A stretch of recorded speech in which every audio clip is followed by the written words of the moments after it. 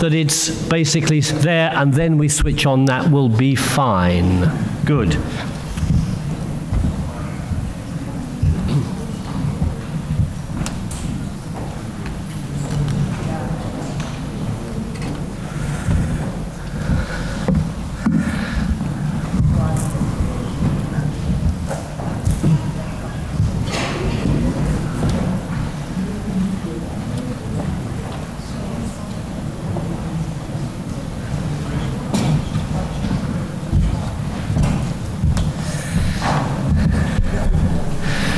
So once again, ladies and gentlemen, good morning and a wonderful, warm welcome to the 17th European Forum on Eco-Innovation, Transforming Jobs and Skills for a Resource-Efficient, Inclusive and Circular Economy.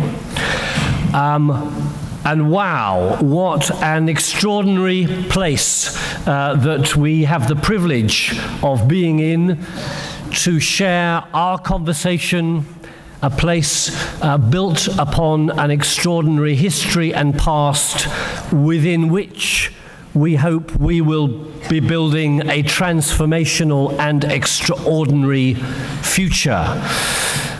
The spirit of our forum is very much, as well as inspiration from the platform, to also have the opportunity for making new connections, new discussions. And just as one or two more people are arriving to put their headsets and coats in the right place, could I invite you around your table just to, for a moment or two, greet anybody you have not met before. And secondly, if you find you know everyone, either you are very important or you may like to move to a table for some new encounters. So this is your first moment of making new connections. So 2 or 3 minutes just to settle and greet people around your table.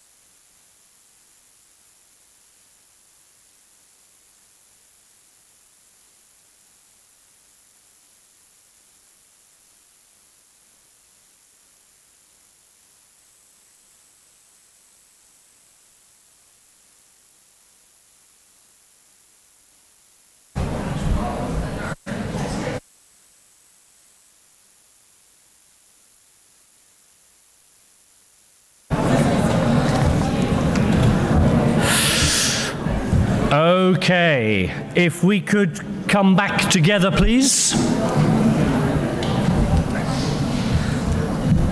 Can I just check, has anyone met someone for the first time, a new connection.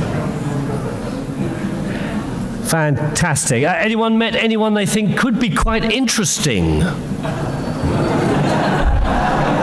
Okay. Could I invite you? The spirit of this forum is about conversation. It's about connecting. We often meet and talk with people we are familiar with. Can I encourage you to reach out beyond our comfort and protocol to speak to people from another nation, maybe another language, but it's the way, with the complexity of the journey to sustainable development, that we are going to make some complex connections to do things differently. Just so you can connect with me, my name is Peter Woodward. I'm an independent facilitator, so my role is to try and ensure that the investment of your time is rewarded with a high-quality, stimulating, and largely on-time experience. So I hope I will be lubricating the wheels of this forum. It is fantastic that we are holding this event in France and in the glorious city of Lyon, and to offer us a few words of welcome to the city, to the region, to the country. First of all, I'm delighted to welcome to the platform Bruno Charles, who's Vice President for Sustainable Development, Climate Change and Biodiversity from the city of Lyon Urban Community. So welcome to Bruno Charles.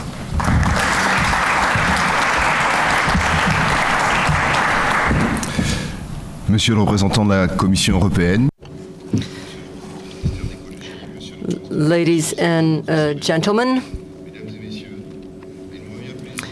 it is my pleasure to welcome you here in the ancient city of Lyon, which has 2,000 years of history. And the greater Lyon, the urban community of Lyon, which will be transformed into an even larger institution, is the first metropolis in France which has decided on its strategy in cooperation with the civil society, businesses, consular chambers, associations, and the citizens. And all together, we have written our program for energy transition, 3 times 20 times less greenhouse gases, 20% more energy efficiency, and 20% renewable energies in the total consumption of energy, whilst respecting the objective for 2050, which is 75% less greenhouse gas emissions. And Lyon, like all of the cities in Europe, has a long history, has seen a lot of things happen. And there are moments of acceleration, moments of transformation. And today, what we are going to be seeing with global warming, depletion of resources, ability to provide sufficient standards of living for the inhabitants means a right to health, a right to education. How will our urban European cities be able to provide an adequate life to our citizens when the cities are becoming larger and resources become more rare? We have to think in terms of change. We are at a changing point. And in these times of change, if you want to have political objectives at the service of the population, you need a change in the means. And these changes, you are the ones who are going to enable us to introduce them. And this is all based on innovation. Close to here, there is a city Saint-Étienne, which invented industry 1 century ago. It lasted 1 century ago. It lasted for 1 century. And with the invention of the railway and industry, and here with Jacques Collomb, we are inventing something new. We are asking our businesses, our industry, to invent here because we know that we cannot continue what was being done in the past. We will help you. What you invent here, you will be able to export elsewhere tomorrow. And that is the reason why we're very pleased to welcome you here. We want to be one of the territories which invents the future. I said technical innovation, but there's not only that. There's innovation in organization. New economic models must be invented. If you look at smart grids, we need smart grids to have a decentralized production of energy. But those grids, these networks require supervision of the inhabitants, surveillance. Who does the data belong to? Will the data serve to watch the inhabitants, or will it serve for the construction of new economic models? Will we be making new proposals, new offers to the inhabitants? All of these innovations are not merely technical. And imagination rules, and you need associations between entrepreneurs, innovators, and institutions who are happy to welcome them. I was asked to be brief, and this is normal, but we're very pleased to have you here. You're more than welcome. We want to be one of these cities which will invent the future. I will not be able to be here during all of your work, but I hope to come here as much as possible. And this is how we can start implementing innovation on our territories. Thank you.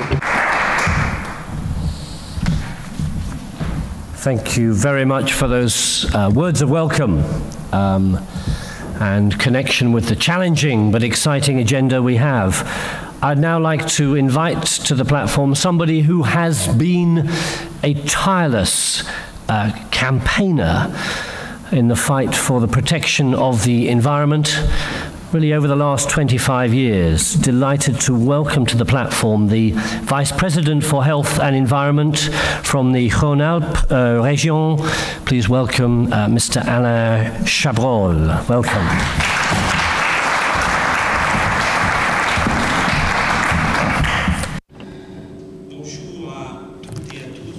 Good morning to everyone.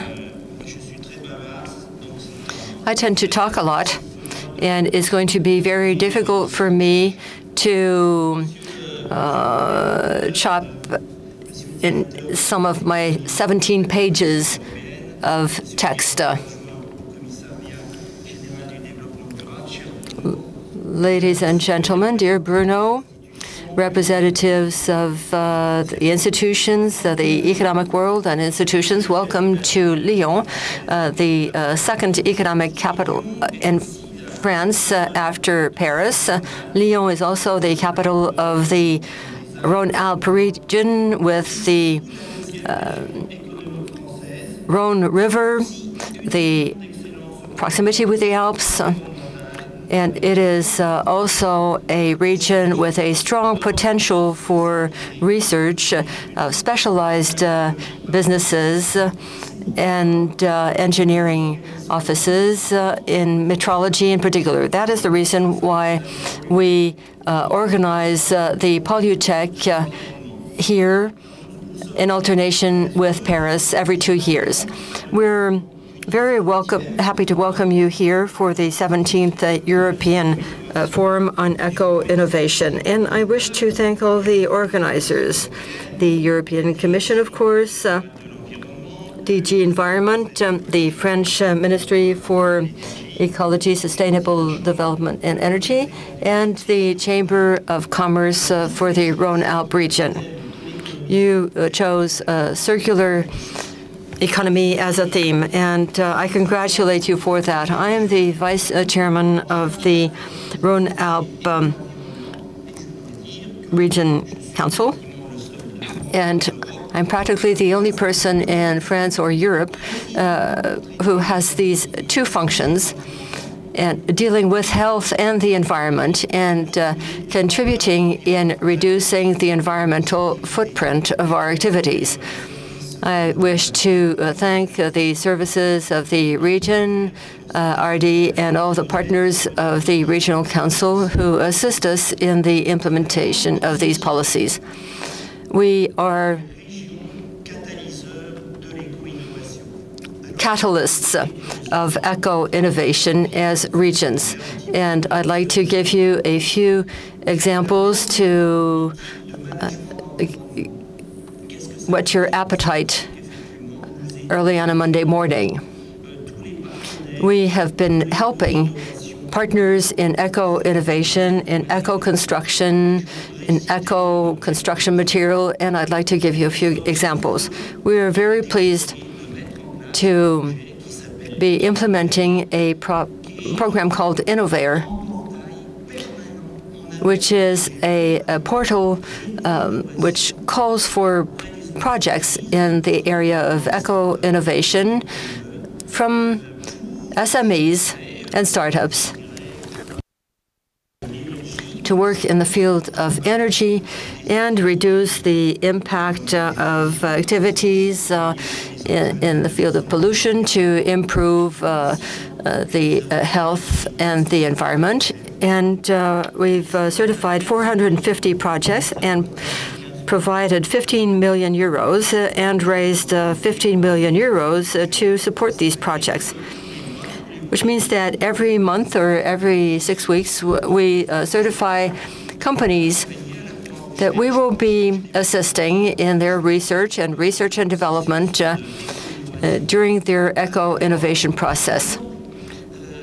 One example, in Grenoble, a few researchers are working on new sensors to measure indoor air, and they do this by using nanotechnologies.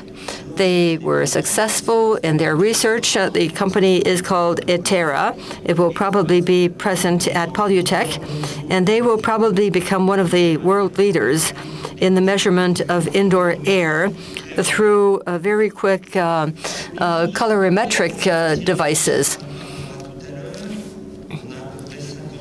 You will be hearing from my colleague later on.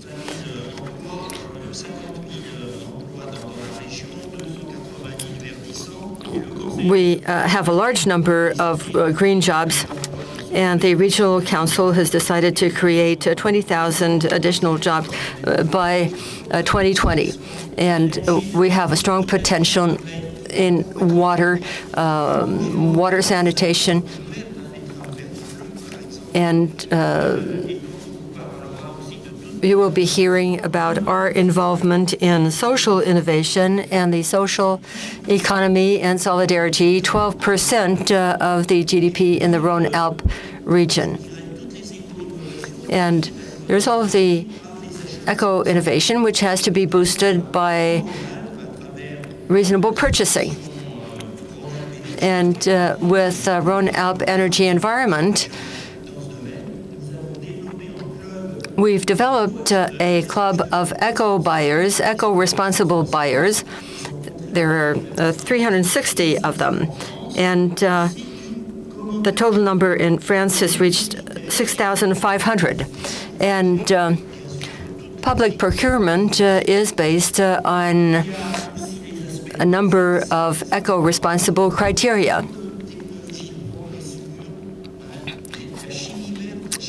We're working on green chemistry, the replacement of toxic products,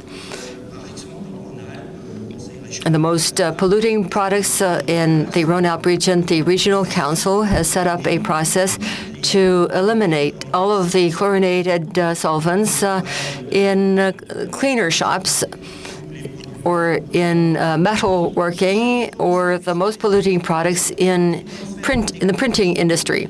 And we do it by transferring technology from the ecological innovation, and it protects the health of the population. And There's another topic which is important to us. I am fortunate in being one of the co-pilots of the Circular Economy program for the regions of France, something we're doing with ADEME.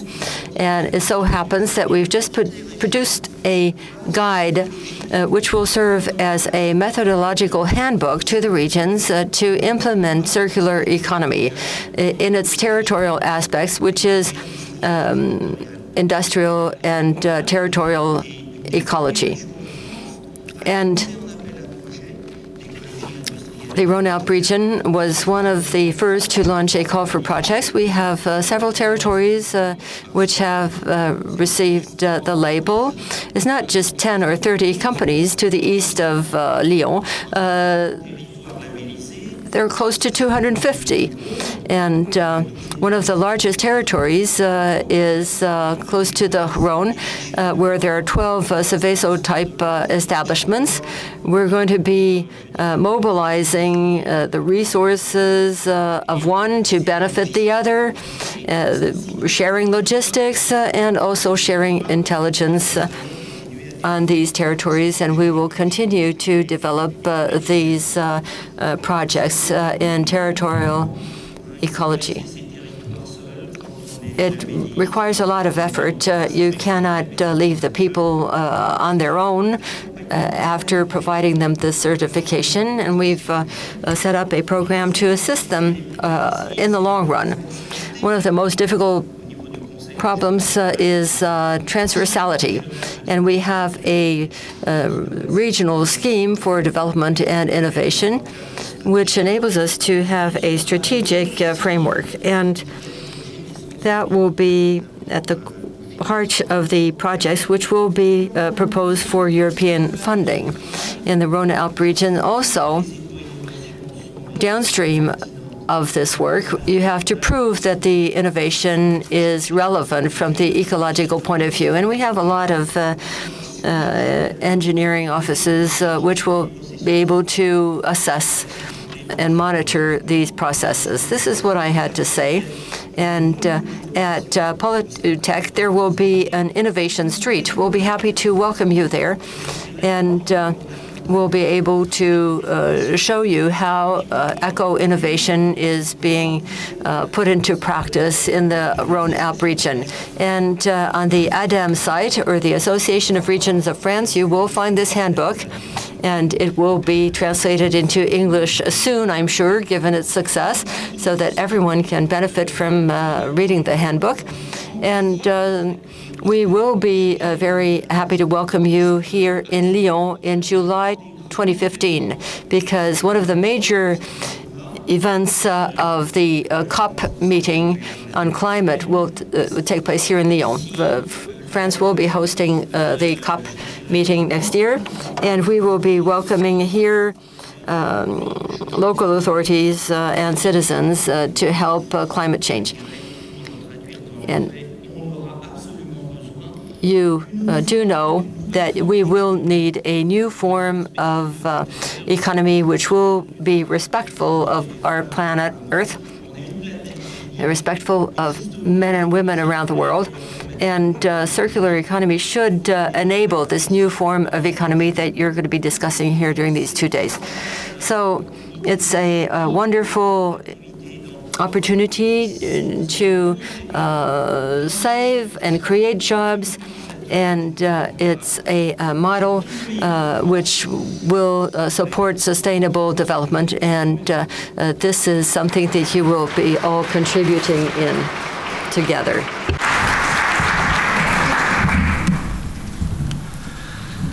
Thank you very much, and both a sense of the challenge ahead, but also some practical examples of change that is being driven through and into real life. It feels more like Christmas every moment. There we go. Okay. Within our trilogy of opening welcomes coming from our colleagues within France, delighted now to finally welcome to the platform the Deputy to the General Commissioner from the General Commission for Sustainable Development in the Ministry of Ecology, Sustainable Development and Energy, based in Paris. Please welcome to the platform Mr. Bruno Vallon.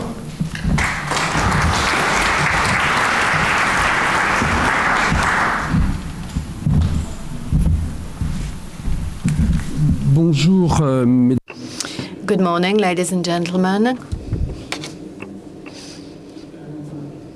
I shall speak in English a little bit et en français also.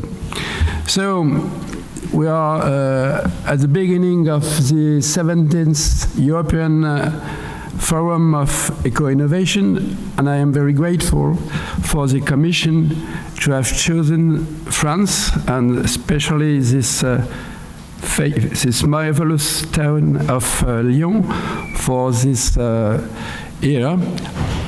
I'm being told that it's the second time it's organized in France, and if it's organized here in France, I suppose that it's to confirm the engagement of France towards the green economy, circular economy.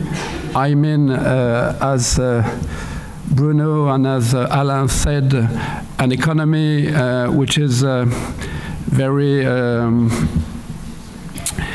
which respects resources, which takes into account biodiversity, which is taking into account climate change. I mean the question of fossil energy and so on. Je voudrais maintenant, en français. Now I'll switch to French, and I would like to tell you about what we're doing in France, and notably what actions are undertaken by the Ministry for Ecology and Sustainable Development. In France, the sector of eco-activities represents about 550,000 jobs, and the specificity of the eco-activities in the green economy, and I think it's the same in other European countries, is it is a developing sector.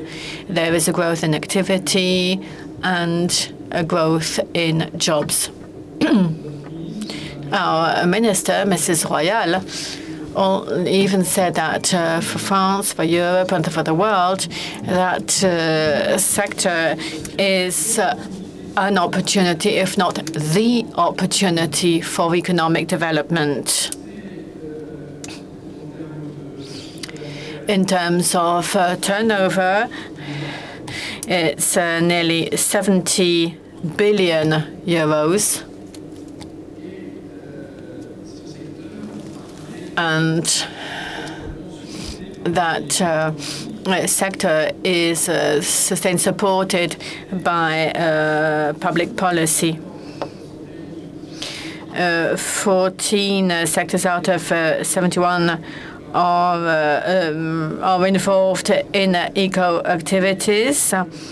And those clusters, competitivity clusters, are there to encourage the development of ecosystems between the economic world, training, research, innovation, so as to encourage that activity. There are 7 energy transition institutes, which are semi-public and semi-private, which are trying to set up innovative projects in the field of energy transition. There are 34 industrial plans in France. Only half of those plans have to do with topics which are linked to energy transition. And within the framework of a national program, which is a future investment program, they are partly financed. There are 2 other programs under the Agency for Development and for Energy Saving, which are focusing on developing clean vehicles and focusing on green energy and clean energy. In France, there is also a structure which is COSEI, the Strategic Committee for Eco-Industry, which brings together all partners in different industries to focus on strategic roadmaps for each of those industries. I think it is very important to mention that France is due to adopt, because the text has been adopted by the National Assembly. It has now been discussed in the Senate. So France is adopting a law on energy transition for green growth. The title of the law is Energy Transition for Green Growth. And I'll just mention one item out of it, which has a bearing on this forum. There's a complete chapter on the law, on the circular economy, which shows the importance which we give to the circular economy, and which also gives the circular economy, and in this concept, a legal dimension. Now, we also have a process of modernization, simplification, and we're trying to make things easier for companies, and notably for companies which operate in eco-activities. Last Thursday and Friday, we had the third Environment Conference, and that conference was opened by the President of the Republic and closed by the Prime Minister. And there were workshops over 2 days with ministers and calling upon stakeholders from the whole of society, and they worked on those topics. And compared with the preparation for the climate conference in Paris, France will enter the negotiations and try to find an agreement for the climate conference, notably its economic dimension, because the fight against global warming and climate change means a mobilization of all partners around technologies, around actions, whether they be economic partners, cities, towns, citizens, youth,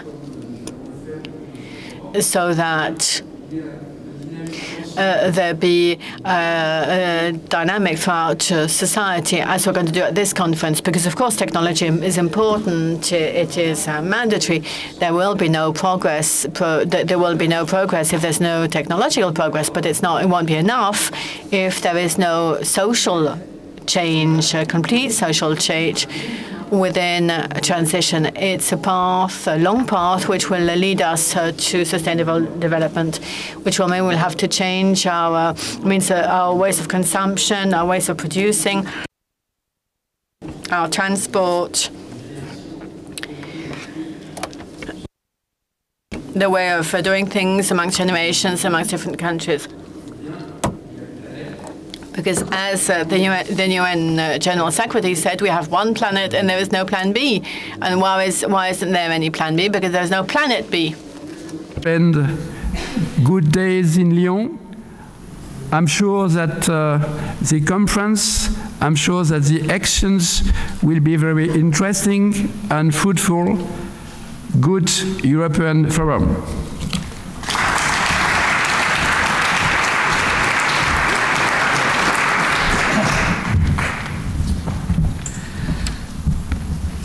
Thank you very much for helping to frame the challenge, but the opportunity we have, and this extraordinary collision between our need to create meaningful work, jobs, opportunities at a time of unprecedented challenge in terms of our climate and our stewardship of the planet.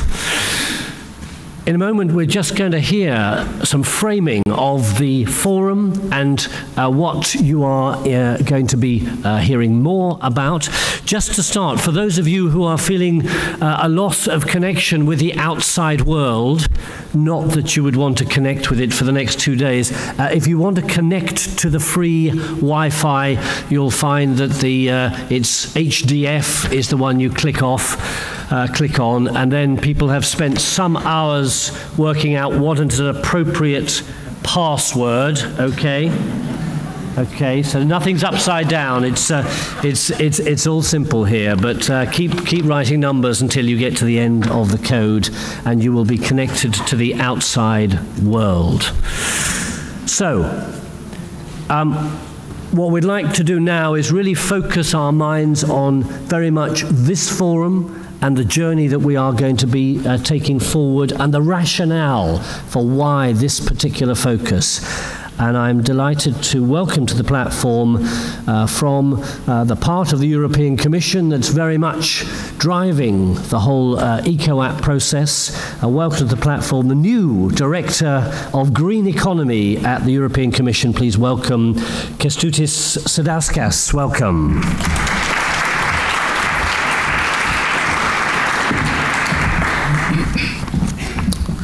Chères mesdames, chers messieurs, bienvenue au 17e forum de l'éco-innovation qui se tient dans cette même. Welcome to this 17th Green Economy Forum.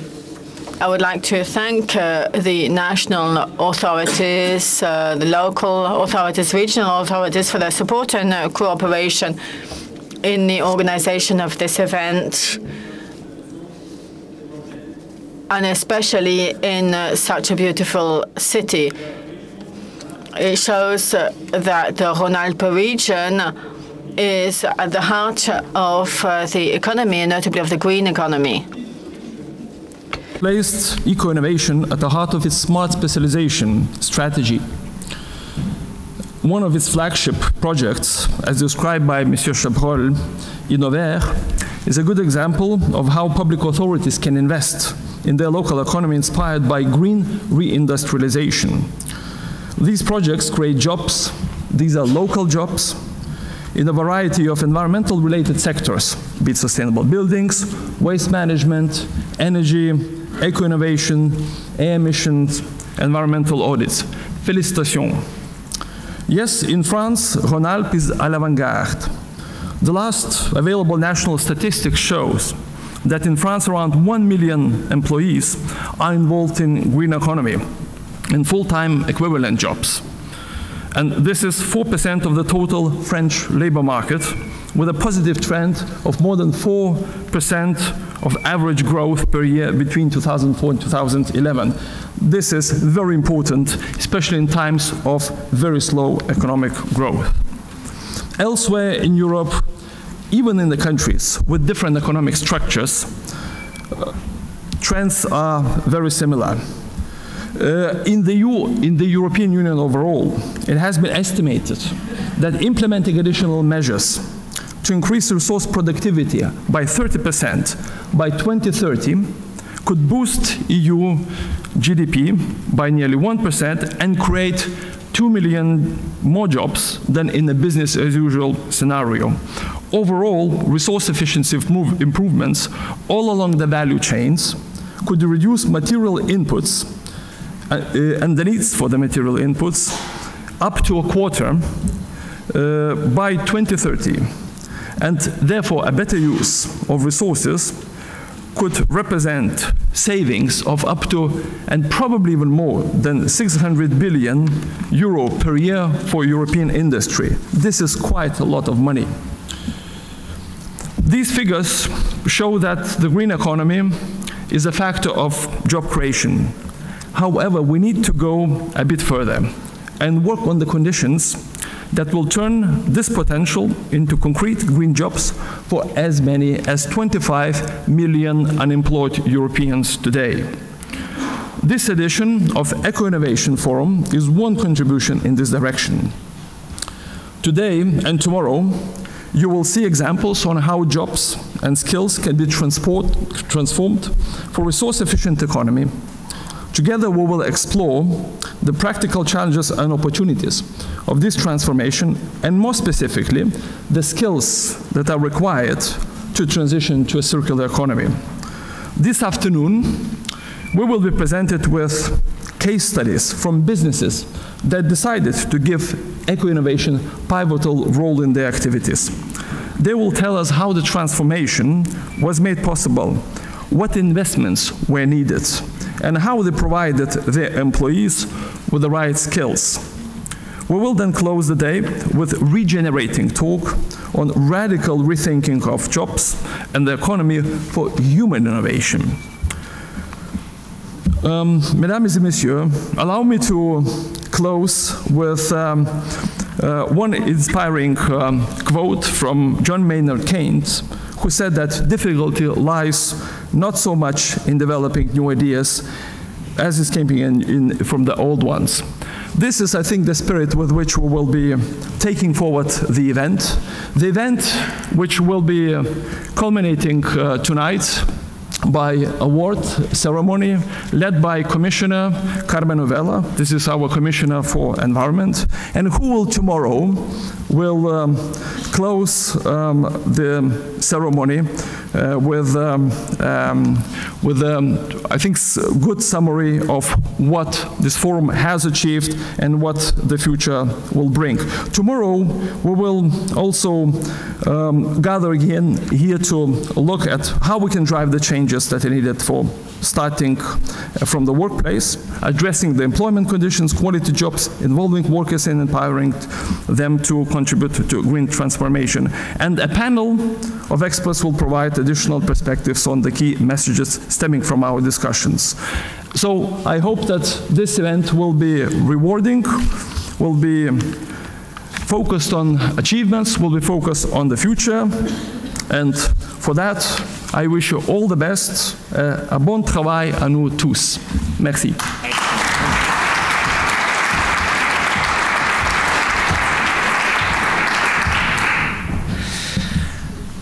Fantastic. So between now and the coffee break, will take about 10 past 11, as we just started a few moments late. We really just want to frame our conversation. So we want to be thinking about the nature of the circular economy and the opportunities for work within that, and then be exploring a little bit further some of the metrics, some of the underpinning numbers and thoughts about the scale of the opportunity that this transformation agenda faces us. And we have two presentations to take us into that first section.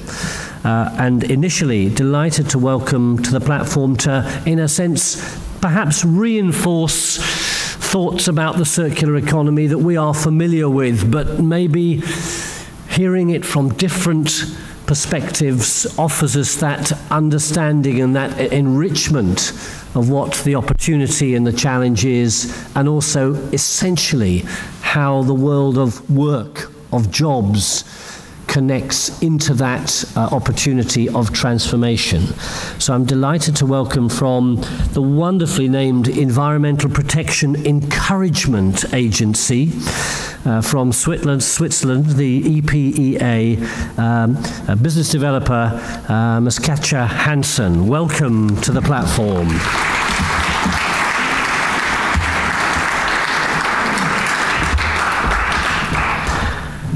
And we hope that you bring with us some challenging thoughts, but also some encouragement, because we all need a little bit of that, I think. Absolutely right. There you go.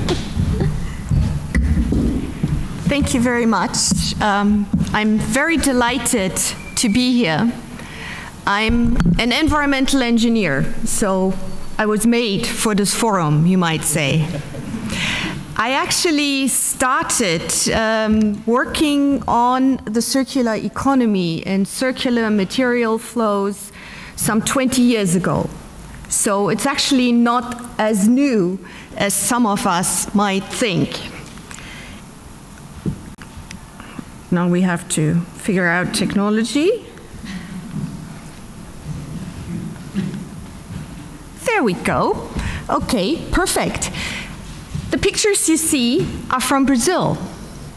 Circular nutrient flows was a project I started working on in 1992, where we demonstrated successfully over a research period of 7 years that nutrients, resources from wastewater could economically and safely be recycled in communities. I'm starting with this because it's a very positive outlook, and I want to show you that I'm not presenting a vision into the future, but a very practically based and oriented vision. This project was funded by DG Environment, so the European Commission was actually working on circularity long before they started their circularity programs. Oops, one too fast. Most of what we're doing today is still based on the linear economy, though. We take things from the ground, whether through mining or agriculture. We make products from them. We use those products in ever shorter use cycles. Be aware that most products go in and out of our homes in less than 80 days. And then those products become waste. It's a one-way street and a very linear economy that, of course, leads to the destruction of resources. It leads to linear material flows, the results of which have initiated a lot of the environmental programs we're working on today. Contaminated areas, air pollution, water pollution, waste management, you name it, and it's nicely presented on those pictures. So we have defined green jobs. It's not that brand new. We've actually worked on that for some time. It's jobs in the environmental goods and services sector, EGSS. So that is one of many definitions of green jobs. So what is a green job? A green job focuses on energy efficiency, energy from renewable resources, waste and water management, mostly end of pipe, water quality, restoring and preserving biodiversity, and developing green infrastructures. Putting that, where do I have to point so this thing works properly? There we go. Okay, so back to the linear material flows. Actually, when you think about it, restoring biodiversity is something that we have destroyed before. So it's something we acknowledged. Waste and water management, air quality, all of these things that you see there are resulting from the impacts of a linear economy. So a lot of our green jobs are defined to respond to a linear economy.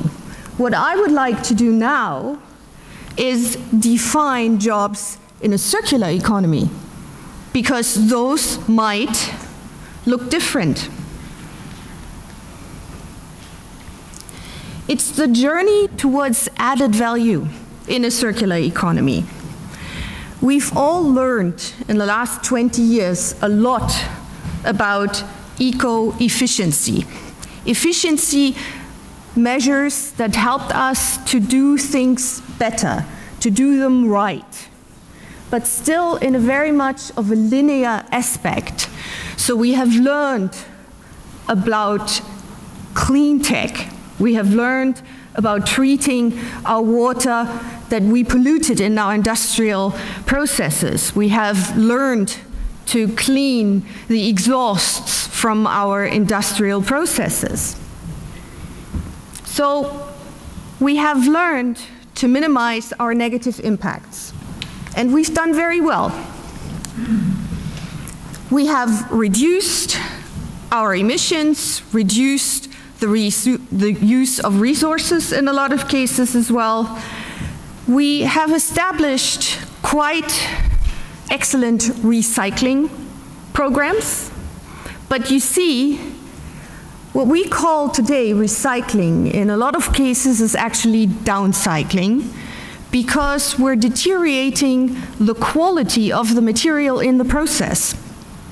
True recycling, in the true meaning of the word, would mean that you can use the material for the same quality purpose.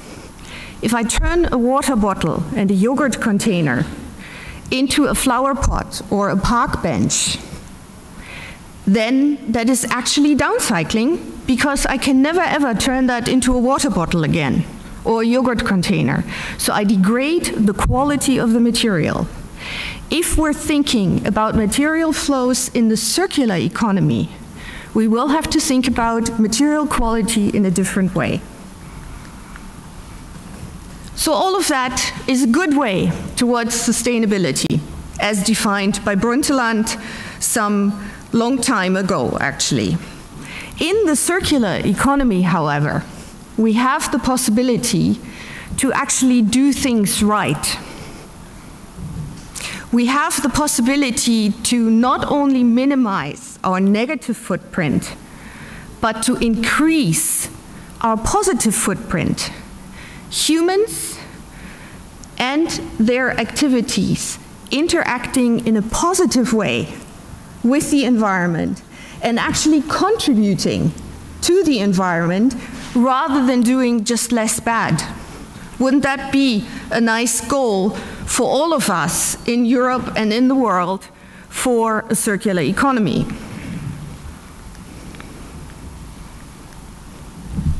Here, we're focusing on improving quality and performance. I already talked about the quality of materials. So the positive outlook is what we're working towards, a green, big footprint. We can do that by really developing upcycling technologies, technologies that improve the quality of the material in the recycling process. We reuse material at much higher rates and in better continuous loops. And most importantly, and I think an encouraging view for our 2 days and moving forward in defining the circular economy, we can rethink. Because just changing business as usual and trying to make it a bit circular is not going to give us the solution that we need for Europe in a circular economy. So innovation, which was highlighted by my previous speakers, is a key aspect of thinking our way out of some of the messes that we've gotten ourselves into in the past. We have a good basis for that. The European Commission just this year adopted the Zero Waste Program, which is a legal framework which we all need for our work for the circular economy. Under that framework, the circular economy means boosting recycling and preventing the loss of valuable materials, creating jobs and economic growth, and showing how new business models, eco-design, and industrial symbiosis can move us forward.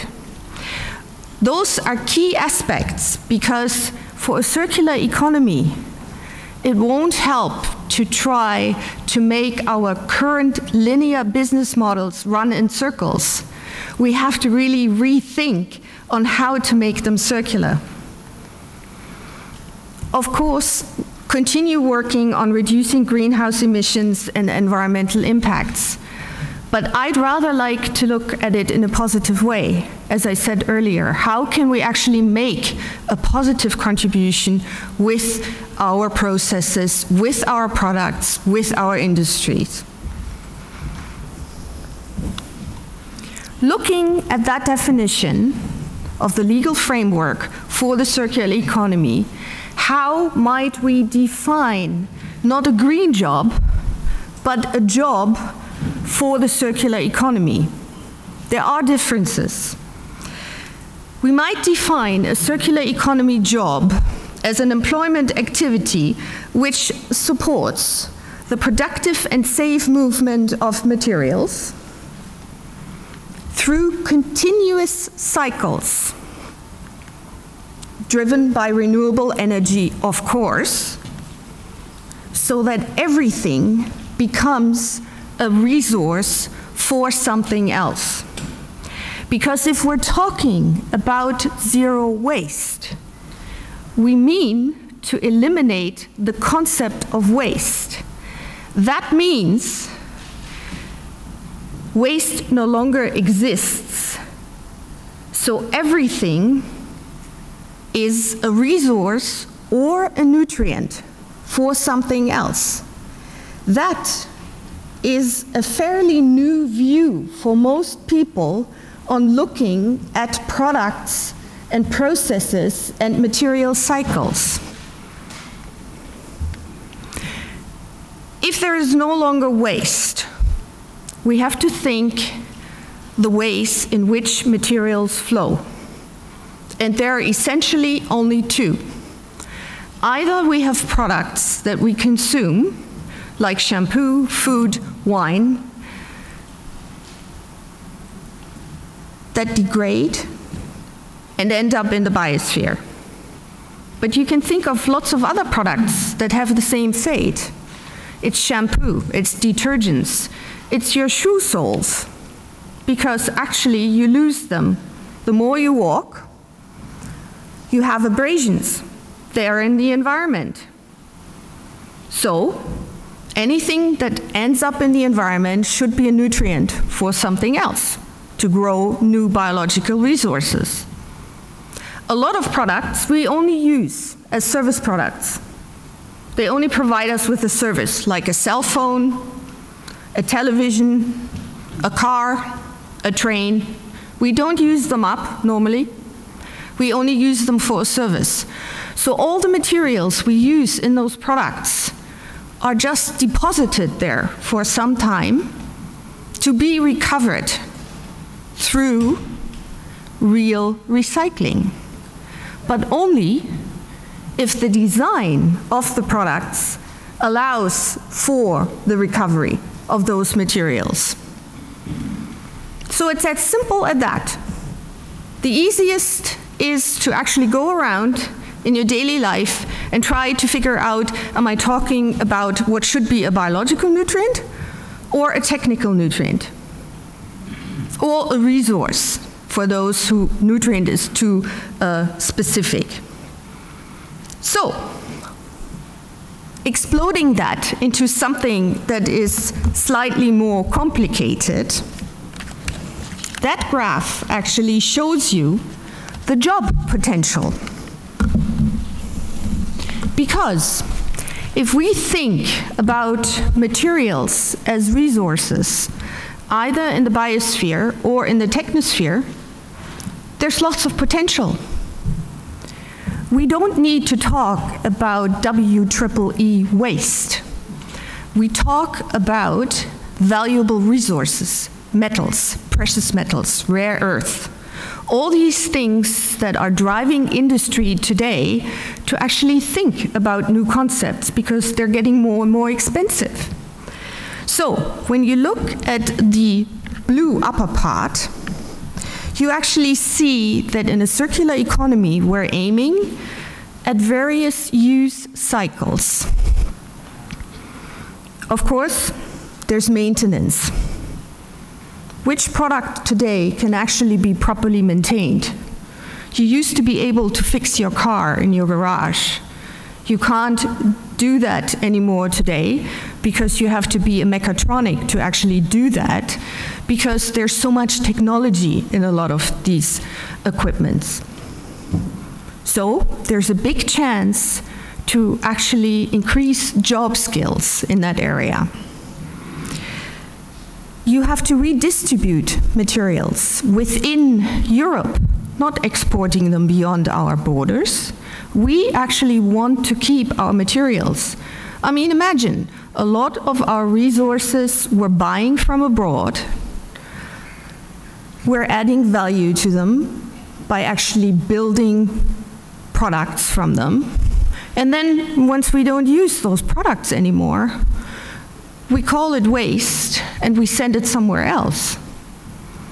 Well, we're actually giving away our materials that we purchased earlier.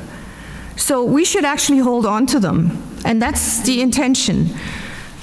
Designing products for more refurbishment. You can only imagine how many job opportunities that would give. We will actually hear about that later today. Disassembly. Designing things for disassembly. Have you been to a refrigerator recycling facility? Have you seen how that recycling is taking place? Basically, it's all put in a big shredder after the cooling agents have been removed. Imagine, that's not high-quality material recovery. We've gotten very good at it, for sure. We can, of course, separate the plastics from the metals, and we even can separate the different plastic fractions. But there's huge amounts of contamination in those.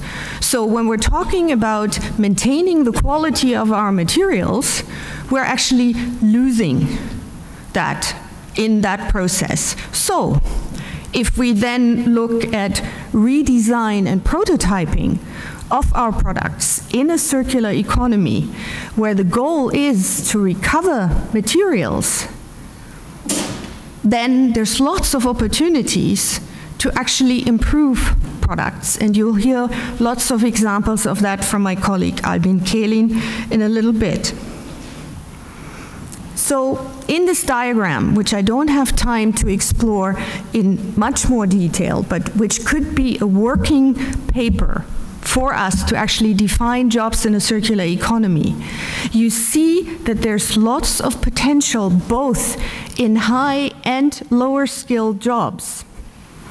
Because if we need the manual labor for working with our materials, then that is a huge opportunity for Europe in positively defining those jobs.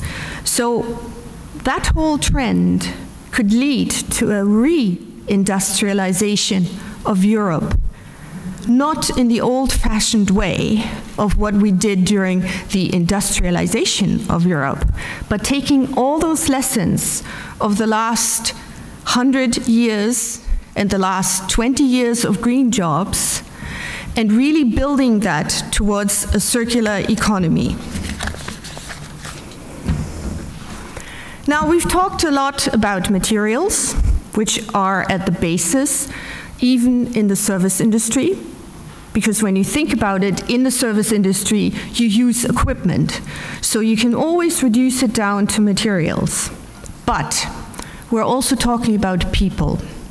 So when we talk about the circular economy, I think it is very important that we move from the lower right-hand edge of the triangle of equity, ecology, and economy, more towards the center to really build an inclusive circular economy, not only focusing on the economic aspects, but including the social and environmental aspects. That is in the wording something that I've noticed in the last years, that the focus, of course, is very much on business and the economy, but it will only work if we're including people. And as I pointed out in the previous slides, there's lots of job creation potential on actually building and including people in those jobs.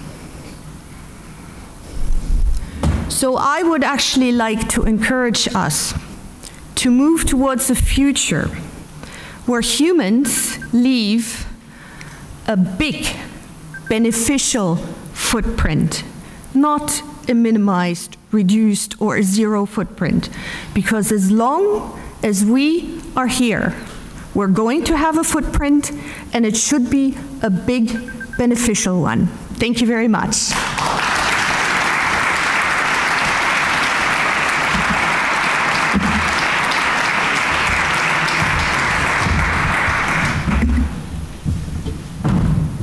Katja, thank you so much for the clarity of that presentation. I think it's helped frame our conversation very importantly, and I'm very struck about this. We'll all have different definitions of what green jobs are.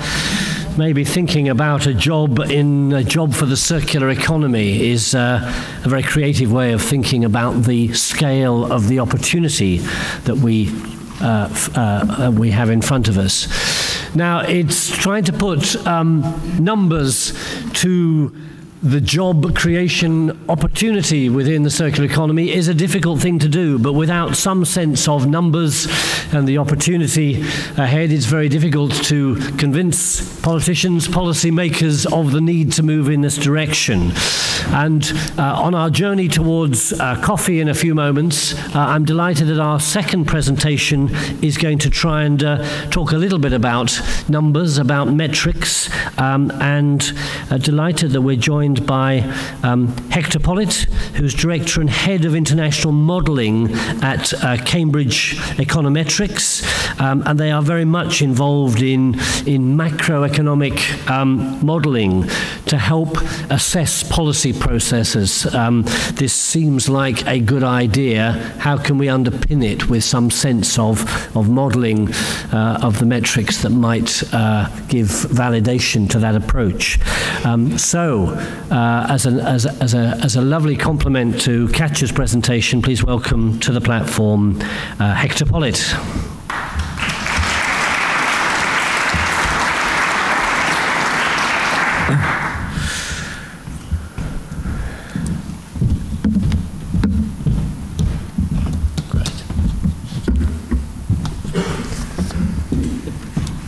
Bonjour, good morning. I'd also like to thank the organisers for arranging this event in such a fantastic location, and also to the European Commission for the invitation to talk here. It is fantastic. However, I know a lot of lawyers work for the European Commission, and I have to put up this disclaimer that I'm not speaking on behalf of any high-ranking officials. These are my personal opinions. Now, as a very kind introduction stated, my background is macroeconomic modelling, attaching numbers to things. I'm going to be looking primarily at things from the macro perspective this morning. I'm going to talk about both energy and resource efficiency. A lot of the studies that have been done to date are focused on energy, as that is where a lot of the policy is. But we're beginning to move forwards more generally in resource efficiency as well, in the modelling sense. I'll come on to labour markets close to the end of the presentation, as what we see is it's a very crucial part of the overall story. Now, we talked a lot about opportunities and challenges already, which is exactly how I was going to frame my presentation, so I think we're all talking on consistent ground here. I'm going to show there are some real opportunities out there. There are some challenges as well, but the opportunities can be realised. Okay, starting really from the broadest sense, the EU's energy roadmap, which is what is used to frame all energy policy looking out to 2050 within the European Union. Now, we're a couple of years down the line from the energy roadmap. Now, in the energy roadmap, there are a set of scenarios for how Europe can decarbonise by 2050. They went through a modelling exercise focused on the energy side. The task for us as macroeconomic modellers was to say, what does this mean for GDP? What does this mean for jobs? Now, two different models were used to assess this. As I'm sure many of the people in the room know, economists very rarely agree on anything, so we put in our models from different approaches, one on a supply side approach, one on a demand side approach, the idea being that we get some degree of robustness in the results coming out. This is what we got. As I said, there's a number of scenarios, 5 shown here, looking at different ways of meeting the carbon targets. So focusing on energy efficiency, different shares of nuclear power, different shares of renewables, all being thrown into the mix. Turned out from the modeling, it didn't make a huge amount of difference which scenario you followed.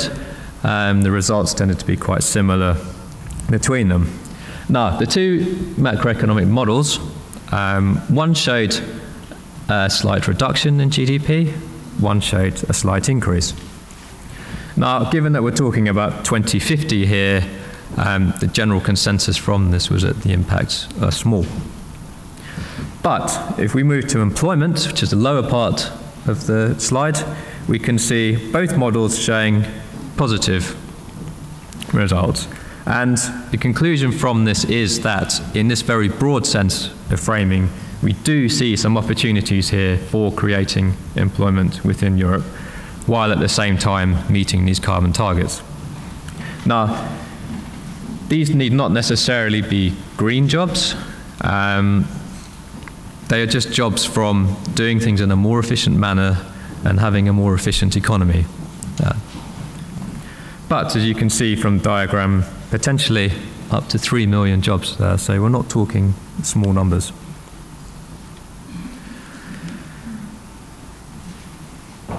Moving on to energy efficiency more explicitly, of course we have the Energy Efficiency Directive in Europe, targets established for 2020. We now have targets for 2030 as well, perhaps not the targets that everybody would want, but there are numbers there. The same type of analysis was carried out. Okay, if we go from our current position, a business as usual case, and we implement large-scale energy efficiency across Europe, what does this mean for the economy and what does this mean for jobs? Well, this is a screen grab taken from the impact assessment for the Energy Efficiency Directive, so we're talking about the 2020 targets here. Again, looking at these scenarios where there are large amounts of energy efficiency installed, the numbers inside the red circle are the numbers of jobs being created inside Europe. The story, again, is quite a clear one. There are opportunities for job creation in Europe from energy efficiency. And again, these are not necessarily green jobs as such, they're just jobs from doing things more efficiently, using more labor rather than energy, reducing our bill of fossil fuel imports, and some of that money can be spent on employing people.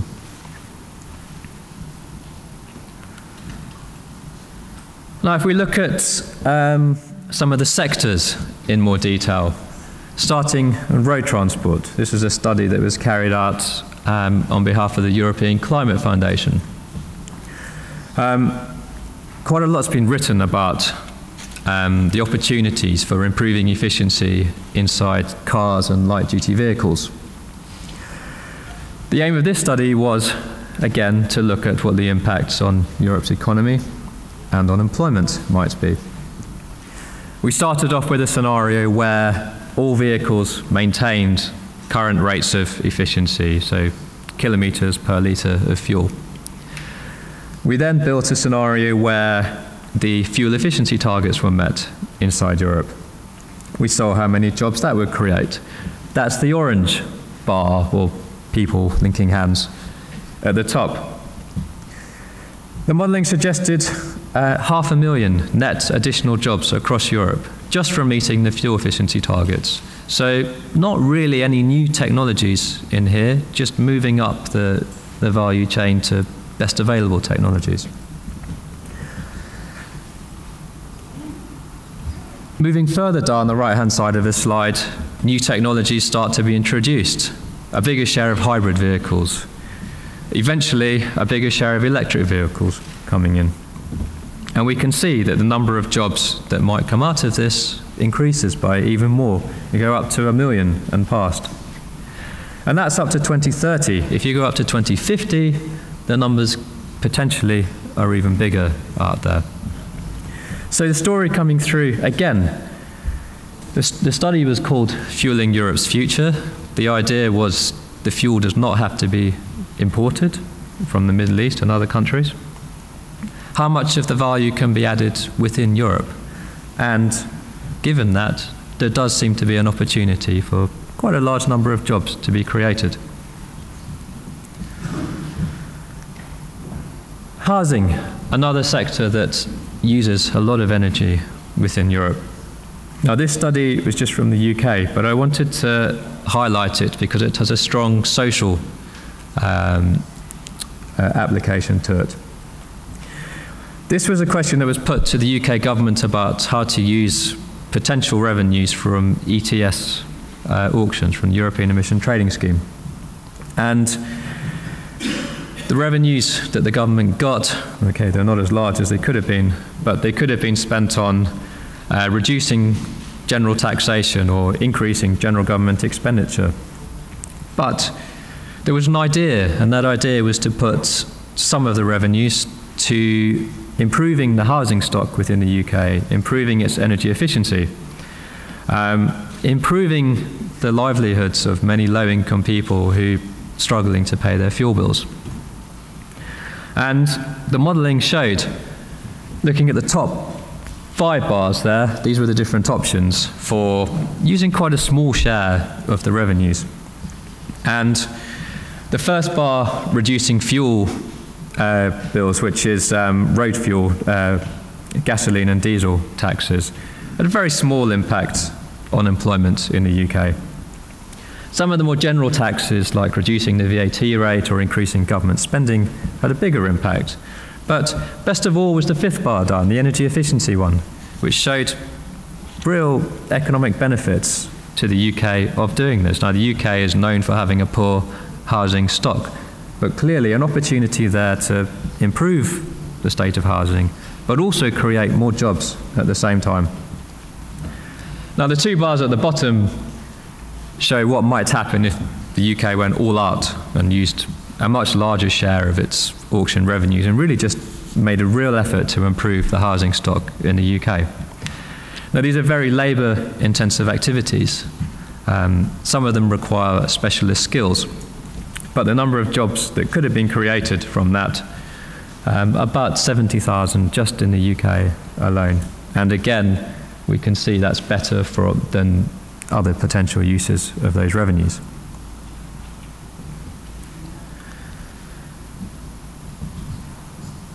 Now, if we shift away from energy and into resource efficiency more general, for people like me who do the challenge with doing the modelling of this, it can be quite a difficult challenge. Many of the targets within the resource efficiency roadmap are very difficult to model. They don't fit within modelling frameworks very well. Some of them are very difficult to measure at all. So the one aspect of it I did want to show something on was material consumption. On the last presentation, we saw a bit about material consumption already. Within the resource efficiency roadmap, there are targets for reducing material consumption. This is something that can be brought into a macroeconomic modelling framework, and we assess some scenarios on it. On the left-hand chart, RMC, raw material consumption in millions of tonnes. Again, we start with a baseline case, which is near the top of that chart, and we come down to different scenarios using reduced amounts of resources. And there's various ways of doing this. It could be through behavioural change. It could be through investment in resource-efficient equipment. The question to us was, what does this mean for GDP and what does this mean for jobs? Well, that's the numbers for GDP, at least, are shown on the right-hand chart. And again, we're talking about the differences from the business as usual baseline case. Now, the 4 scenarios shown on this chart, they're stepping up the level of ambitions. The orange line is the least ambitious. That showed there could be a modest impact on GDP there. Stepping up to the grey line, S3, slightly higher level of ambition. More benefits to the European economy. Again, we're doing things in a more efficient way, creating value.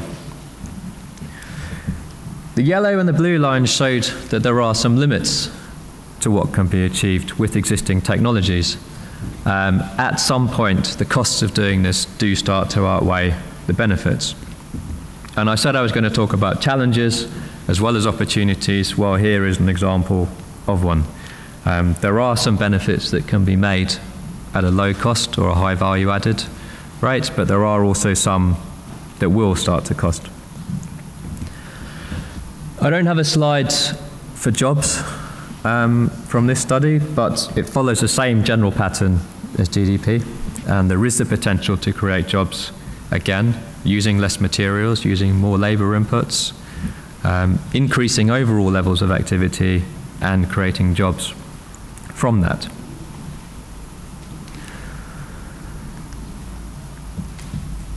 Now, as we are focusing on jobs, a question that is often put to us in the modelling, well, the model says there is the potential, there's the opportunity to create large numbers of jobs in Europe through improving efficiency. Does the workforce out there, Europe's labour forces, have the right skills and training to do this? Now, this is really, in many cases, a micro question, so the macroeconomic models are not very well equipped to deal with it. But we are very much aware that some training could be required to realise these opportunities. And this slide I put up is very much more from research rather than current policy analysis. But I wanted to flag up that there are potential benefits, real economic benefits out there from investing in the training and the skills that are needed to meet these challenges. A slide here shows changes, this is in GDP, and a very simple scenario run through a macroeconomic model in which we have a carbon tax across Europe. Now, a carbon tax on its own is the blue line, leads to a reduction in activity, as you would expect. It's a tax, it makes things worse. But if we took the revenues from that tax and we invested them in education and training and improving the productivity of our workers, it is possible, at least according to the model results, to turn that small deficit into a small increase in production levels.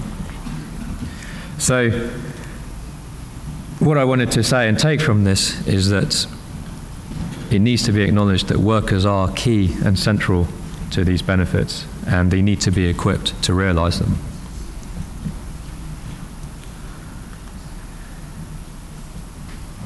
Moving to the end of the presentation, conclusion slide number 1. Macroeconomic modelling, there are different ways of doing it.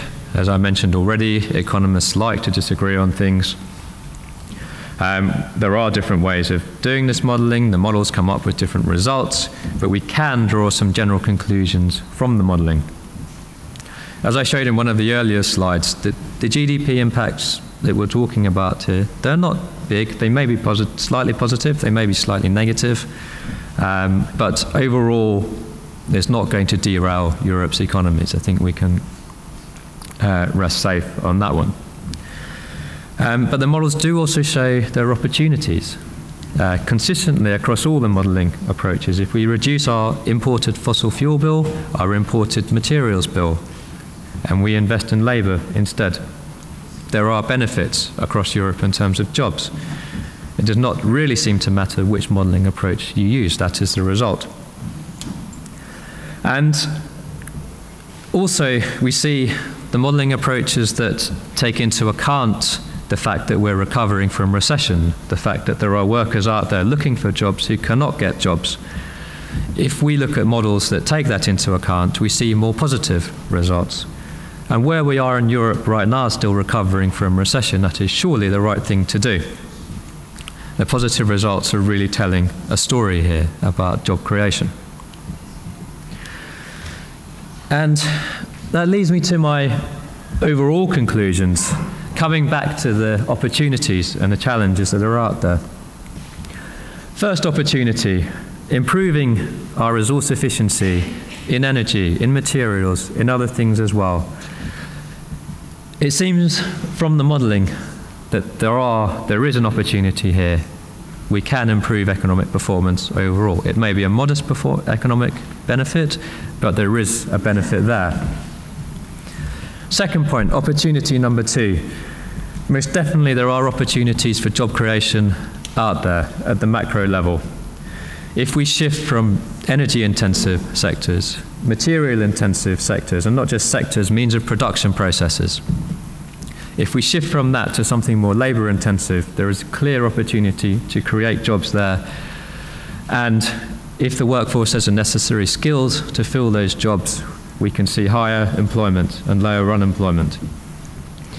The main challenge to the policymakers in the room to go about this, to realise the potential benefits that are out there, to make sure that the policies are capable of capturing these benefits, to make sure that the labour force is equipped with the necessary skills to meet these challenges,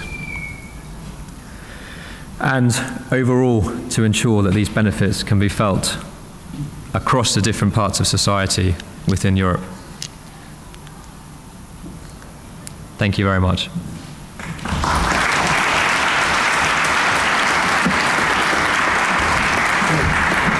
Thanks very much indeed. Hector, thank you very much. And we hope those 2 presentations have really helped frame both the vision of what we're trying to do and the way we can begin to put some metrics to the real job creation opportunities that are there. I think what I'd like to do is to really invite you to just have a little bit of thought about those presentations as you go through to a welcome cup of coffee back downstairs. Good luck if you're coming from that end, but you'll make it through. And do use the opportunity just to connect with other people and what's your reaction to what you have heard. After the break at 11:30 we'll be reconvening here, and we're going to be digging a little deeper, looking at some of the practical challenges and opportunities of this transformation agenda.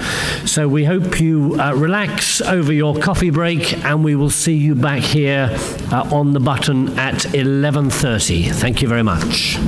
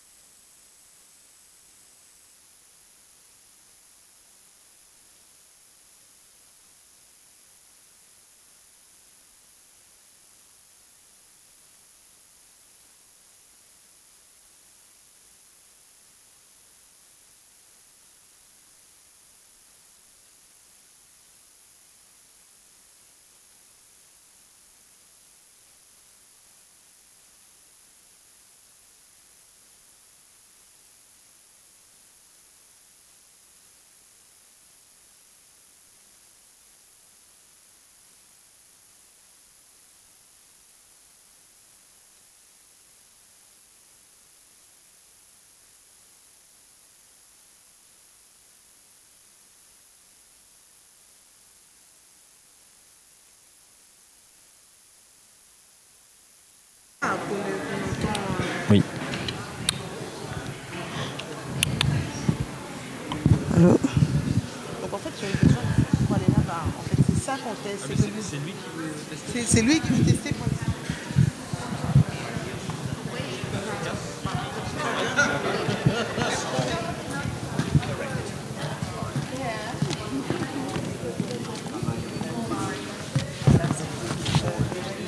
Les impressions sortent là-bas, donc à toi de les distribuer comme tu veux. Ok.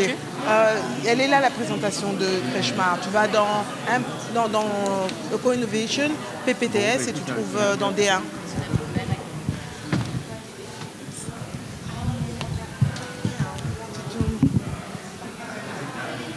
Not a little, but I just really want to test.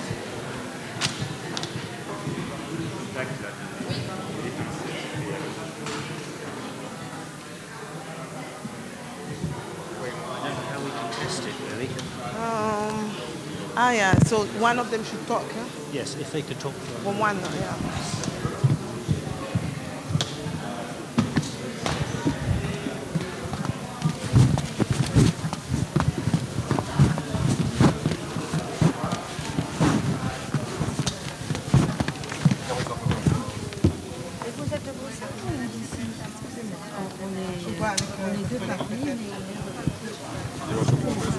On est juste en train de tester si ça marche pour les... Juste dire 2 ou 3 mots. Comme ça, on veut tester si ceux qui sont les panélistes pourront écouter, même s'ils ont les écouteurs. Oui, si vous parlez, mon collègue, le modérateur va entendre. Le modérateur, pardon, il est sur la liste. Je parle en fait. Oh, sorry, you're listening, you're checking that it works, is that right? Okay. Is it working okay? Do you want me to keep on talking, keep on talking? Oh, wow. What should I say? Isn't it time for a cup of coffee? Yes, it is. Do you have something to eat as well? How's London, by the way? Or Brussels? Fine. Thank you. Merci beaucoup.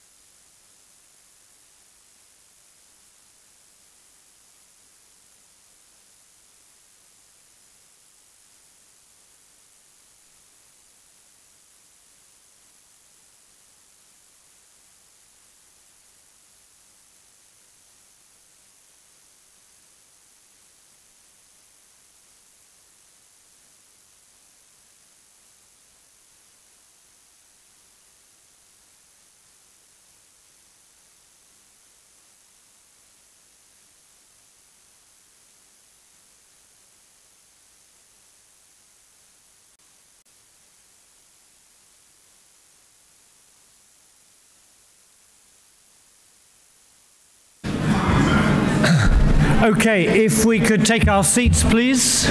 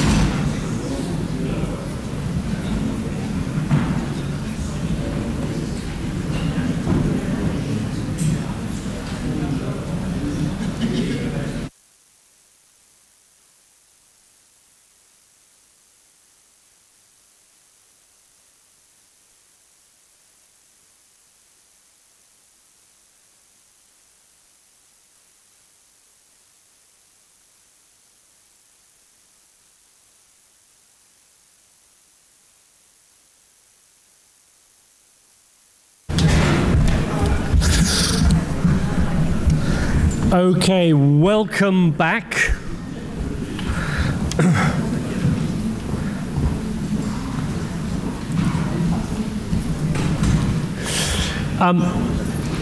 As you see, as well as the conversation taking place within this forum, within this room, the event is also being webcast, so it is available from anywhere across our wonderful, precious planet.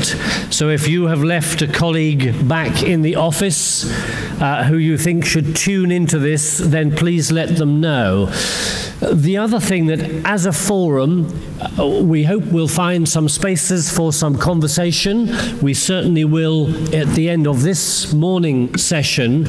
But if you do have any thoughts or ideas, then do please use the hashtag EcoAppForum on Twitter. It would be great to have some thoughts and ideas developing. Can I just check, how many of you are on Twitter? Just, oh, hey, that's encouraging. Okay, so just to check whether it's working or not, and you've got the Wi-Fi, it's whatever it is, and then it's 1, 2, 3, 4, 5, 6, 7, 8. I'd just like to do one check, and this is also about the friendly spirit of the forum. There will be a prize, which is about collaboration, okay? It's about connection.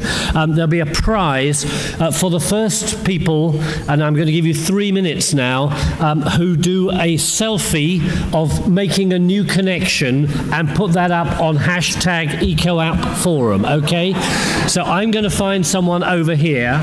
So the first people who find someone and and then you can say, great to be at the forum, and then it'll give the world the impression that we are having an extraordinary time.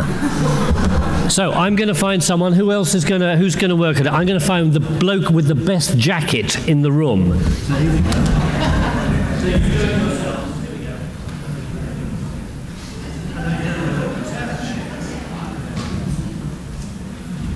Selfies are always difficult because you look as though you're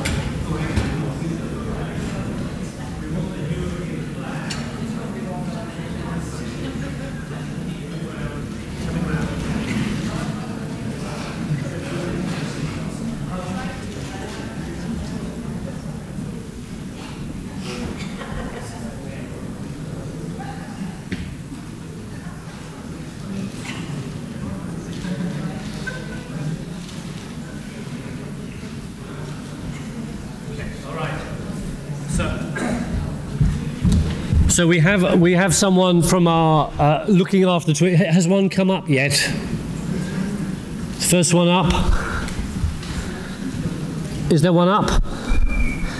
We're working on it.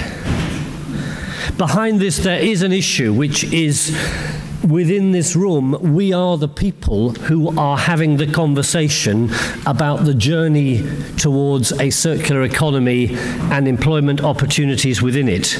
And maybe we talk to each other quite a lot, but we are less good at talking to the outside world. So maybe this is a metaphor for how we need to use every vehicle of communication in order to take us forward. Anyway, we'll see how that plays out.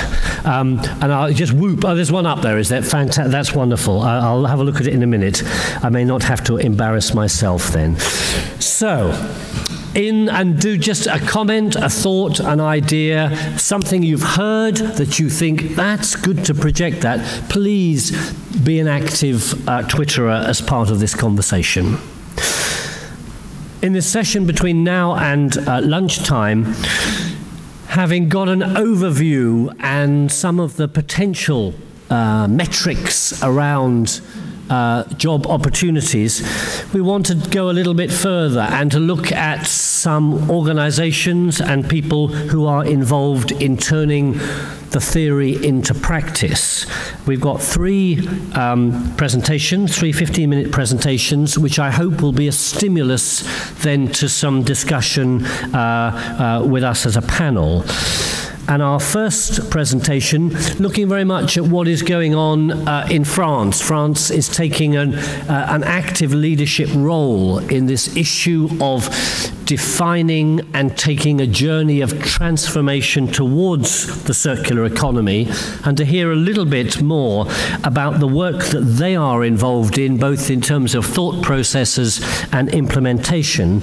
I'm delighted to welcome Stéphane Hoche, who's the Deputy Subdirector, Integration of Sustainable Development by Economic Actors in the Ministry for Ecology, the Sustainable Development and Energy.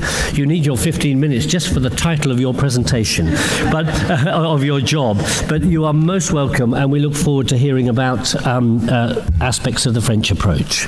Thank you.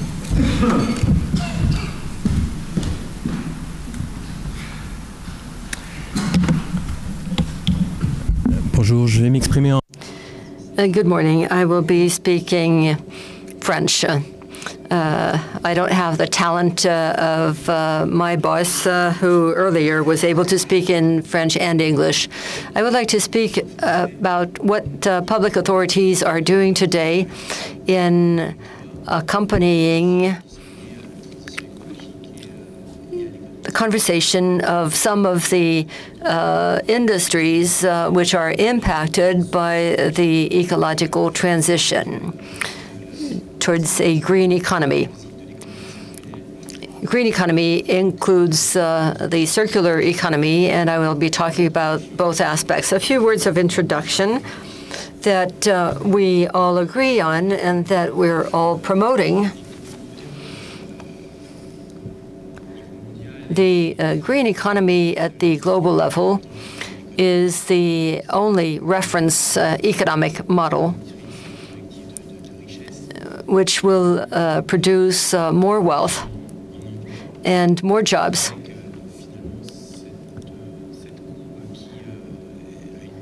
And you see here the steeper slope for that activity than the traditional job curve. And the Commissariat à l'Énergie, through the National Observatory of Jobs in the Green Economy, has tried to measure the changes. Obviously, there are difficulties related to definitions. We talked about the challenge there is in trying to put numbers on job creation and the net creation of jobs compared with destruction of jobs and transformation of jobs. That's also an issue. The green economy, the circular economy, which uses resources better, which invents new modes of production and consumption, has a positive impact on employment, of course. The jobs have a probably richer content and a number of positive characteristics, but there may be negative impacts. How is the adaptation carried out? We're able to model a number of job-intensive sectors for which there's not much surprise: water, sanitation, waste management, renewable energies. And there are a number of sectors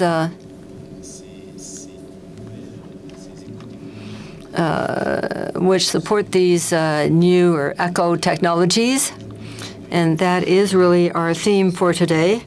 And clearly, it is these sectors which accompany the circular economy. We indicated earlier there are close to 460,000 jobs in environmental activities. There are approximately 1 million jobs in the green economy activities, but these are probably not all green jobs. We have 3 to 4 million greening jobs, which may be traditional in their definition, but which integrate sustainable development skills and major skills, strategic skills in these jobs. These are all orders of magnitude. And as I was saying, we probably do not have the ability today to have a very precise measuring of the net creation of jobs compared with a possible destruction of jobs or transformation of jobs. And the Commissariat for Sustainable Development is also the promoter and defends a new model, corporate social responsibility.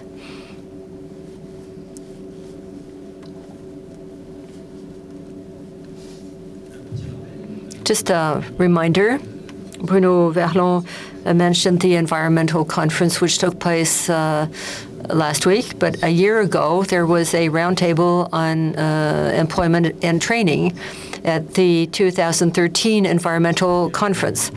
The first one was on circular economy, the second one was on employment and training. The priorities of the government in the area were expressed in the form of 4 sets of measures, apart from the knowledge of the different sectors and their needs in terms of employment. The second and the third set of measures were measures to support the industries in their changes and support all the different stakeholders in this transformation. And naturally, this presentation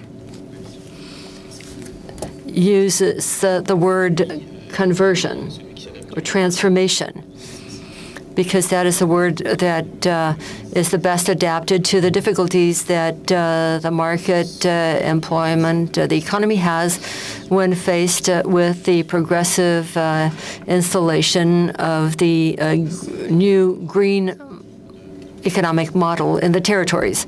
So there were a number of measures which were planned and mechanisms intended to support these job transformations. Bruno Verlon l'a également cité, et je le recite, le projet de loi.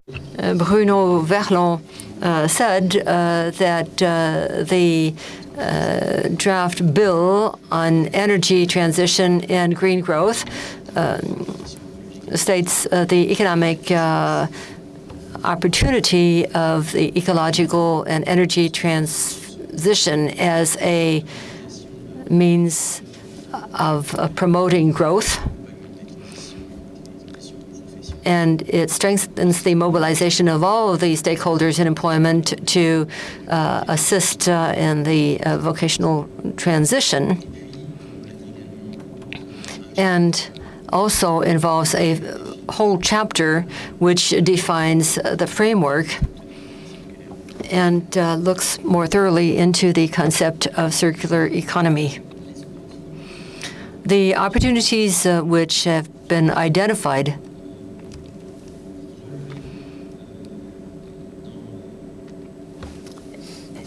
and which may be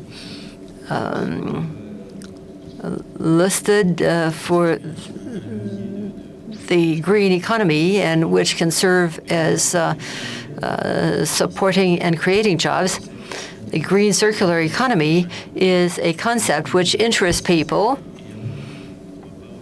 and challenges people, and people are aware of that.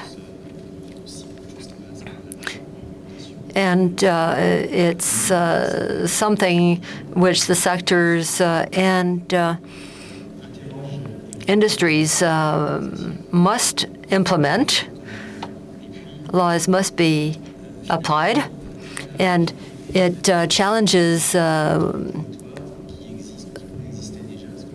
what people are accustomed to doing in organizations. It opens up to new partnerships in the territories. It opens up new directions for action. The obstacles, they must be mentioned as well. The obstacles that are perceived with respect to employment or job conversion and the transformation of the economy. All of the different players, public authorities and also private stakeholders in the territories, too often separate the development of employment and work on employment and what is called economic development. We've talked about poles of competitiveness, industrial plans, provisional management of jobs and skills, and we're still lacking in coordination and fluidity concerning the coordination between these two approaches. If we were to simplify, we could say it's an economic and industrial approach on the one hand and a more social approach on the other hand. And we're at the heart of the difficulty in articulating public action and private action. And there are a number of projects which are implemented by the stakeholders, social partners, and the public authorities and the territorial authorities. And very often it is difficult to move from the theoretical concepts to the social work and to an operational work, the mapping of skills, of competencies, and the transferability between jobs. A lot of that exists. Consultants love that. But maps for the transferability of employments, which has really been operational, that is not that obvious. We know that a number of companies have committed to do things in that area because it is in their interest. Large companies do that, but it's more difficult to get support from small and medium-sized enterprises, which are, however, a large part of the green economy and the circular economy. Greening is a concept which is becoming complex or complicated, and it is difficult to see out in the field what it amounts to, apart from things that are related to public opinion. The public sometimes says, may have the feeling that they've heard enough of this sort of thing. Is it really an opportunity? And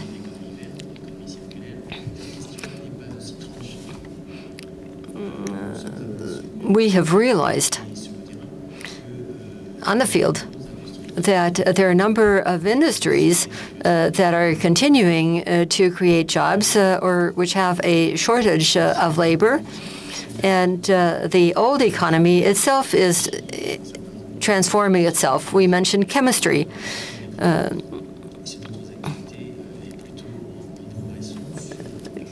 Chemistry may be at the forefront in the development of new skills in certain instances. So public and private partners need to assist in the transition and in the transformation. Principles. Apart from the roadmap, public authorities have begun working on a number of projects And it is true that the greening in the territories or the regions is taking on multiple forms, and it is important not to apply the same model and hope for it to work in the same way everywhere. In each employment basin, since that is the level we need to aim at, for each basin we need to have the best suited model. And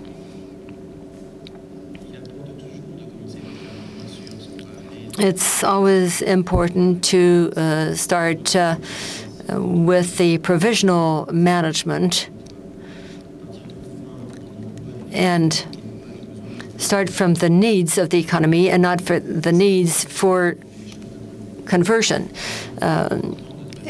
We need to base ourselves on the demand for labor and skills of those who create or transform jobs, and not just the needs for the conversion of industry that would be in a conversion process, or the active labor that would need new jobs. It is necessary to use what we call the bridges between jobs and industries. That is unavoidable. And finally, we need to assist from a concrete point of view the transformation of the jobs. And the third step in the model is what will enable us to help individuals or groups of individuals.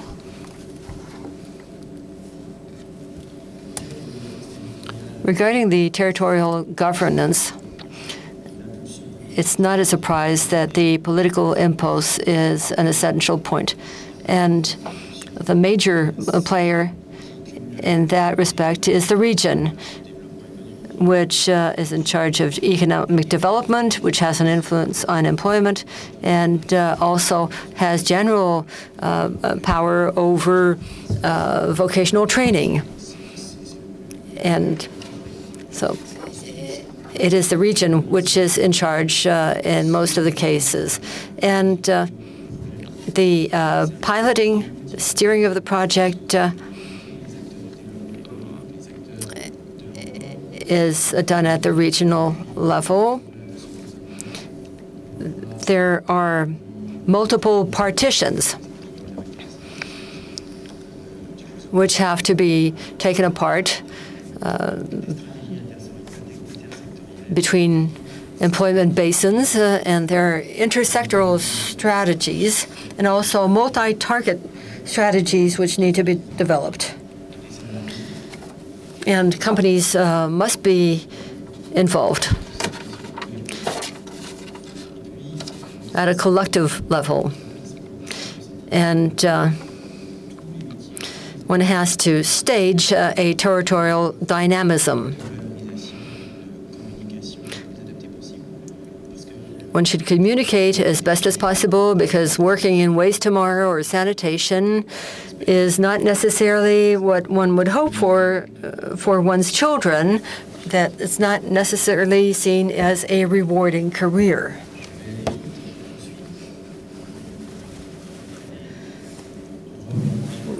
We talked about the identification of the needs of the enterprises in terms of skills and the evolutions of the territories.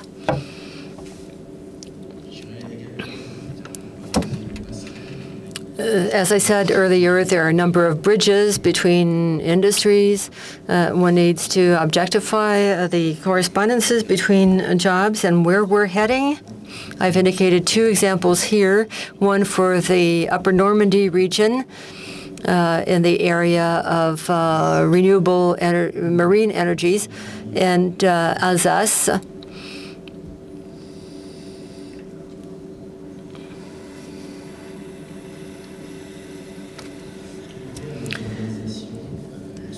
Regarding the organization, it's important to be extremely operational with the logic, which is territorial project, looking at the needs of the recruiter. Public authorities should serve as consultants in recruitment and conversion, as much as conversion. It is important not to leave the population in a position of expectation for too long. The training engineering should not be limited to what is available on the territory, but it should be adapted. And one should privilege short contracts to enable people to be in contact with these new jobs so that they can find their place. Thank you.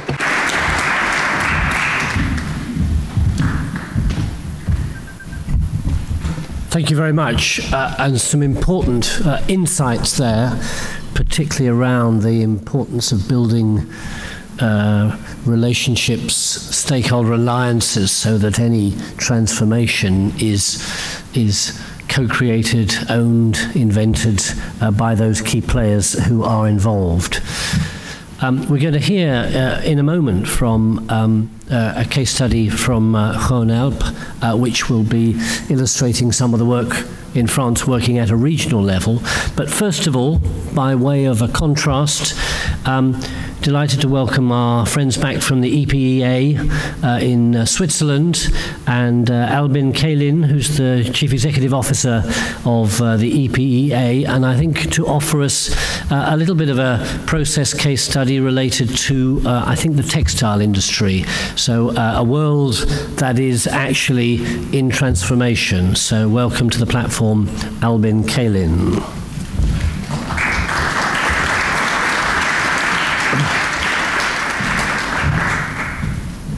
I hope that's right. You are, yeah. Good. Bonjour, mesdames et messieurs. Thank you very much for having received this invitation. I'm very honored. I would not only like to talk about the textile industry. I was asked to talk about old industry, new industries, and disruptive technologies. I have a very limited time frame, so I try to speed it through. I will tell some of the issues which are really covering some very severe problems in industry of transformation, but I always have an example which shows that it works. Well, this is today, cradle to grave. We have this design paradigm. We take resources, we make something out of it, we use it, and depending where we live, it goes into landfill or incineration. The system we're working in is a linear system, and there are a lot of design problems. This making of things is destructive, and this is not a good way to continue. We have some alpha themes which define our future, and Cradle to Cradle, which I'm coming to, has some solutions to it. It's first water, chemicals in water. The second one is sewage sludge, where we have some toxic elements, chemicals in the sewage sludge, and it's not allowed to bring it out through agriculture. We have soil erosion, and 1/3 of the CO2 is binded in the soil erosion. And the fourth, it's nutrients, how we handle nutrients in our products. It's a destruction of raw materials, of the quality of raw materials. So what can we do about this? There are many concepts now being developed in the sense of industry transformation, but the question is, do they focus on material cycle in multiple life cycles so that we can keep the quality of the raw materials?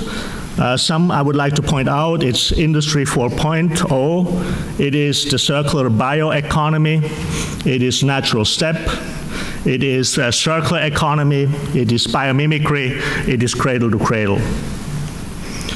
Cradle-to-cradle design I would like to focus more on because it's really trying to define closed loop and really having the ambitions to really innovate industry in a way that we can create products where we can keep raw materials in multiple life cycles and maintain the quality.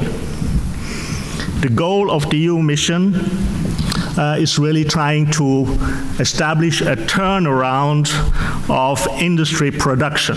The 7-year goal is to increase it from 60 to 20%. We have to stop deindustrialization in Europe. We have to close the loop of materials. We have to go towards circular economy. That means new technologies, but as well new needs as fundamental drivers for innovation. We have to stop downcycling and generate upcycling. We have to design out toxic materials, implement circular economy and cradle-to-cradle innovations. We have to maintain quality of raw materials over multiple life cycles, and we have to implement cycle concepts in education and create jobs in closing the loop. Well, prices in business are crucial. The price level of raw materials, and we made a study for a Swiss organization trying to estimate what are the scenarios 2030 of raw materials, and we have came up with 3 scenarios. The first business scenario is business as usual. The global growth of demand still remains very strong. Industry dependency is still here on new resources. So the price level will probably increase up to 75% from today's price level. The second scenario is intermediate. Results of resource recovery initiatives like the EU, I think they will show some fruits, but the pressure for global agreements on the environment, please permit me to say this, is still too small, and stress factors will remain, so the price level will be more or less as today. And the third would be really a scenario cradle-to-cradle and circular economy, where we have a paradigm change with winners and losers. We have an impact of all the global initiatives. I think that's the positive sign as well towards the EU. We have a turnaround reached and a tipping point I think we have reached in 2030. And ecology, business, and society will benefit from it. So profit, people, and planet.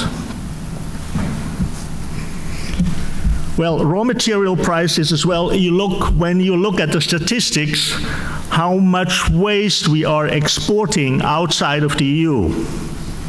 It is incredible. I just have here the pictures from plastic and from paper. I'm not having the time to really go deep into it, but I think it's a good signal to show.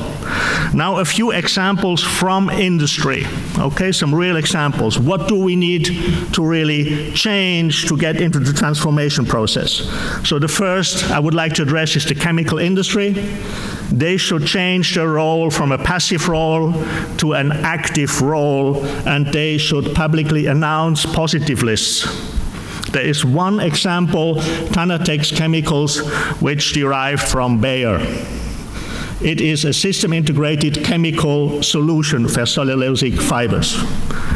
Another element, chemical industry, is a depolymerization of post-consumer products. There is a positive example in Europe, in Italy, and in Slovenia. The company is called Aquafil and Lyon, and they are depolymerizing polyamide. And the production in Europe is about 10% of the world production. It's about 400,000 tons per year. But what we urgently need is really a depolymerization of PET. The bottle-to-bottle concept is not enough. And the volume produced in Europe on PET is only 2% worldwide, but it's over 1 million tons per year. There is a positive example being developed in Japan by Tianjin. But I think if we want to keep resources in Europe, we are very much demanded to go into this technology. Textile and apparel. Well, the first industrial revolution started with this industry. Today it's under attack and suffering of a bad image. Is the change possible in this industry? We have a good example and a lighthouse in Germany, Trigema. You can look it up at the internet. The other element we have in textiles is that a lot of the textiles are defined and designed in the wrong way. We have 60% of all textiles produced today are a cotton and polyester blend, which are a no-go in cradle to cradle because we cannot keep the quality of raw materials in a closed loop. 60% of the market. And the textile industry is the largest industry in the world.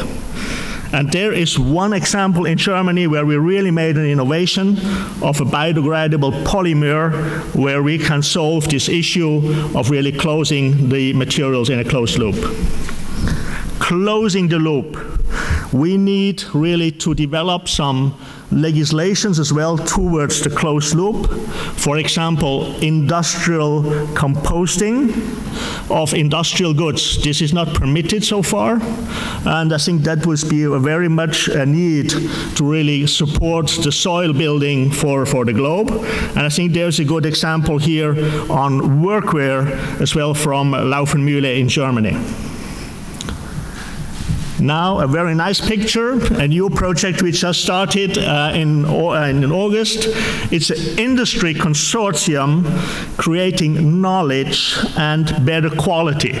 It is from Wolford in Austria, and the consortium consists of 14 companies, and it's really trying to renovate and innovate the textile industry. And this consortium represents 13% of the entire Austrian textile industry. So I think that could be a model for a lot of many projects in Europe. Now coming to another industry which I really see that we have a lot to do, the homework has not been done, it's the packaging industry, which is wasting resources and using toxic chemicals. This industry is not really listening to recommendations, and we are really trying to really change that industry, but it's really very difficult. We have here a pioneer in Europe. The company with the consumer brand Frosch really tries to initiate some recyclate initiatives, really tries to as well invite competitors to really make the change happen. But it is really complex. Eco-labels with lower standards are limiting transformation. We see with a lot of labels that are being used today that their limits are not ambitious enough. So for the ones who are really trying to make the difference, it gives a limitation. And I think there's a good example on professional cleaning detergents.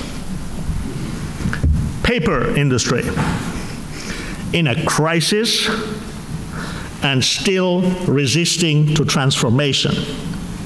The chemicals being used in the paper are not safe for biological cycles. So we need some innovation to really make the raw materials more valuable for all of us. And I think there is an excellent example from the Netherlands, a company producing not such a sexy product, toilet paper.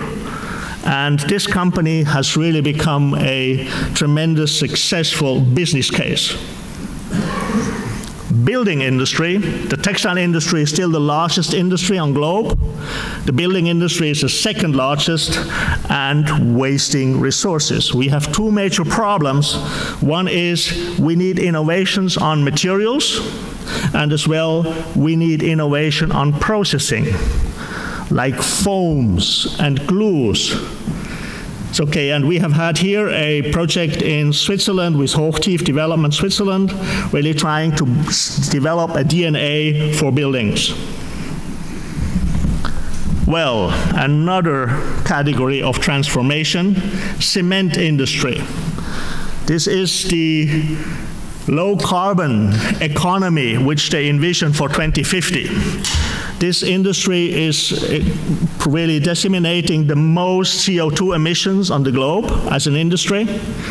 If you look at their goals that they are having, I don't think that will really lead to a transformation that is needed. So because we have to ask the question, and what about flying ash with hazardous chemicals input in new cement? Lower environmental standards that this industry has legally received. And I think the phase to really go to would be phase out instead of monitoring, and material health as a priority.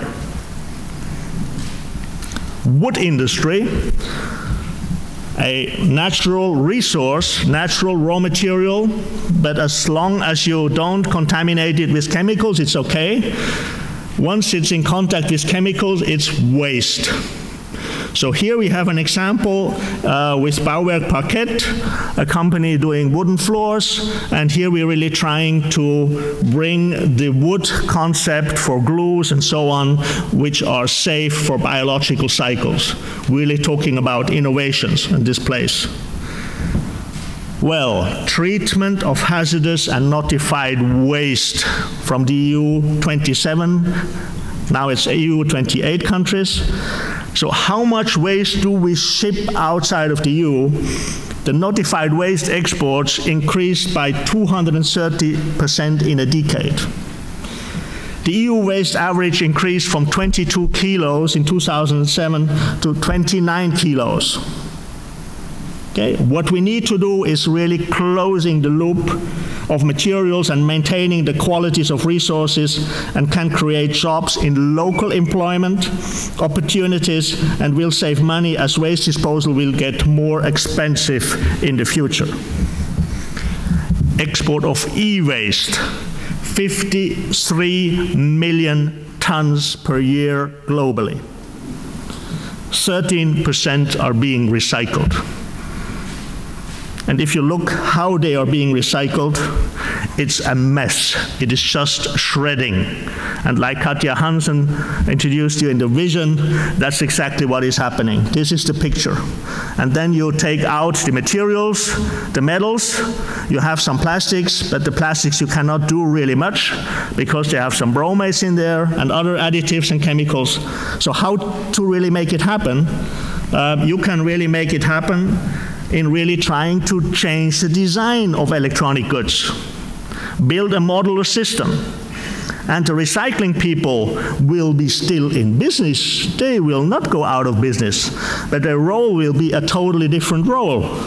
They will have to hire much more people because you have to dismantle the goods. So that's a huge opportunity, I think, for the future. I think we developed here a business model, which I think is feasible. We hope to get soon a project so to really prove that in Europe it can be done. Automotive industry, recycling, which is downcycling. So the left side you see really what is happening today. And our demand is we have to change regulations more from quantity to quality to transform industry.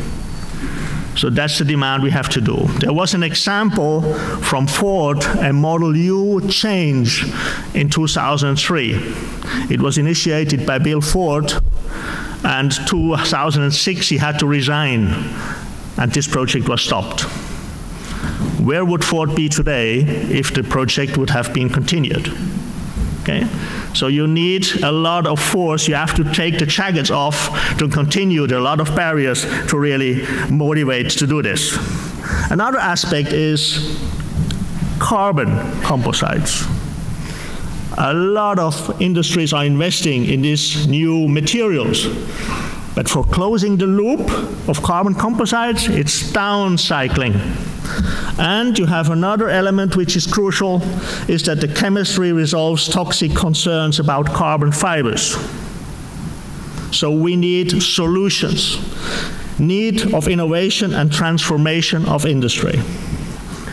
There is a good example how you can build a business model, and I think business has to see that it can be positive as well monetary-wise, and this is how to integrate consumers into take-back system with defined resource quality. This is an office chair. The materials are defined. The closed loop is there because it's a mature industry. If you want to sell a new chair, you have to take an old one back. So this company has to develop the business model that after 5 or 10 years, the consumer wants to get a new chair, he can give it back to him, but the resources in the design of the chair are really built in a system where the resources can be reused for new chairs again. And monetary-wise, in 2010, in each chair, this company had 35 Swiss francs, about 28 euros per chair, raw materials. So basically, you have a raw material bank at the consumer. And if you build the right system, you really can be very profitable in the future. Today, 2014, the raw material value is already 50 Swiss francs. So you see, something is really happening. Education, I think this is crucial. We have to really bring it into education because they will enable the next generation to transform industry. Academic needs to include circular economy and cradle to cradle. Now the questions remain for transforming industry towards a circular economy. The question is GDP the right measure in a circular economy approach? We have to change business models, which is risky. The stock exchange, who will remain on the DAX or the Dow Jones? Impact power of legislation, I think, is crucial. If you look at REACH, I was not so happy about REACH, but I think REACH in the chemical industry has really made a wake-up call to the industry. We have to look into toxic materials, waste permissions, industrial composting for industrial goods, which are very important. We have to integrate it in education. LCA scientific debate, closing the loop in view of cradle to cradle. There is a lot of debate going on about LCA and cradle to cradle. The consumer behavior will change, ownership and leasing or renting.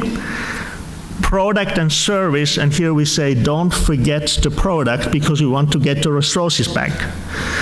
Change from waste management to resource or nutrient management.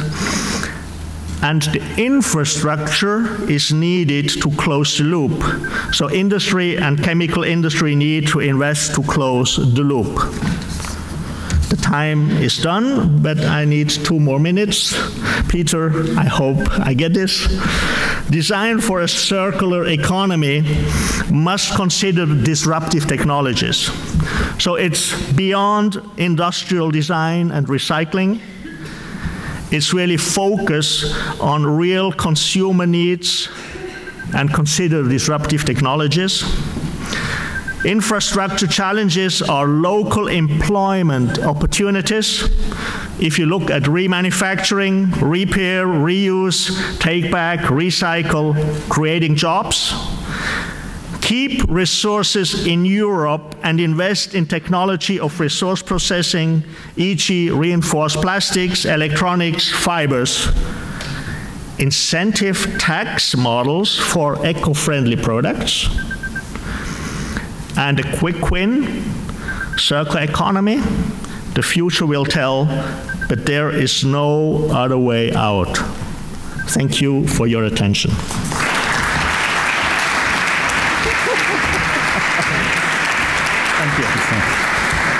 Swiss timing.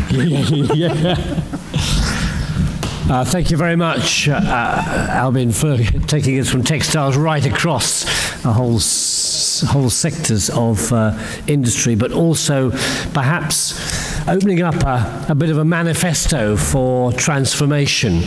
In a few moments, I'd like you to be having a conversation around your tables about what kind of key messages are you hearing from this morning? What key observations do you have about this issue and the route forwards? But just one final presentation to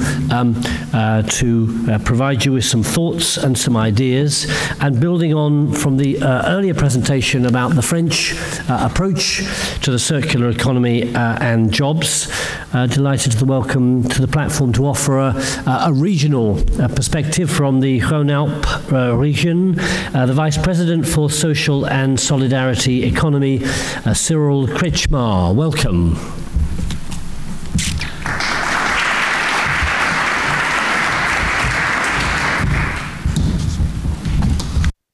Qui était sur nos chaises. Je vais parler en français, c'est the French corner now. I'll speak French. I'm delighted to be here. Alain Chabrol introduced our discussion, but I'd like to continue on social and solidarity economy, which is not the proper translation from French, because I'm in charge of the transitional economy in the Rhône-Alpes region, and I'd like to show you what sort of state perspectives and industrial perspectives we have in terms of jobs. 2 years ago, we voted on something that will be my sort of constant thread, which is a support program for the development of new jobs and green jobs, because we want to translate the challenges of the green economy into new jobs.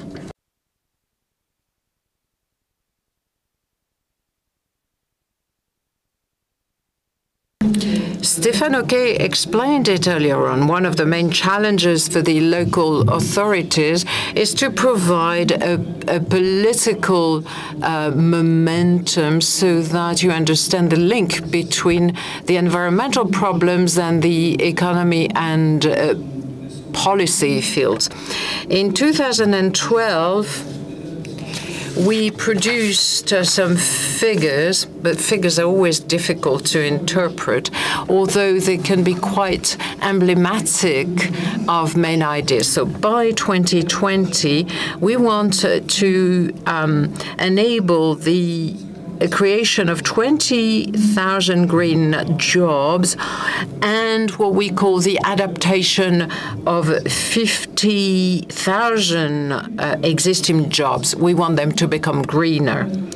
And we want to involve all economic and social partners and the associations and the local authorities. We want to enable them to really take on board all the challenges of the transition. We also want the training providers to help us, because it's always difficult to link the social and economic dimensions of development, because it's always difficult to have the employers on the one hand and the training providers to come together so that they really provide good support, but they all belong to different spheres, and getting them together is a real challenge. And of course, we also have an industrial strategy, which is to ensure that the choices made by the economic players be the best to ensure the creation of jobs in Rhône-Alpes. Once we had established our objectives, we had to agree on what to do. And of course, we had to raise the awareness, or to prepare people to translate into human sort of jobs or dimensions what we mean by the greening of our economy. We have to explain how a job or a profession can help to this environmental transition. So we took a number of jobs that are by definition green. Then we have other jobs that could be sort of greening or more green. And then you have other jobs that have nothing to do with it now. So we're trying to provide figures for these different categories of jobs. We have about 2.5 million jobs in the Rhône-Alpes region, out of which 14,000 are definitely green to the core, and about 400,000 could become greener. So for the public, this is easier to understand, but these are very ambitious targets, because in fact, the local authorities are not those providing these jobs or creating these jobs. It's up to the private sector. And all this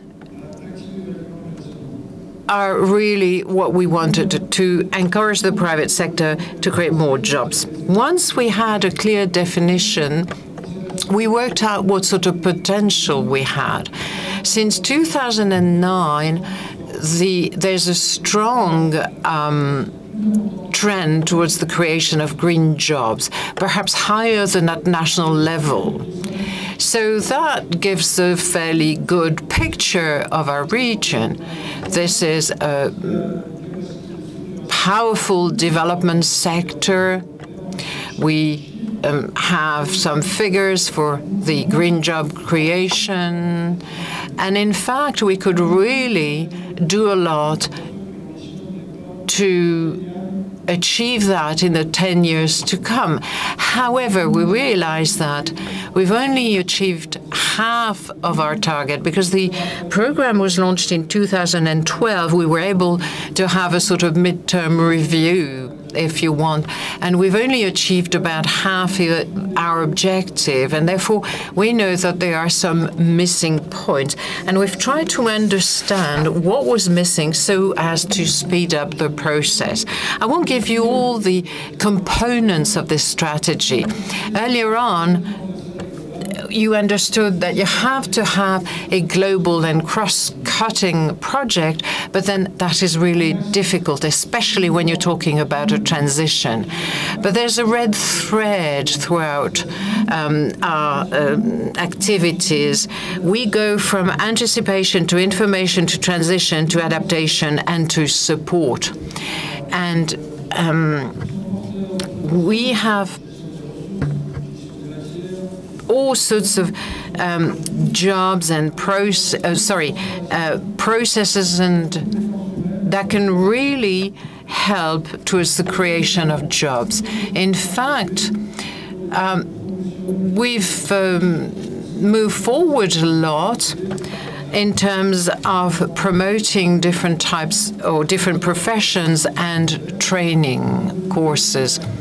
Because what we want is, of course, to measure the number of green jobs that are being created, but also to promote these vis-à-vis the public at large.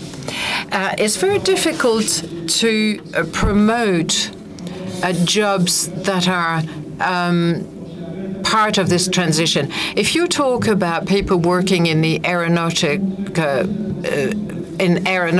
it's very prestigious. If you say, I work in the recycling business, it is not very positive. But we want to ensure that these sort of green or transition to green economy are really valued, that they have a strong image, that they are seen as interesting. Because you see, we had 30 years of strong development in France after the Second World War, and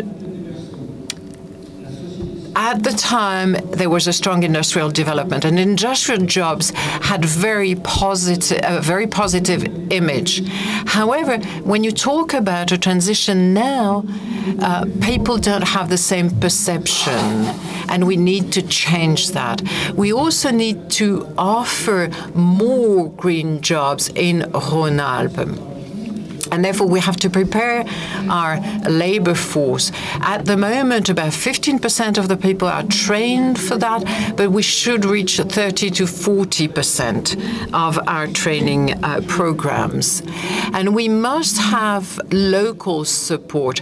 As the regional council, we can only support regional programs, but we have to encourage the local sort of levels, the local authorities, the communes or the smaller municipalities to be able to support their development projects.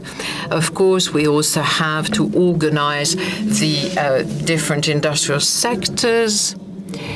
But again, a number of industrial sectors always think in terms of growing their production and consuming. They don't think about the circular economy. Therefore, we have to support research, innovations. We must ensure that we have what we call the ecological, social conditions. In other words, that the support the state provides is linked to the greening of the economy, which is still rare. But we have to have an industrial development that is good for the environment. For example, in Rhône-Alpes, the whole forestry industry should be promoted or incentivized. And we should really help people to facilitate the access to jobs with the social partners, because when you have a discussion between the employers and the trade unions, this is a good sort of powerful leverage, but they're still in the spirit of the 30 years of massive development, and they have to change this state of mind. To explain this program, I'd like to give you 3 examples. We have some engines for the transition, but also some obstacles. First of all, information.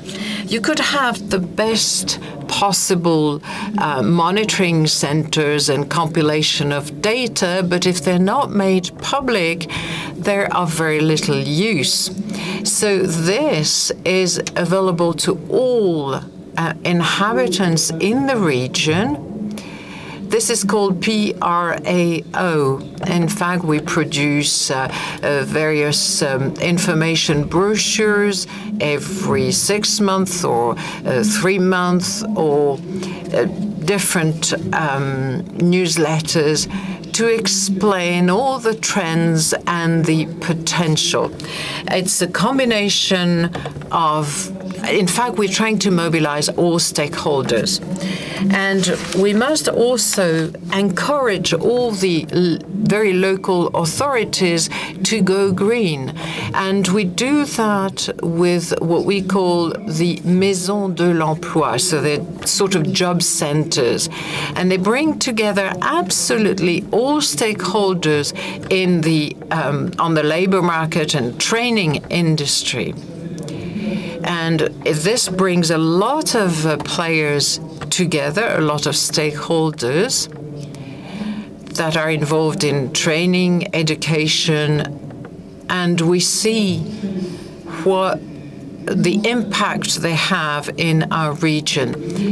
They create events that will attract the public at large and the various economic actors so that they can understand concretely what transition is about and that they can see what sort of job perspectives there are.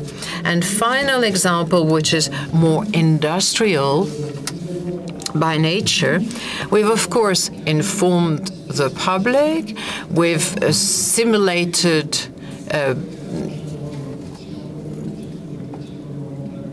existing situations, and then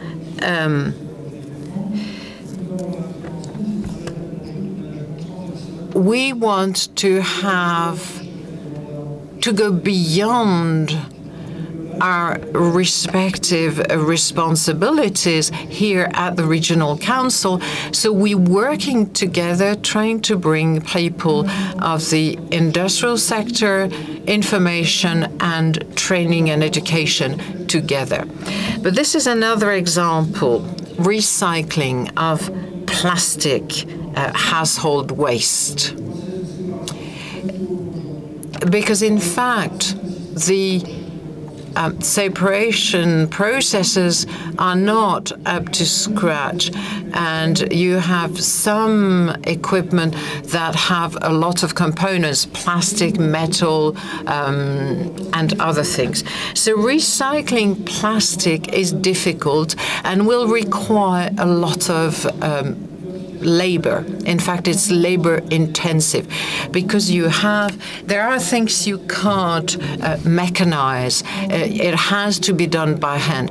Maybe in 10 or 15 years from now, we'll put everything in a machine and the breaking down of the different parts will be done automatically, but it's not the case at the moment. And therefore, you have to have a partnership between those who produce plastic, those who recycle plastic, but they tend not to work together because, if you produce plastic, you are good, and if you recycle plastic, you're cheap. So this is the image we have.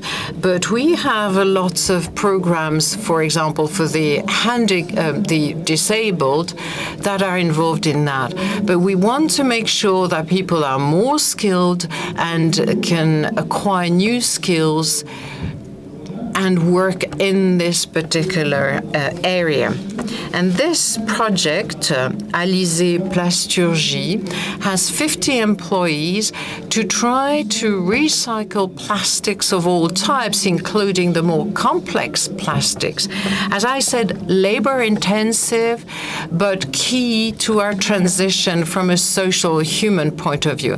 Because the transition has to be for the people. And it has to bring value to the people. For plastic, for example, if you set up partnerships between the plastic producers, the plastic recycling companies, and the disabled associations, for example, then you're on a win-win path. So these are some elements that show you what we do in our region, how we're trying to move forward. We're quite powerful in Rhône, but in terms of transition, we still have a lot to do, and that's what we want to do. Thank you very much.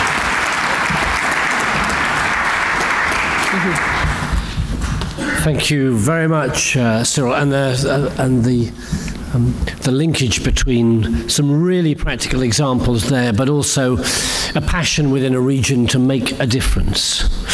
Okay, we're coming up towards lunchtime. What I'd like to do is to give you all an opportunity, just rather than staring up here, just to turn in on your tables a little bit and just have a short conversation. We've tried this morning to offer you a number of thoughts and perspectives, both about the circular economy, but also about very much the drive towards an opportunity for job creation. What I'd like to invite you to do is to have a conversation and just see whether you can share or highlight something you've particularly pull out from this morning, a particularly powerful message or observation, or it may be you have a question you think is just not being addressed in this conversation so far. But what I would like you to do, only got 10 minutes or so because we're up towards lunchtime, is to write it, somebody seize the pen and the moment and write it on this beautiful sheet of white paper with a black border. So don't be frightened of this paper, seize it. Part of the reasons is that we want to draw back some messages from the forum that will inform future action beyond this particular occasion. So people will be listening to these thoughts and messages. So have a short conversation. Don't get bogged down. You've only got about 10 minutes. Just to say, I've also just circulated that chart that Katja Hansen put up earlier, which was about some of the types of employment opportunities that might be a stimulus to you. But have the conversation, include everyone, don't get bogged down, and I'd like a single, simple, powerful thought, message, or reflection from this morning, and you've just got about 10 minutes to do that. So get talking, and you can move the poinsettia out of the way, or you can use it as a focal point for your discussions.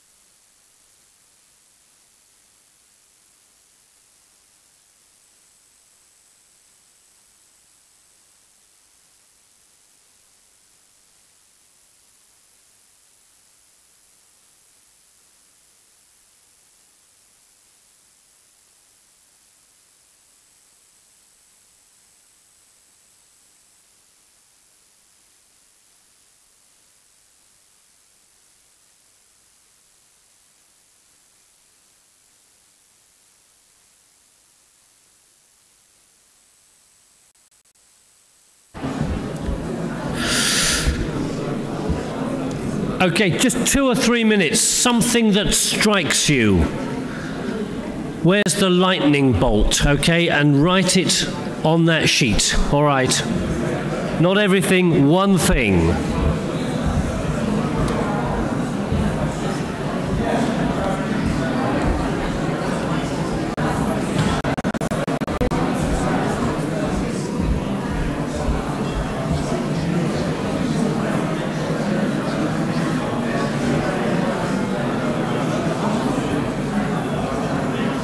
Numéro 2.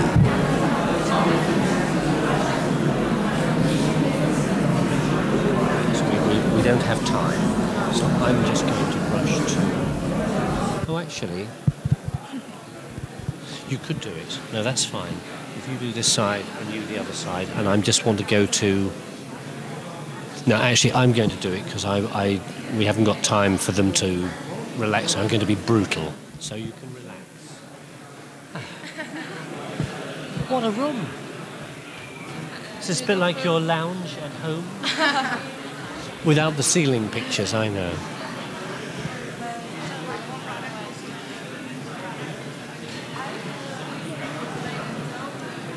Time for another selfie. Time for another selfie. Yep. Yes, get it up there.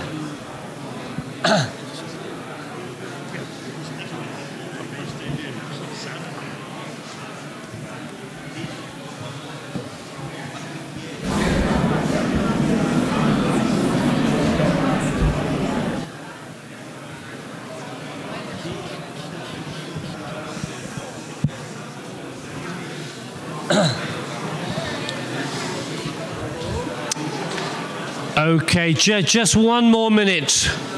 1 more minute. Don't just do something. That would be great.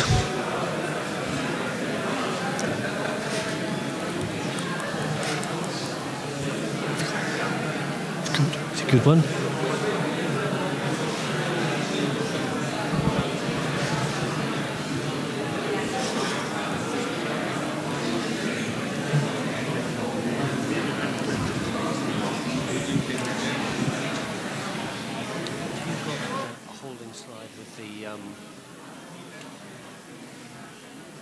I only have to go, and he services my need.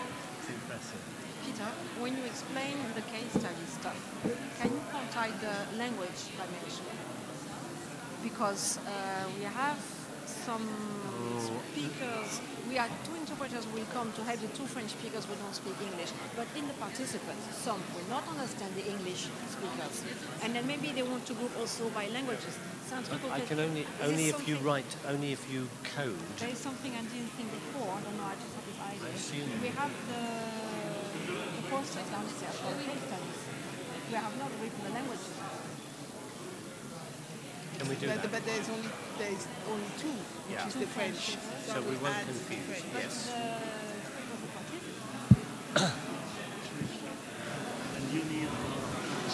I'm just waiting for this table. Got to be. Look, there's such brains. 140 characters.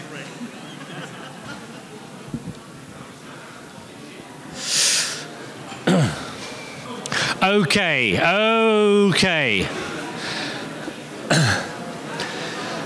Right, wherever you've got to.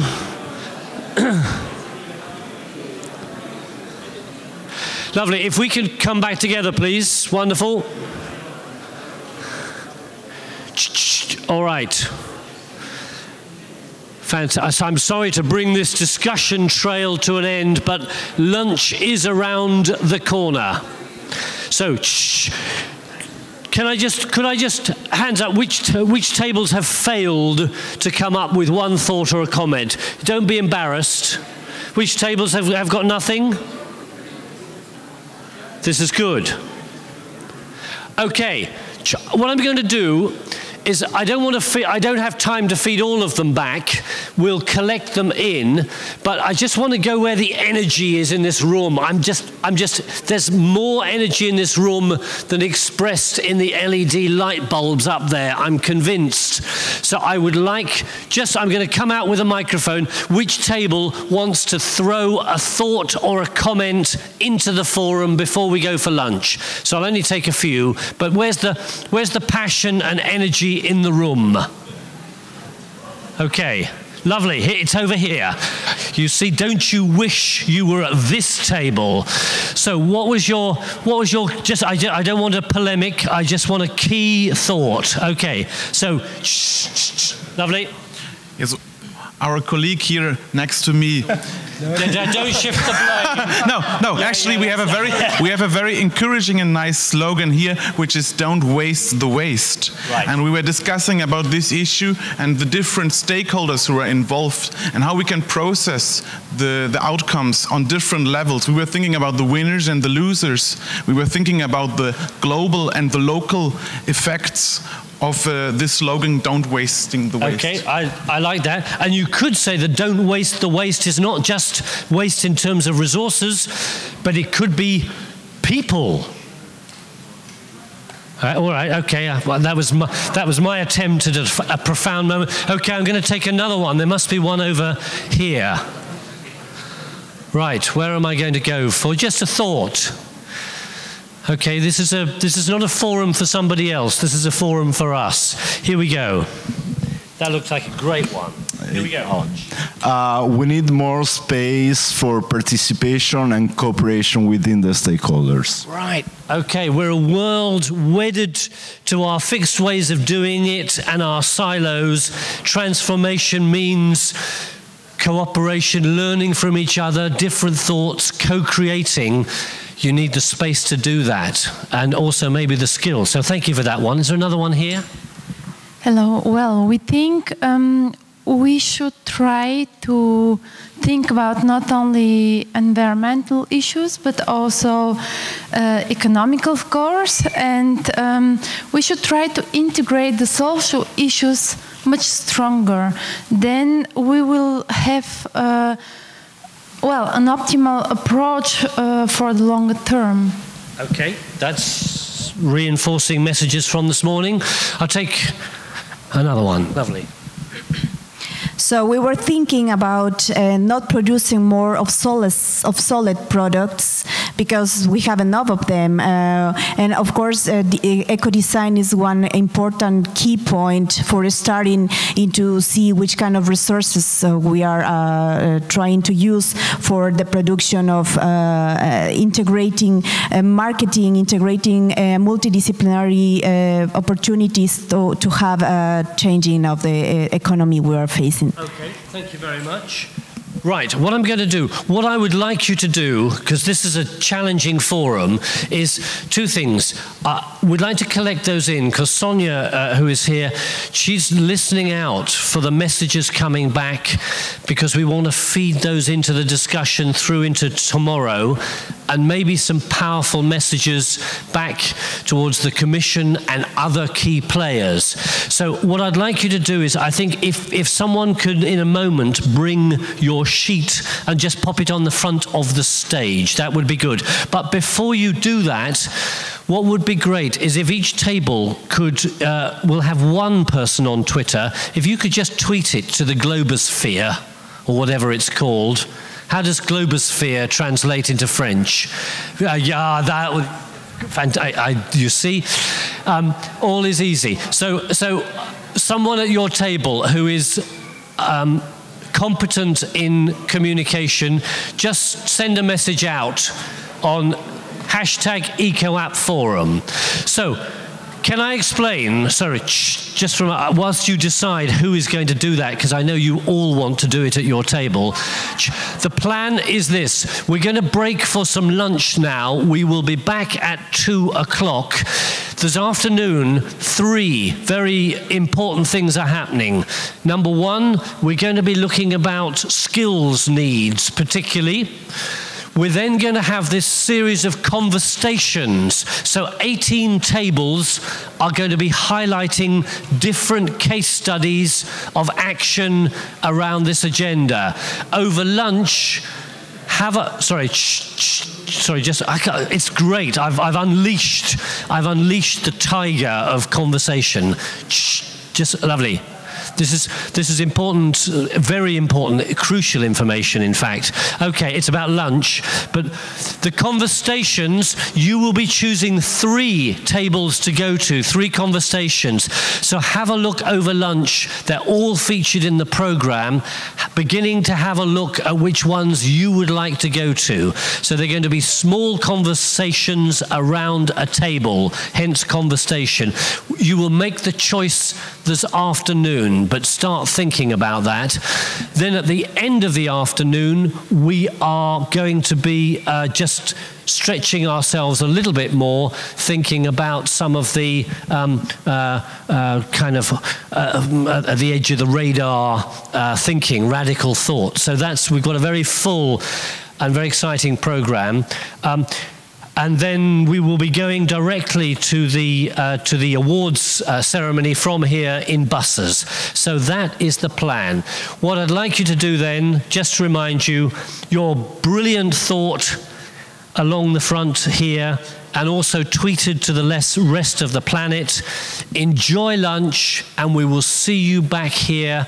And you might like to sit at a different table. Why not? So find a different table on your way back, and we will see you back here for 2 o'clock. Enjoy lunch in Lyon. Thank you.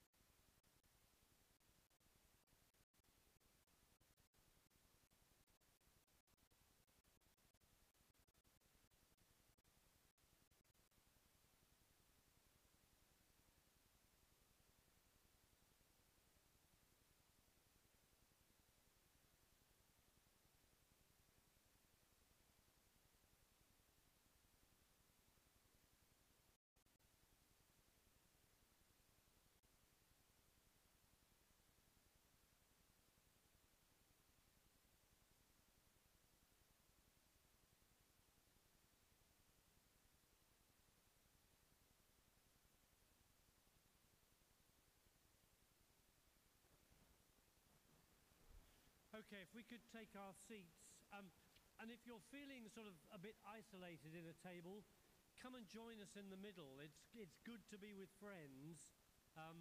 So there are one or two people who've got going to other commitments or whatever. But do kind of come and move in and find someone fresh, particularly if you're over by the fireplace. It's much warmer in the middle. We haven't put it. So do make a connection. You won't regret it.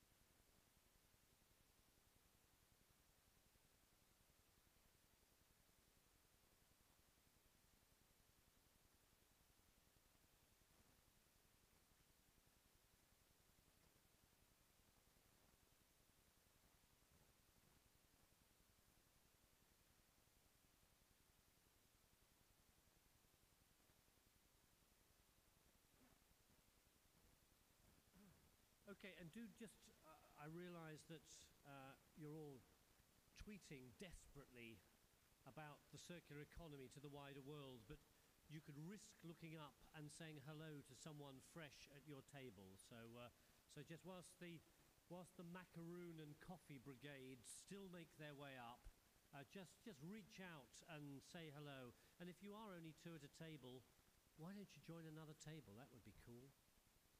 Just a thought.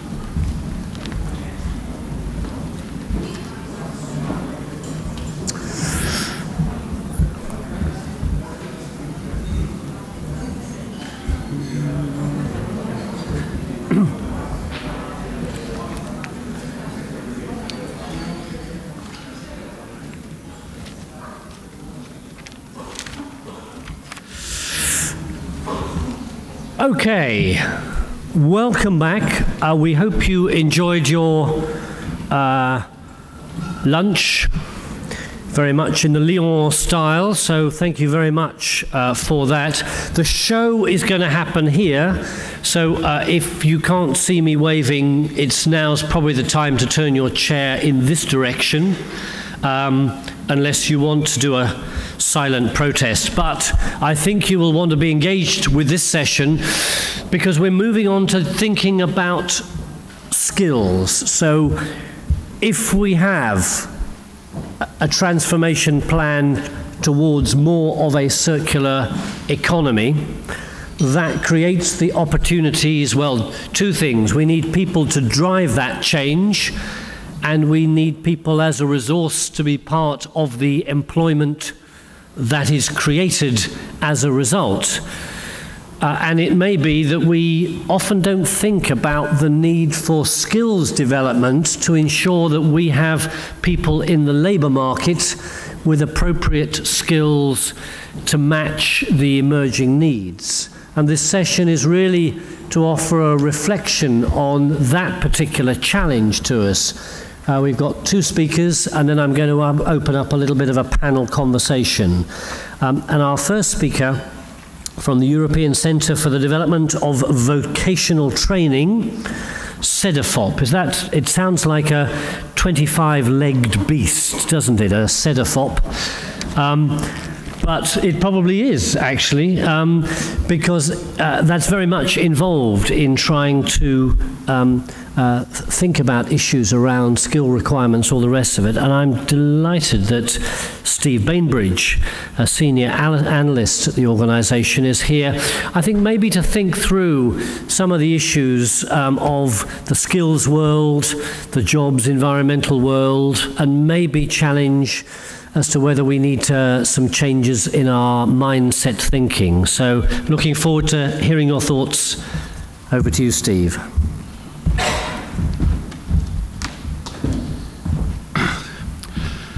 Thank you very much for that kind introduction, and thank you also very much for the invitation to speak to you today. One of the topics I have been asked to cover it in this section is how to change mindsets. But one question is why? Why should we change mindsets? The EU is broadly on schedule to meet its 2020 green targets. Greenhouse gas emissions in 2012 were 18% lower than in 1990 and expected to be 24% lower by 2020.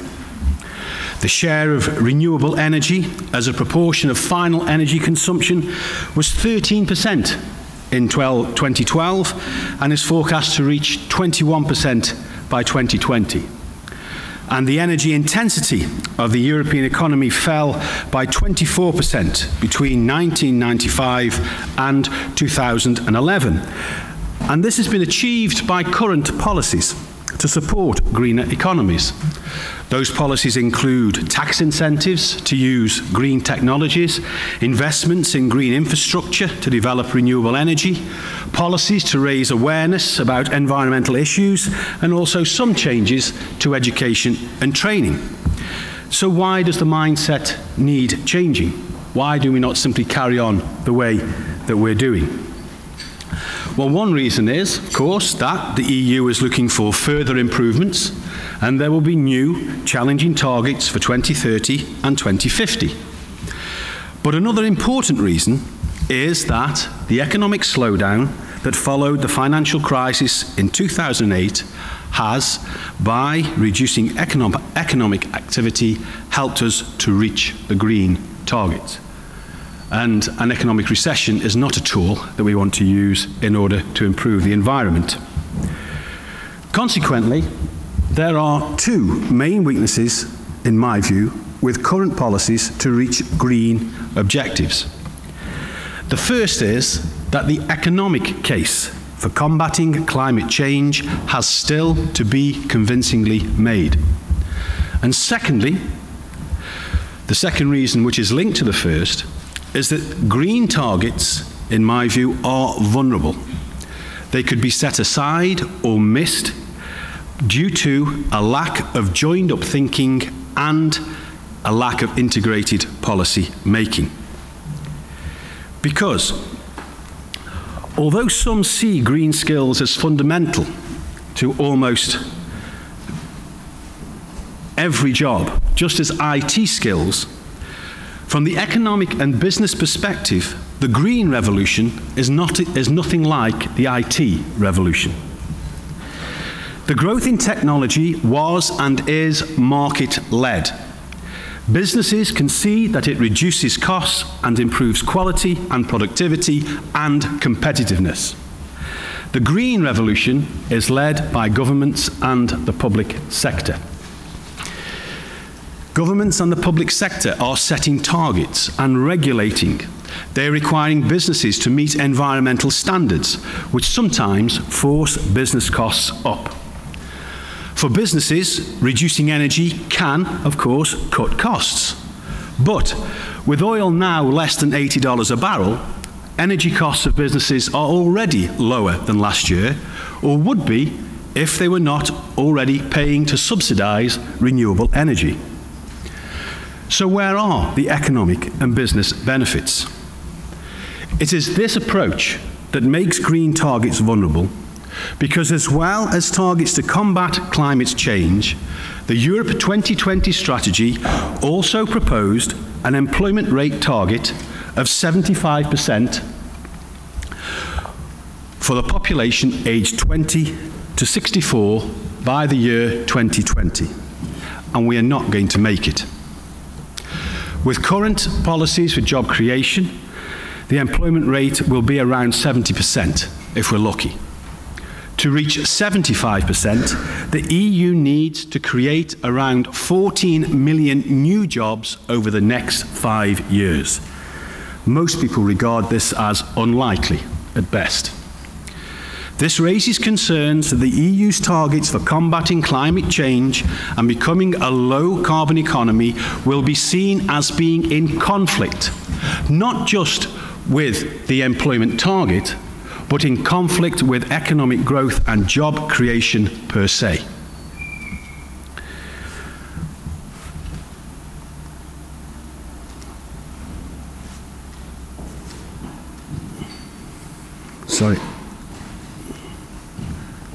Sorry, I'm a bit behind on the PowerPoint. I'll leave it. Now, the Commission's employment package, launched in 2012, and studies that we have done in CEDIFOP, show that the transition to a greener economy can bring rewards, both for business and provide considerable job creation potential. CEDIFOP studies, in its publication Skills for a Low-Carbon Europe, developed various policy scenarios to explore what may happen under certain economic conditions. Those scenarios do not indicate any inherent conflict between higher rates of employment and reduced energy use and lower greenhouse gas emissions. For example, wind energy alone is forecast to create something like 330,000 jobs by 2020.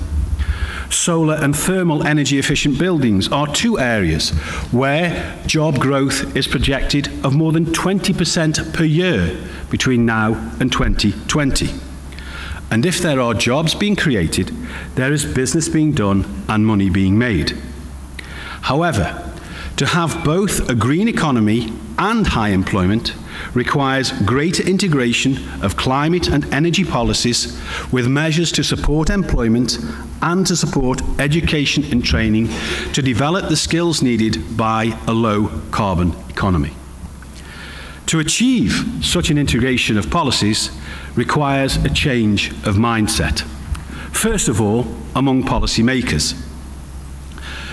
Moving to a low-carbon economy is best seen not only in environmental terms, but also as a special and specific case of economic structural change. Structural change that affects businesses by changing the very nature of work and jobs. Structural change creates demands for new skills. It causes unemployment in declining sectors, and it causes skill shortages in others, and recruitment bottlenecks. Skill shortages constrain the development of low-carbon technologies and services and hamper successful implementation of sustainable energy policies. Skill shortages also hold back economic growth. So there is a common objective. Now, European countries recognise the need to develop education and training, but to date have only made limited progress in identifying skill needs for a low-carbon economy and integrating these needs into coherent education and training policies. Examples of national strategies for green skills are limited only to a few EU member states, including France, Austria, and the United Kingdom.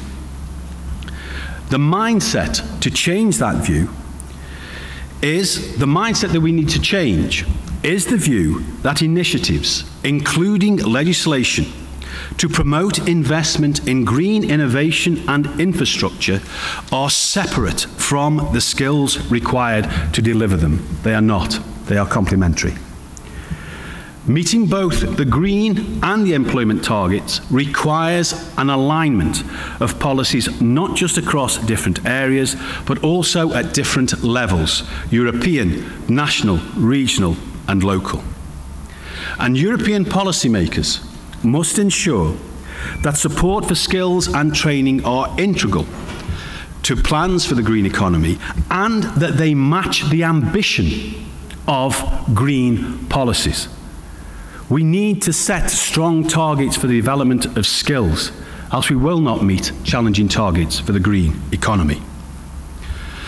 The next mindset that needs to be changed is amongst businesses, training providers, and individuals. And this is the mindset that believes that somehow skills for the green economy are actually somehow outside economic needs or linked just to particular jobs or to a particular green sector. This is a mistake. Some progress has been made in identifying the skills and education and training needed for a low-carbon economy. CEDEFOP's definition of green skills refers to the knowledge, abilities, values, and attitudes needed to live in, develop, and support a society that reduces the impact of human activity on the environment. A broad encompassing of the skills that people need. This means that skill development for the green economy starts at school with an early education. Green awareness from an early age seems critical to developing a low-carbon economy. A CEDEFOP study in 2008 grouped the skills more specifically needed by the green economy, and they are divided into generic skills, including generic green skills, and specific skills, which are acquired through or to carry out particular tasks. Now, the reduction of emissions and the promotion of green technologies is expected to affect, in particular, the nature of jobs in the energy, power, transport, construction, and agriculture sectors. But jobs in other sectors will be affected too. Consequently, there are no clear boundaries between new green occupations and existing jobs. And case studies that we have looked at in several EU member states suggest that topping up and improving existing skills is at least as important as developing new green skills. For example, generic skills such as organisation, communication, adaptability, and decision-making are seen as essential to many jobs. But as such, they will have a low impact on the transition to a low-carbon economy. But if you complement those generic skills with generic green skills, such as environmental awareness and an understanding of sustainability, that can make a complete difference towards creating a low-carbon economy and also your approach to business efficiency.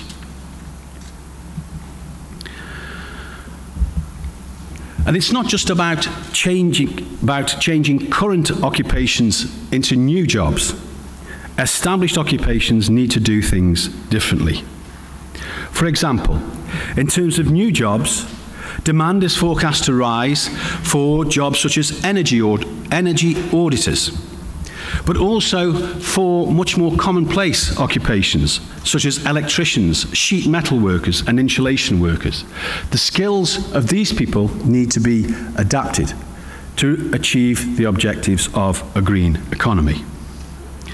Adaptation of curricula and integrating sustainable development and environmental awareness into education and training systems is more feasible and more effective than creating new training programs for new green jobs.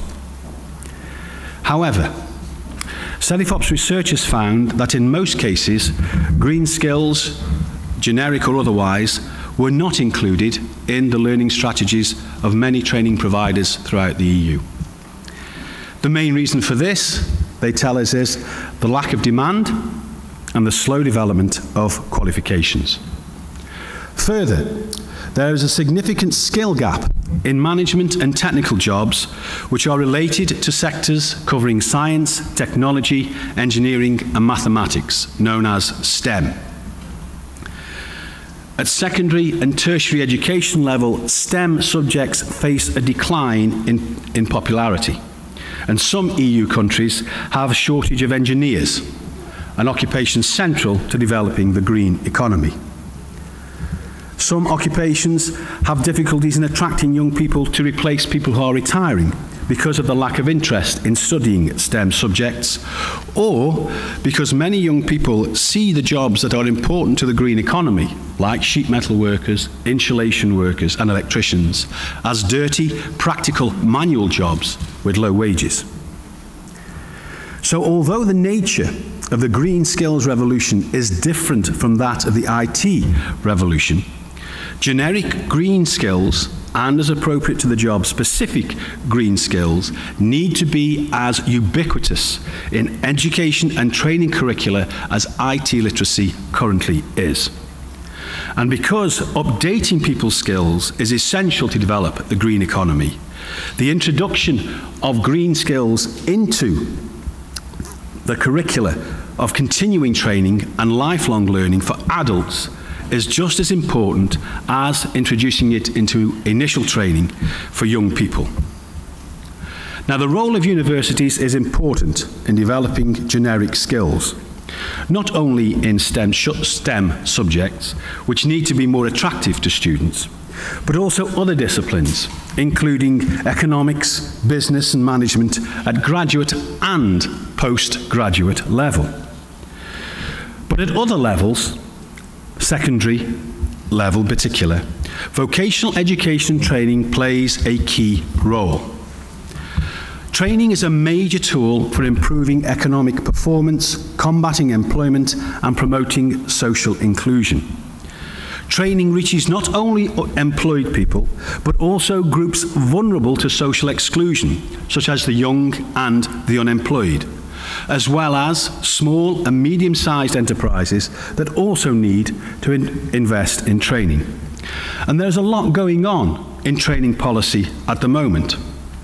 Policy coordination and social dialogue are being strengthened to align training provision better to labour market needs and to encourage investment in skills. Training systems are being made more flexible through varied learning pathways and accreditation systems. Instruments are being introduced to make mobility for learning and work easier. Employment support measures, such as career guidance, training and development of lifelong skills, are being strengthened to support individual professional development. And labour market information systems are being developed with up-to-date statistics and use of indicators to identify and anticipate skill needs. Now, essentially, these measures are being used to improve the training quality of training to help people find jobs, but they are equally important to the transition and development of a green economy. We don't just want economic growth, we want green economic growth. And with greater environmental awareness, more information on green skills, trainers and teachers, training providers, guidance counsellors can all play an important role in developing the green economy. But we need to change the mindset. We need to be understood that green skills are mainstream, not something particular or specific. So in summary, both green economic growth and employment growth are impeded by skill shortages and problematic policy coordination across different areas. And many existing occupations will require reskilling or upskilling of employees and job seekers. But to meet these challenges, we need joined-up thinking and integrated policies that demonstrate and support the complementarity of the European Union's targets for combating climate change and also its targets for combating employment. Thank you very much.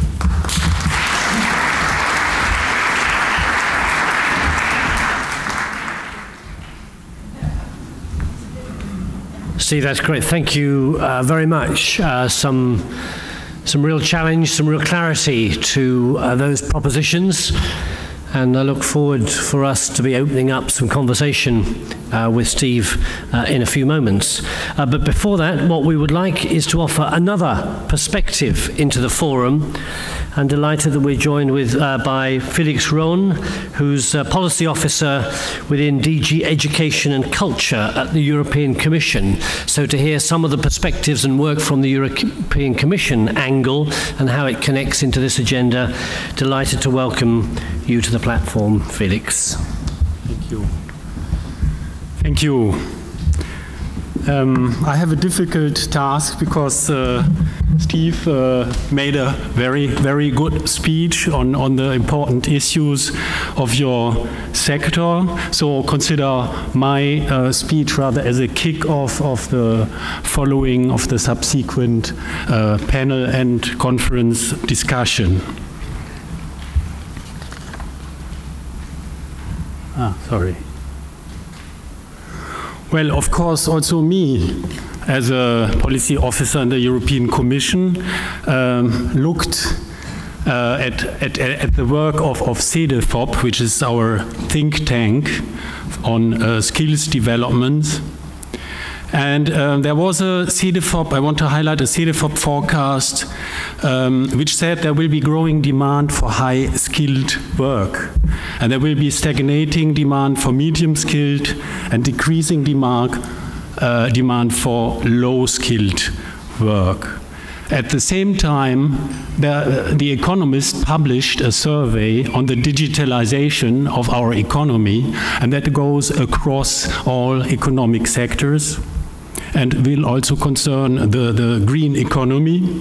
And in that, this consideration of the Economist covered, as you see, the 90s and the first decade of this century, and stated basically that demand grew fastest for skilled workers, more slowly for less skilled workers, but then what struck me, at least in the past, the share of employment in the middle actually shrank. Now, I'd like, in fact, ask Steve to explain us this, which seems to be a contradiction. Well, what we can say is that, as an example, for example, which kind of occupations will disappear through digitalization? For example, manufacturing workers dealing with routine processes, or bookkeepers entering standard data sets and performing simple calculations. They are highly vulnerable to being displaced by robots and computers today. We heard, in fact, one concrete example of an upcoming occupation in the green economy, which is a person that disassembles incoming waste devices. Well, immediately I thought, well, and if this work will be robotized, then a new occupation comes up, but is soon replaced by technology. So we are again back at this problem of the vulnerability of mid-level skills with mid-range pay.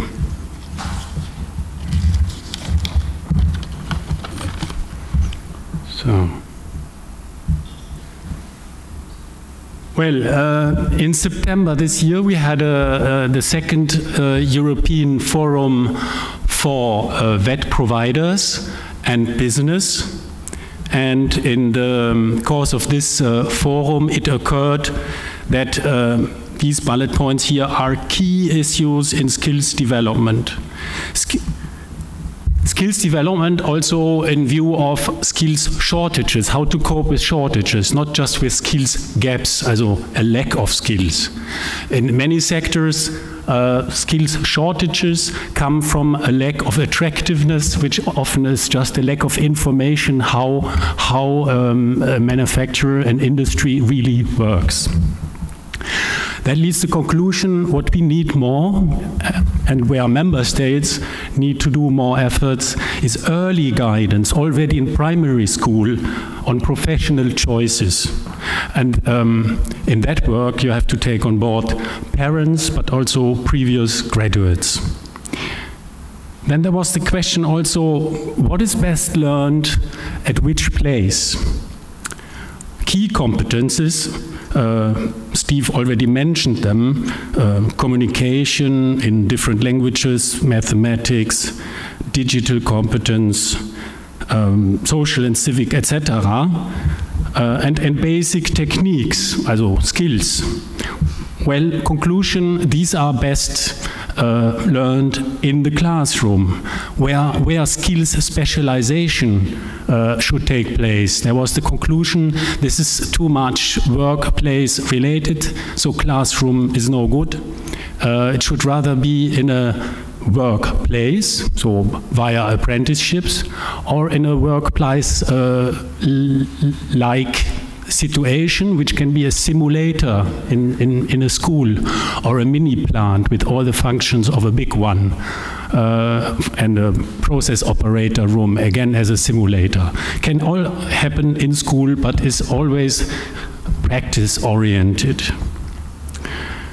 Well, the appetite for learning, I would say, is the best, anyway, the best of the transversal skills, because you will need it for your whole life. And we have heard already that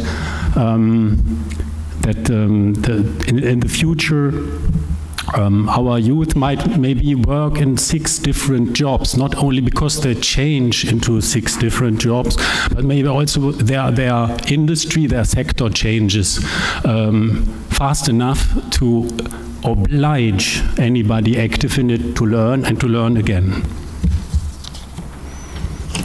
Well, now let's have a look what the different stakeholders think.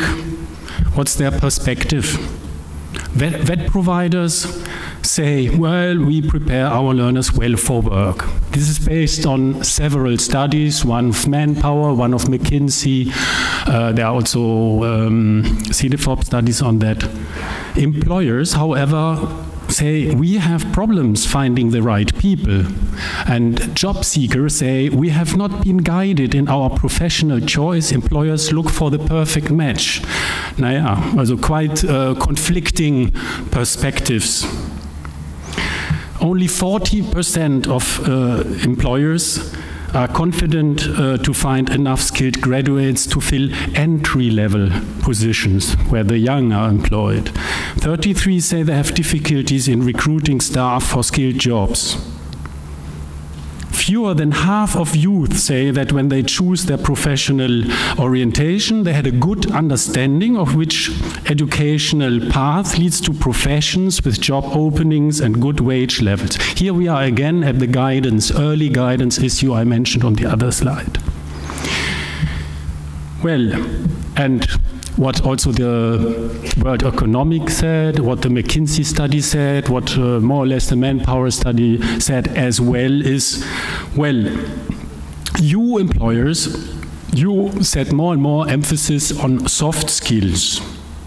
Well, maybe you should also then change your mindset when recruiting. You should screen candidates for their positive workplace attitude and work ethics rather than for the perfect match with the professional profile. And we think that is true.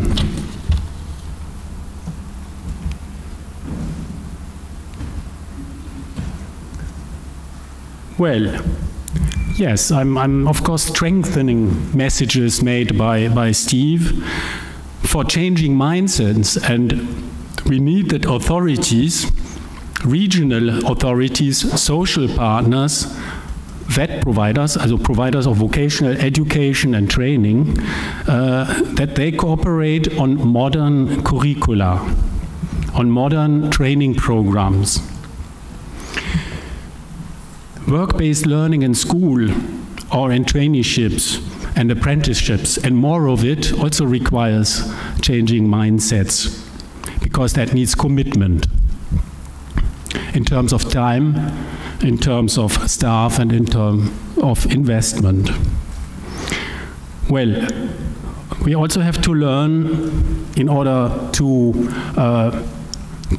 to get the intelligence which skills will be needed, have been needed to adapt curricula. We need more tracking and learning from career paths of the graduates. That means that universities, vocational education providers should keep a track on that so that they know what is all going on in industry. And for that they need, of course, cooperation with industry. Also, you can have wonderful studies and analysis and forecast on skills developments if the results are not fed back to the VET providers and universities, those providing education and training, so that they can then adapt their curricula and training programs. And then there is an important issue, because economic sectors, they think in supply chains. Supply chains go across borders. So they think international in European terms or global. So a sector can very easily agree, well, in our sector there are these and these and these occupations, and these occupations need update, modernization, or there are even new occupational profiles. And we agree Europe-wide on training content for that.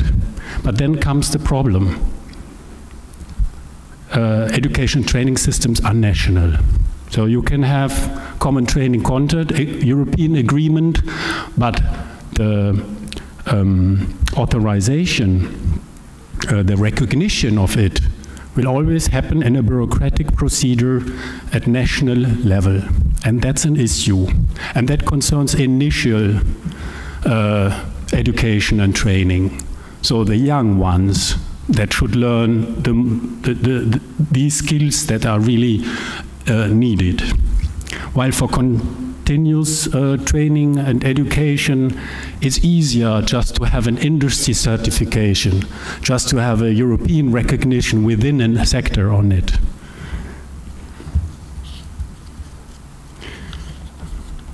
Well,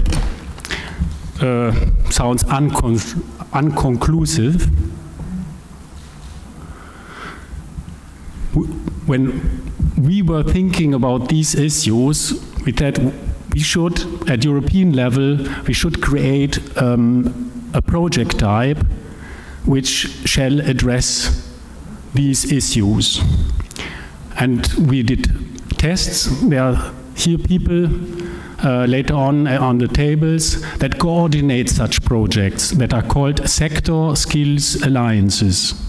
And our tests and lessons learned from evaluation draw us to the solution. We also require a certain composition of this partnership, otherwise it will not work. And here you have a sector skills alliance that in fact consists of 3 categories of partners: VET providers, then those with sector-specific expertise that are representative in the sector, and entities that are responsible for education and training systems, that regulate systems. I give you an example for VET providers. There we would see networks of vocational education institutions, schools. We would see enterprises with own training departments, intercompany training centers. Of course, also universities providing vocational education and training. For the sector-specific representation, we think of social partners, both, because then you have labor market representation, chambers of commerce, of industry, of skilled crafts, etc. And for the regulation, you have to have in this partnership, it's a requirement to have all 3. You need VET authorities, of course, or accreditation, certification, or qualification bodies, and bodies, of course, responsible for recognition. Well, what do we expect that such a project and such a composition delivers?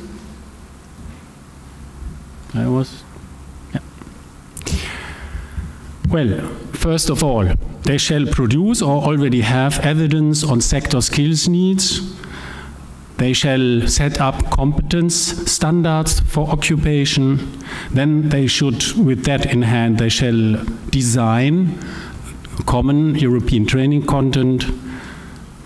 And then, of course, they should, at the end of the project, also start to deliver this training and start to initiate the procedure for national recognition, which will take time. And then, going back to the issue of guidance, if you have modernized training content or even set up training programs for new occupational profiles, you also have to disseminate that, and you will need contacts to professional orientation services.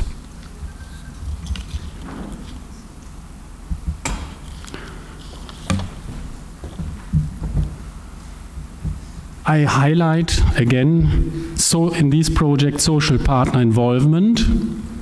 Then we require these projects, these are big projects, we have quality assurance, there are European instruments and recommendations on that. They have to apply the learning outcomes approach, so not hours of input to learn something, but what the candidate can do and know after he has passed the program. We have also a European instrument on that. It's called European Credit System for Vocational Education and Training. And then, of course, these projects have to take into account, since they are working on qualifications, the national qualification frameworks of the countries where the partnership come from, and national qualification frameworks are then connected to the European qualification framework. So, if you want to know how these projects work in practice, there are 4 of them are present and will also then preside over a discussion table. Yeah, now I'm happy to Thank you very much. Discuss.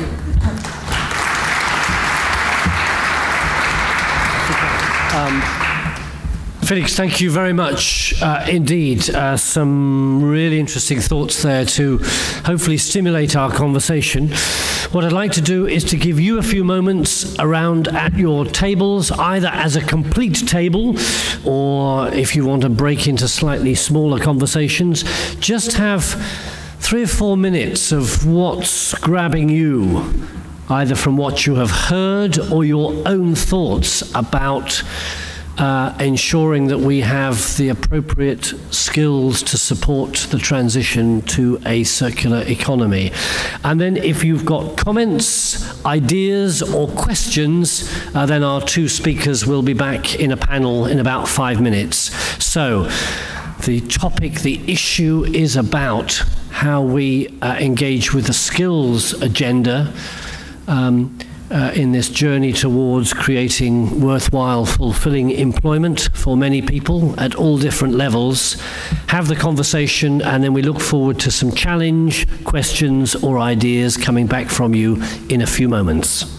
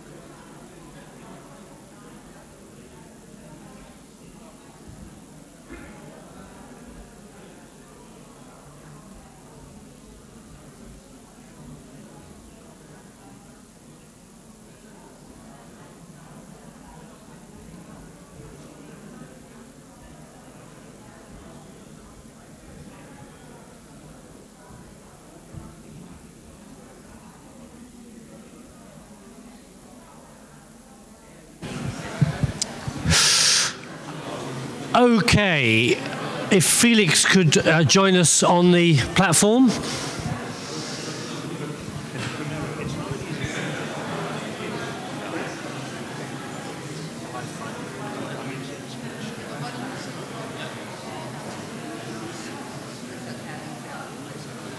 Yeah, I scare myself. Giving you a Christmas tree. Lighting. There he is.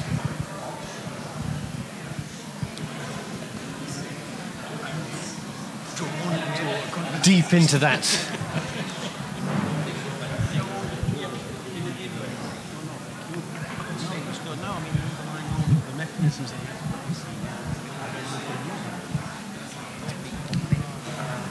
Okay, we have we've circulated a piece of white paper, and if there are any messages from your table regarding the skills dimension, it would be great again if you could write the word skills along the top, and then if you have any thoughts or ideas.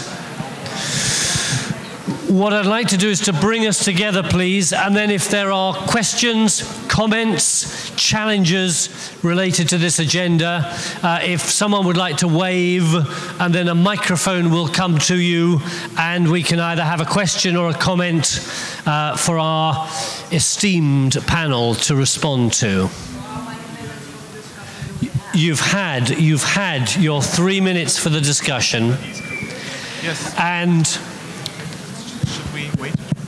what you might like to do is to orientate your chairs towards our panelists, unless, again, you are wanting to make a statement. Hello? Lovely. Is it working? Hello, hello? Yeah? I have here. Fantastic. Okay, so we're going to start. So, go for it. I have a... Thank you. Sorry, I'm going to... Sorry, I just... If we can... If for now we can work as a full forum, that would be great. Thank you. Thank you very much for the presentations, Niels Decker from UNIDO.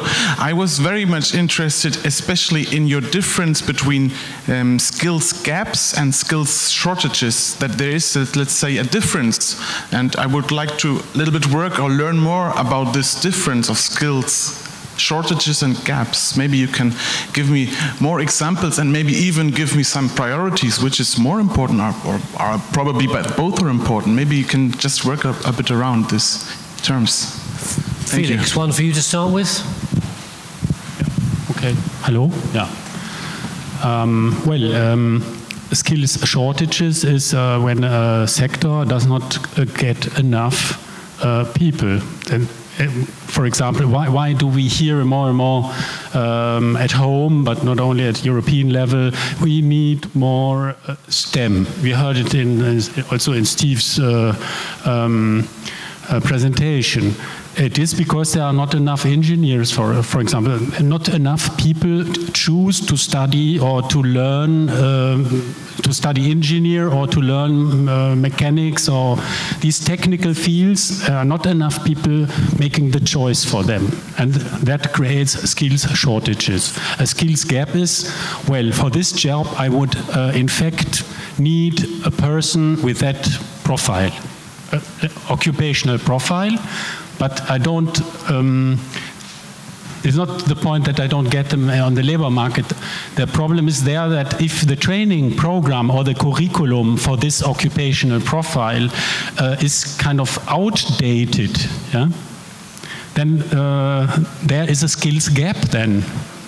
And that's a very dangerous thing, in fact. The longer this training program is given and the curriculum is running, the more people learn not enough. Would you like to just put a couple of examples of skills shortage and skills gap within the circular economy world? Me? Yes, please. I'm not a sector specialist, I must say. I Steve, work, do you want to come in on that then? Yeah.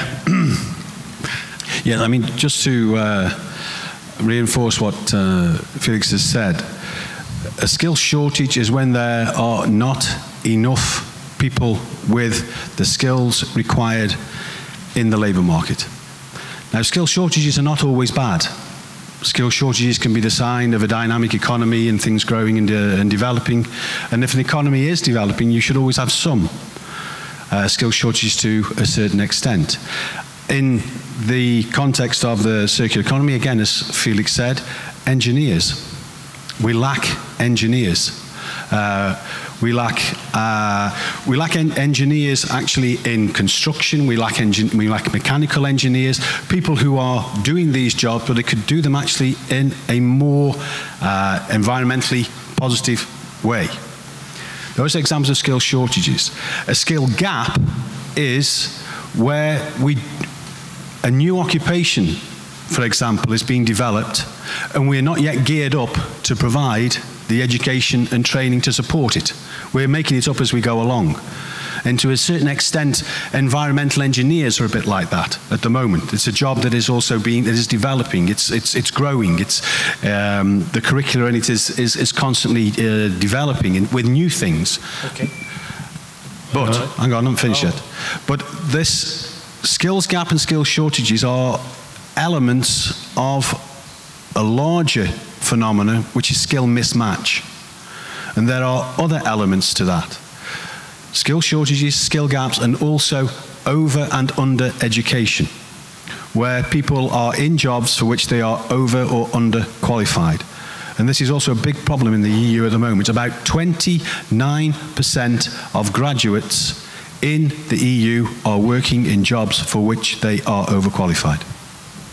Okay. Did you want to come in again, Felix? Yes. Thinking of ongoing projects, it occurred to me that I can give some examples for skills gaps, because these projects are supposed to address them. So we have a project that is working on updating training programs for the recycling of electrical devices.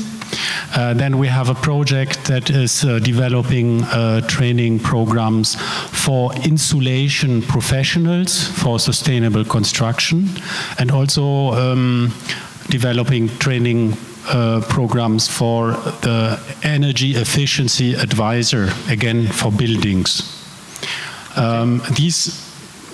These profiles needed new creation. For example, the energy efficiency advisor did not exist as an occupation some years ago. The insulation professional, well, insulation we used before, but this is an example where the occupation exists, but you have to top up with new skills because technology advances. Okay, makes sense?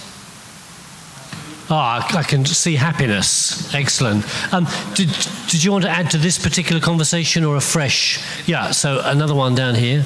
Another skills gap, I think, rather than a shortage, is facilitators. There you are. Process. Connecting all these different stakeholders together doesn't just happen. It needs skill to do it. Anyway, Robert. Thank you.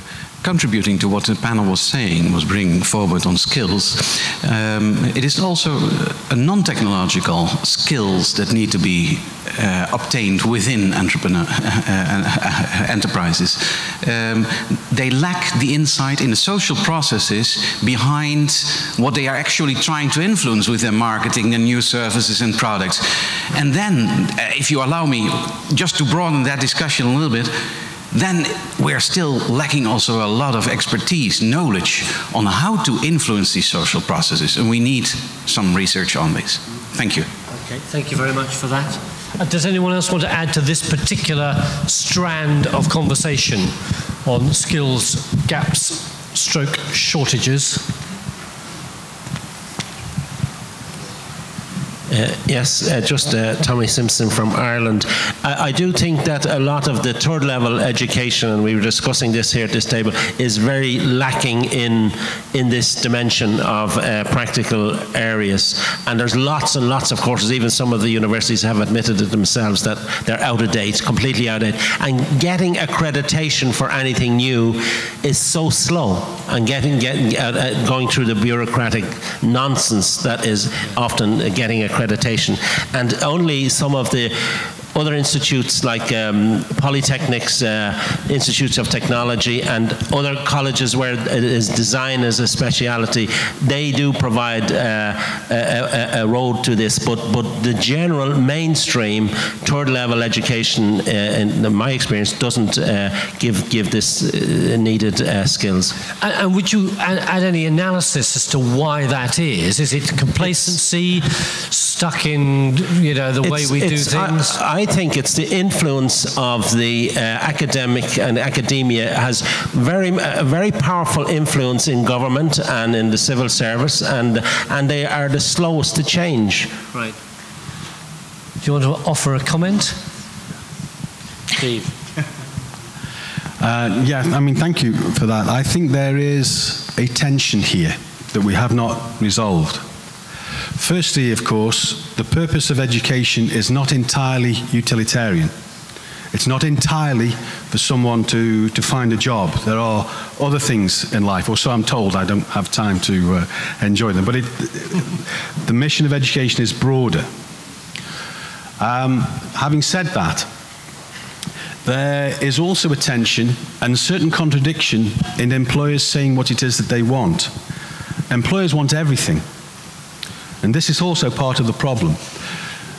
If you ask them in surveys what they want, they say they want the core skills, they want the generic skills, they want people who are adaptable, they want people who can learn, they want people who can work in teams, they want people who can communicate, and not just for high-level jobs. This is at all levels. We did a study where it showed that, as you would expect, foreign languages, advanced reading and writing skills are important for people in IT, senior public administration, and in the health service. But these skills are also required for care workers who traditionally don't have high levels of qualification. And so what the employers say they want is they want the core skills, but then they say people don't have necessarily the core skills or the specific skills that they want. Right. And one of the ways the European Union has tried to address that is actually by trying to encourage more apprenticeships, to be able to combine theoretical with situated workplace learning. So, and there is some evidence that that does improve the employment prospects of people. And so there is a tension there, and that tension does need to be resolved. I mean, it was very well expressed as you put it, but there is a tension there about what it is that we want and how we can resolve that. Okay. May I complement this? Just to be clear about it, the European Alliance for Apprenticeships is not only an alliance for apprenticeships, it's an alliance for more work-based learning, meaning for more practice-oriented learning. That can also take place in school. In the Netherlands, I have seen schools. The Netherlands have very few apprentices on paper. But what they have equipment in schools. I mentioned that in my presentation, simulators or whole mini plants connected to the process leading computers. So you can have lots of work-based learning in school, but it should be work-based. Okay, one more quick comment, yeah. Yes, maybe just a small comment regarding the young generations today. They are facing very big challenges. They don't have opportunities for getting a job, and they don't have the money. But they will find solutions anyhow to find out how to get into this new economical system. But they have to need to be supported, not just by schools, universities, but also by SMEs and other organizations. So young people really need support from all the system and the countries. Right. I'm sure you'd agree with that. Okay, time is not our friend, so I'd like this conversation to continue, but it may well continue in the next session, which is called Conversations. I'll come on to this in a second, but first of all, can I say a huge thank you to Felix and Steve, and I think you've got a final message you want to offer, Felix. I get that. I don't know why I get that feeling. No, it's a mix between message and question. I want to be sure that you got it, that these sector skills alliances is a grant type of the European Commission. So for these projects we give money, in fact. For a 2 years project, up to 700,000. For a 3 years project, 1 million euro. Right. Okay, and a final word from Steve. Just one final word, because Felix raised a question about the difference between Cedefop's forecasts about a stagnant growth in jobs for medium level qualified people and the economists' prediction that these jobs are declining. The reason for that is there is a difference between new jobs that are being created and what we call replacement demand. New jobs are being created at the high-skilled and low-skilled areas of the work spectrum. By 2025, 40% of people will work in a high-skilled job. And the number of people in a low-skilled job will also increase from about 10% to 12%. But this is new jobs. The reason that there will be more job opportunities for people with medium level qualifications between now and 2025 because of replacement demand. Because although you would not believe it by looking in this room, the workforce is getting older. In the next 10 years, many of us will have finished, God willing. Someone has to replace us. And the demographic trend is such that 10 times more job opportunities will arise because we have to replace people retiring than will arise because new jobs will be created. Okay, an interesting perspective on which to finish this particular conversation. Again, thank you very much to our two speakers and panelists. Thank you. Right, it would be great. We passed a virgin sheet of paper around. If there is a word, a comment, a thought, if you can capture it on that and bring it to the front. If additionally you can tweet it, you will be a friend to the planet and to people without jobs. So do that. Now, the important thing is we're going to break for a cup of tea or coffee in a moment. But I just want to explain to you, when you go downstairs, you are going to have the opportunity to choose from 18 conversations. So our unique methodology here is when you come back, there will be 18 table conversations going on, which will be case studies. Well, you can see them all listed in the program.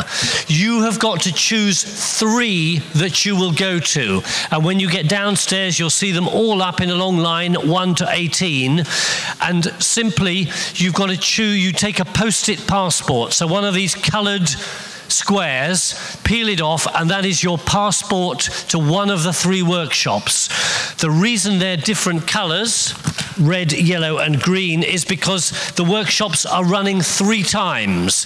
The reason we're doing that is because we want you to have a quality conversation of about 6 people around a table, rather than finding you've got 20 and it's just like another plenary session. So the idea is that you can really engage with the presentation.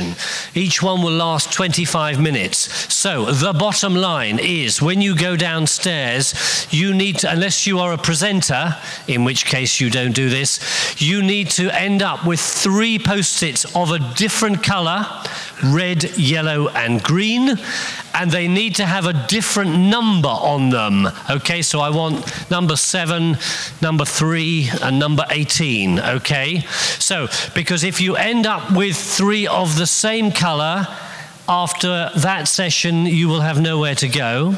If you end up with 3 with the same number, you'll end up going to the same workshop 3 times, and by the 3rd time, you may begin to realize. So the other thing I would say is, if you go down and your choice, they've all gone, relax. This could be your entry into a new world. So you know, we think, oh, I better go and have the session with this person because I'm his mate. Go somewhere you didn't expect to, and if all the tickets have gone, see that as a message from God that you need to retool and reskill in a different arena. So the last thing, 2 last things to say, can you take all your goods and chattels, your cases and things with you, because we're going to reform just the tables and you will be sitting somewhere else when you return. The final thing is, just to say, Lufthansa, I can't believe it, but are having a strike. You see, the world is just turning upside down as we know it. If you are a... Okay, shh. There are 9 names of people on the list. If you had a booking with Lufthansa linked with the European Commission, you need to go to the reception desk because they are organising buses back to Germany and you need to know when they're going, or some other system. So, key thing, enjoy your coffee, and most important, end up with 3 post-its, 3 colours, 3 numbers. See you just after 3:30.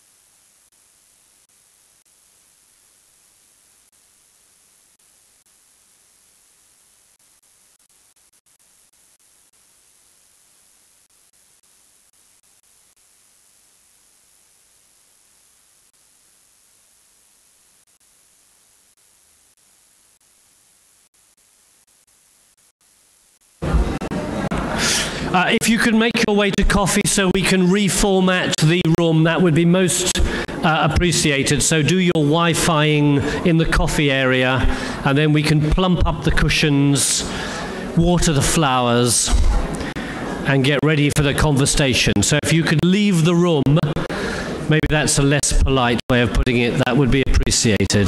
Yes. I can think about it.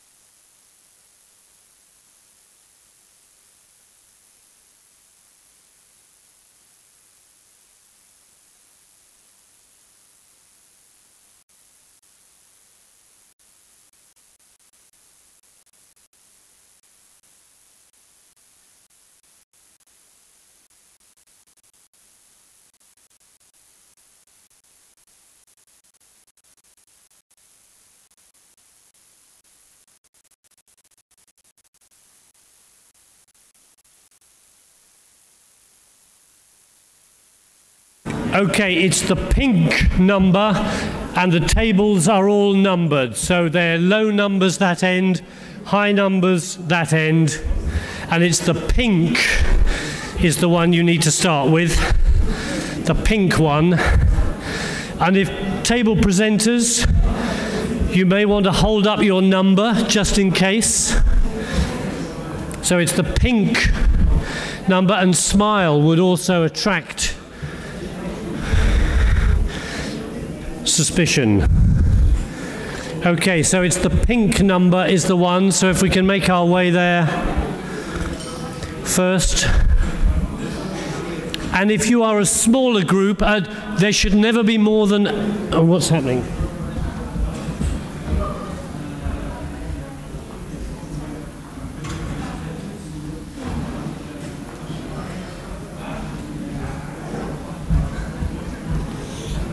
Okay, it's the pink number.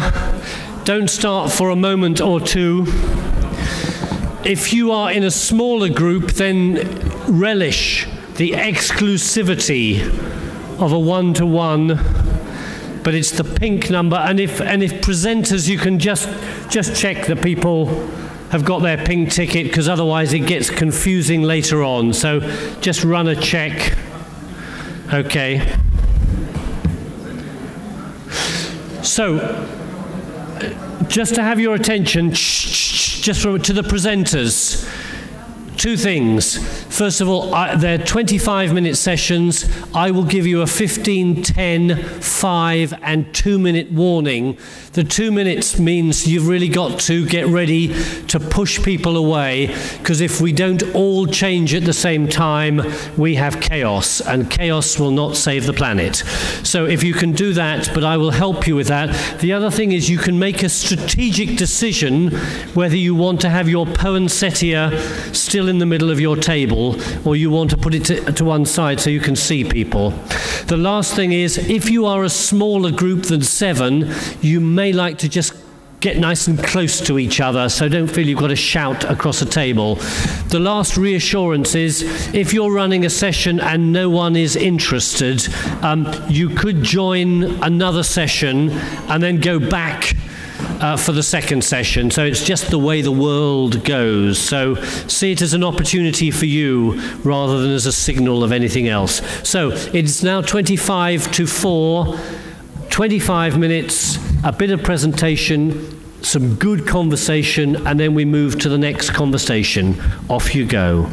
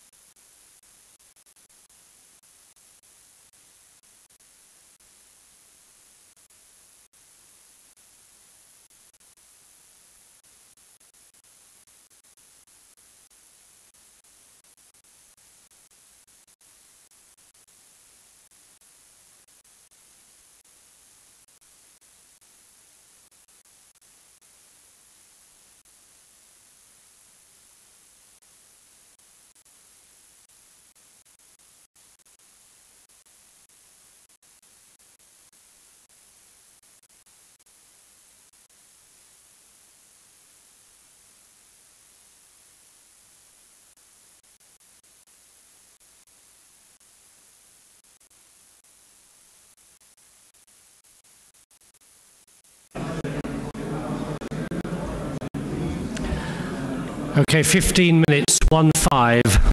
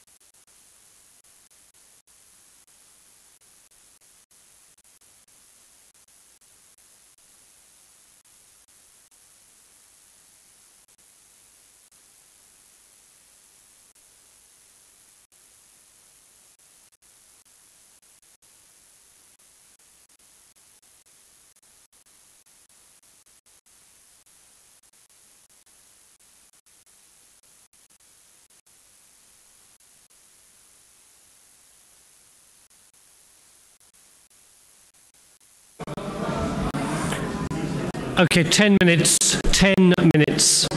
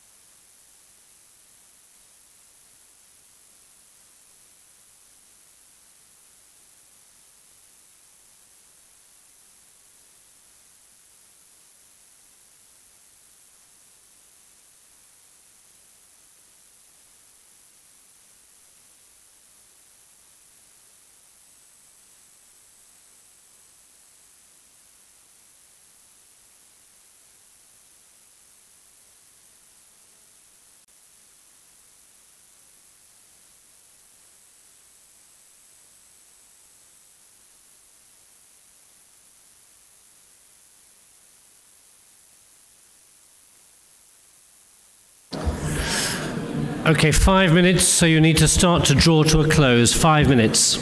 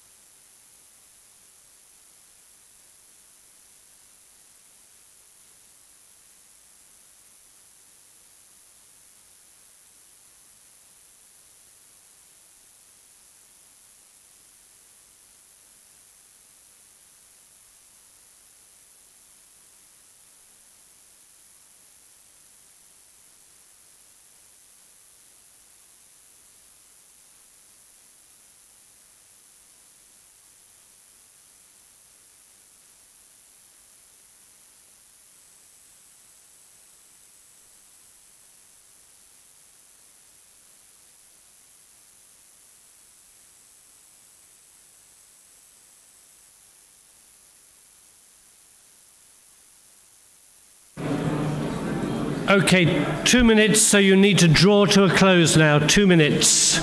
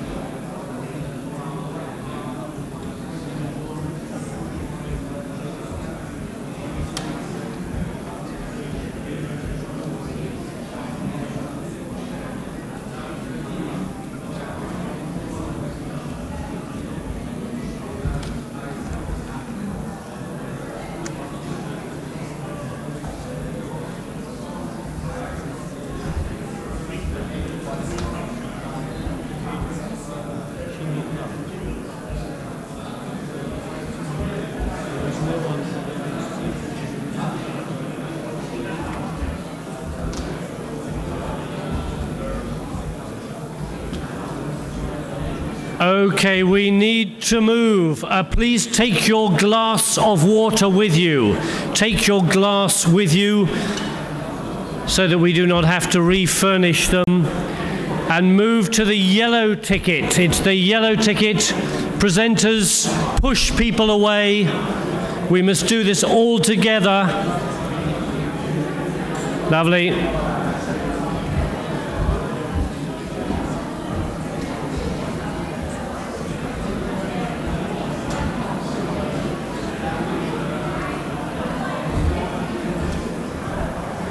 Okay, we all need to move together, so conversation can continue over dinner, but it's the yellow tickets. And presenters, can you hold your table number high? Presenters, hold their table number in the air so we can see where you are. Table 4, where's table 4?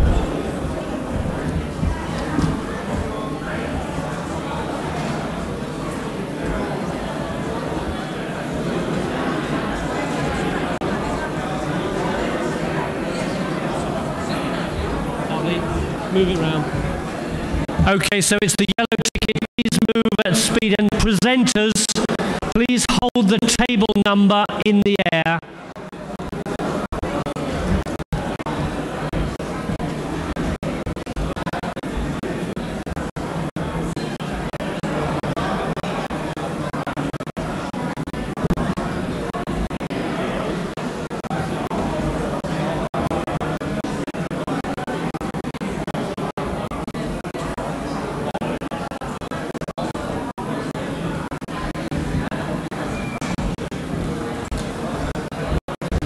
Okay, so it's the yellow tickets, and hold your table number in the air so those who are a little slower can get it.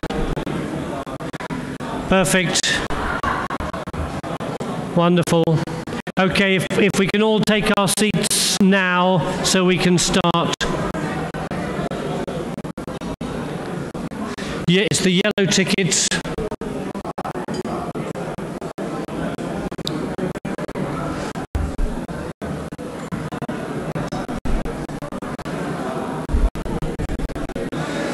Lovely. Okay. If you're standing up, if you could take a seat, please. Lovely.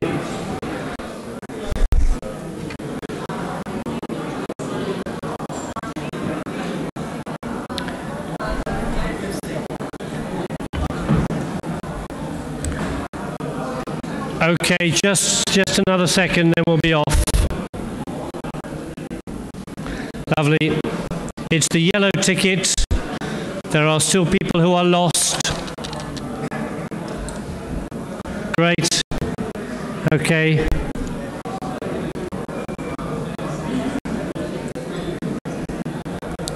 Yellow ticket. Okay. Okay, then off you go. 25 minutes for this one.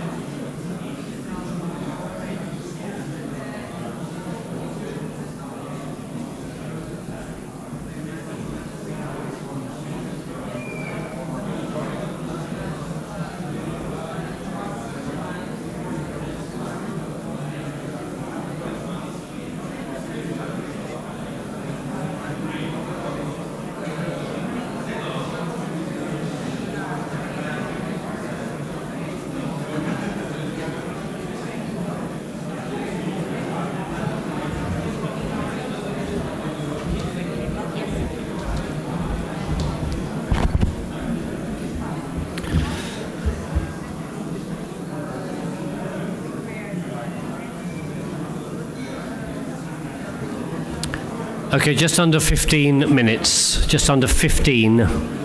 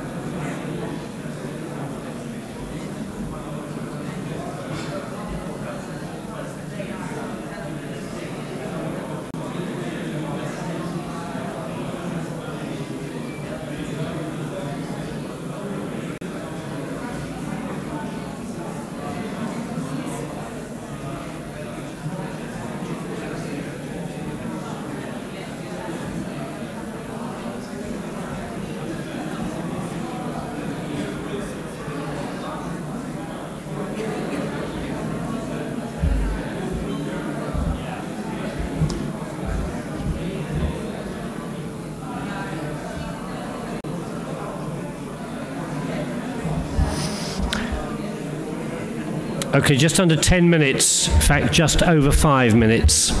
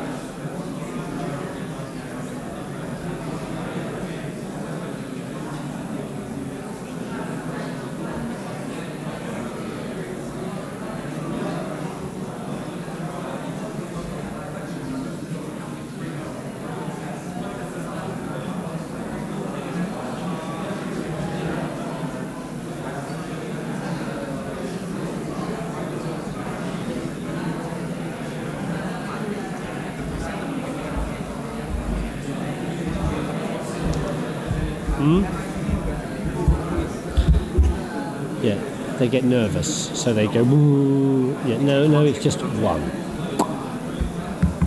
Yes. If you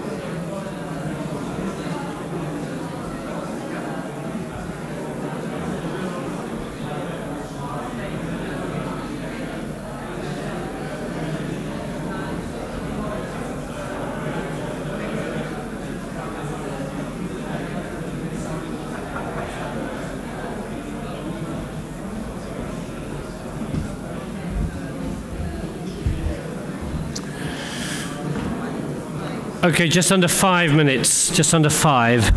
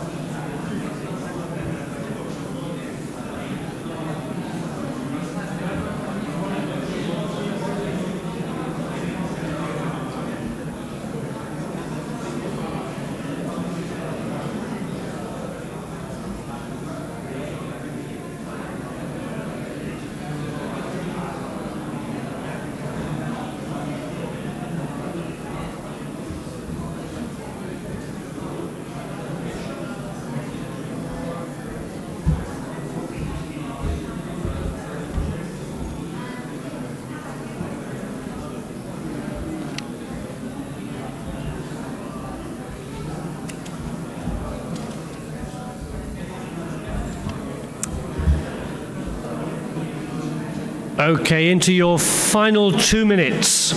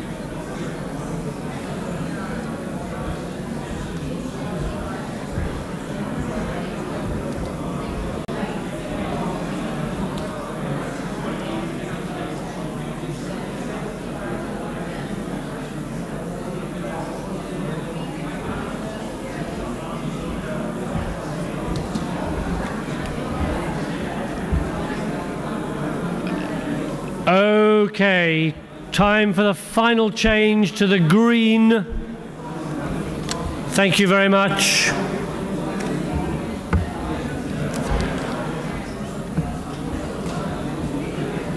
It's the final one, the green ticket. Don't forget to take your water glass with you if you are drinking water. Take your glass with you. It's the green one. All groups to finish now.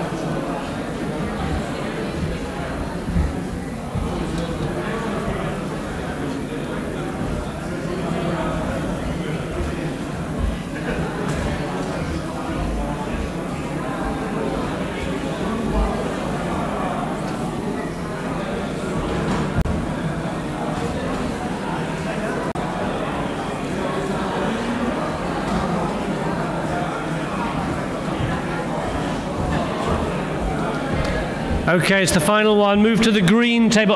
If you can hold the table number high. Presenters, table number with pride. Hold it high. It's the green.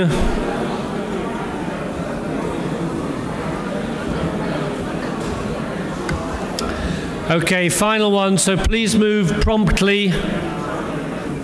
Perfect. Fantastic job. It's the green ticket. Hold your table number high and people will find you. A smile helps. Okay, make our way quickly, please. The final table.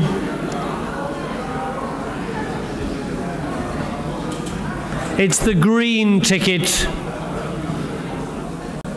Le billet vert.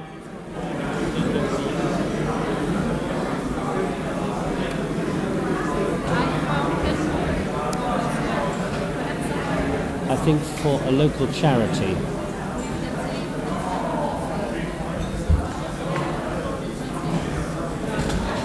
Who will know? You're too honest. I think a charity of your choice. I think if I'll either have a stamp here. Okay, all right. Otherwise, okay. So if we can move at speed to the final table, it's the green ticket. We're going to make this a tight one to finish at 5 o'clock. So just under 25 minutes, but you're probably reaching an exhausted state anyway. So just under 25 minutes till 5 o'clock on the green ticket. Off you go.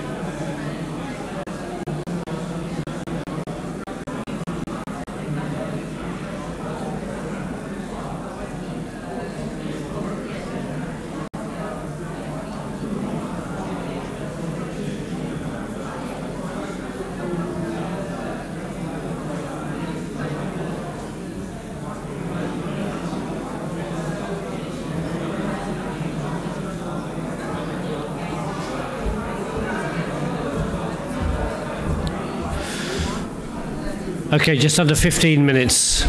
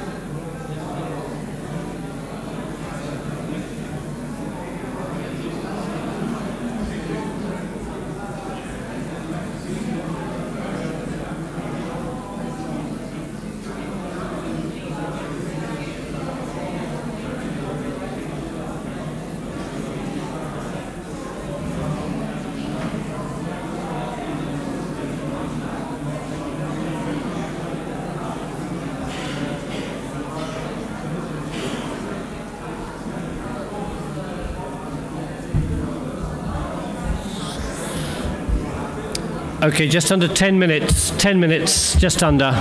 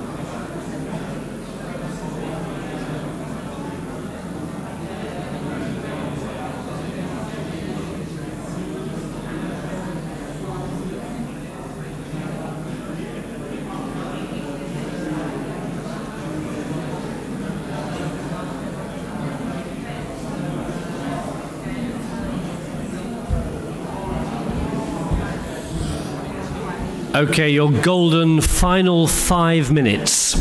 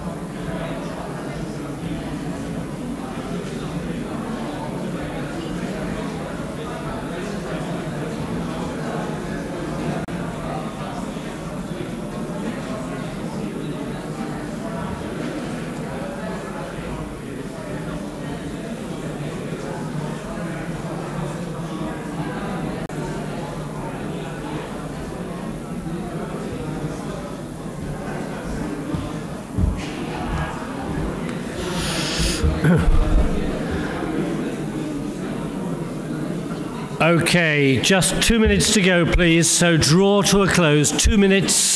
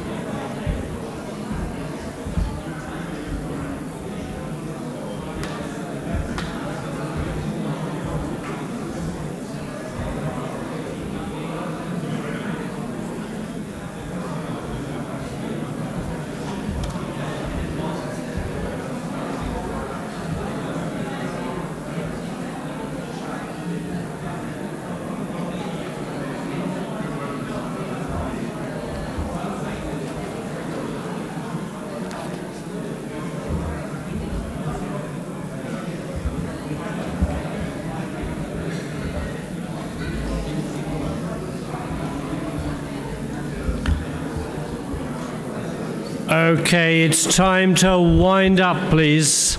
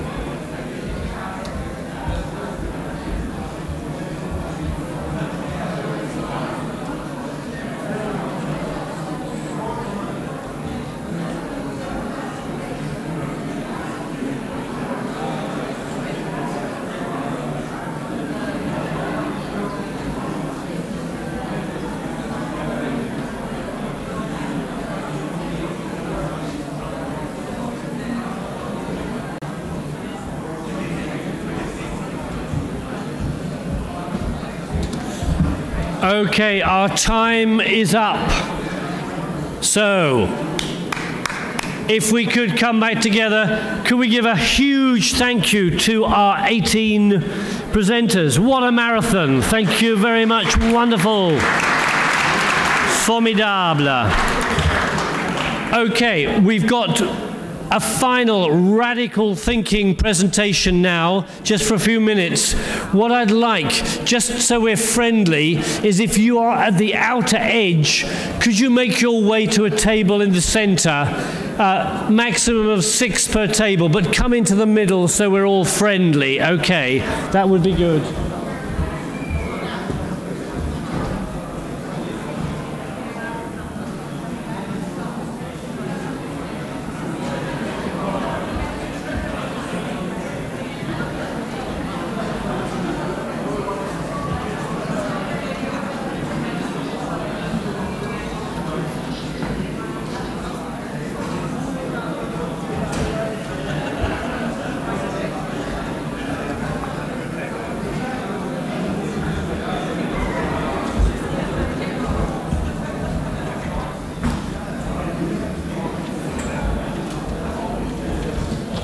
Okay, so nice and friendly, move into towards the center would be lovely. Really good.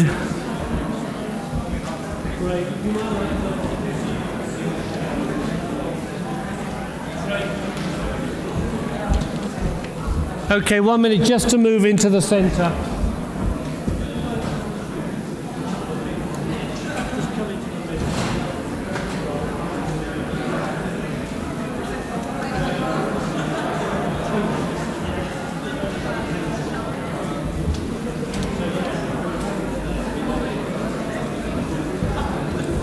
Okay, if we take our seats nice and near the middle would be great.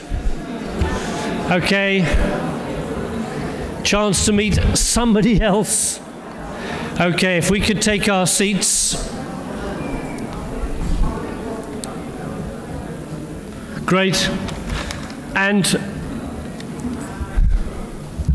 now, I'm afraid there is a task for our case studies. Each of you have been given a sheet with case study and your case study number. We would appreciate it if you would write one interesting thought or insight that emerged from your 3 conversations. So if you could write something interesting that happened, that would be appreciated.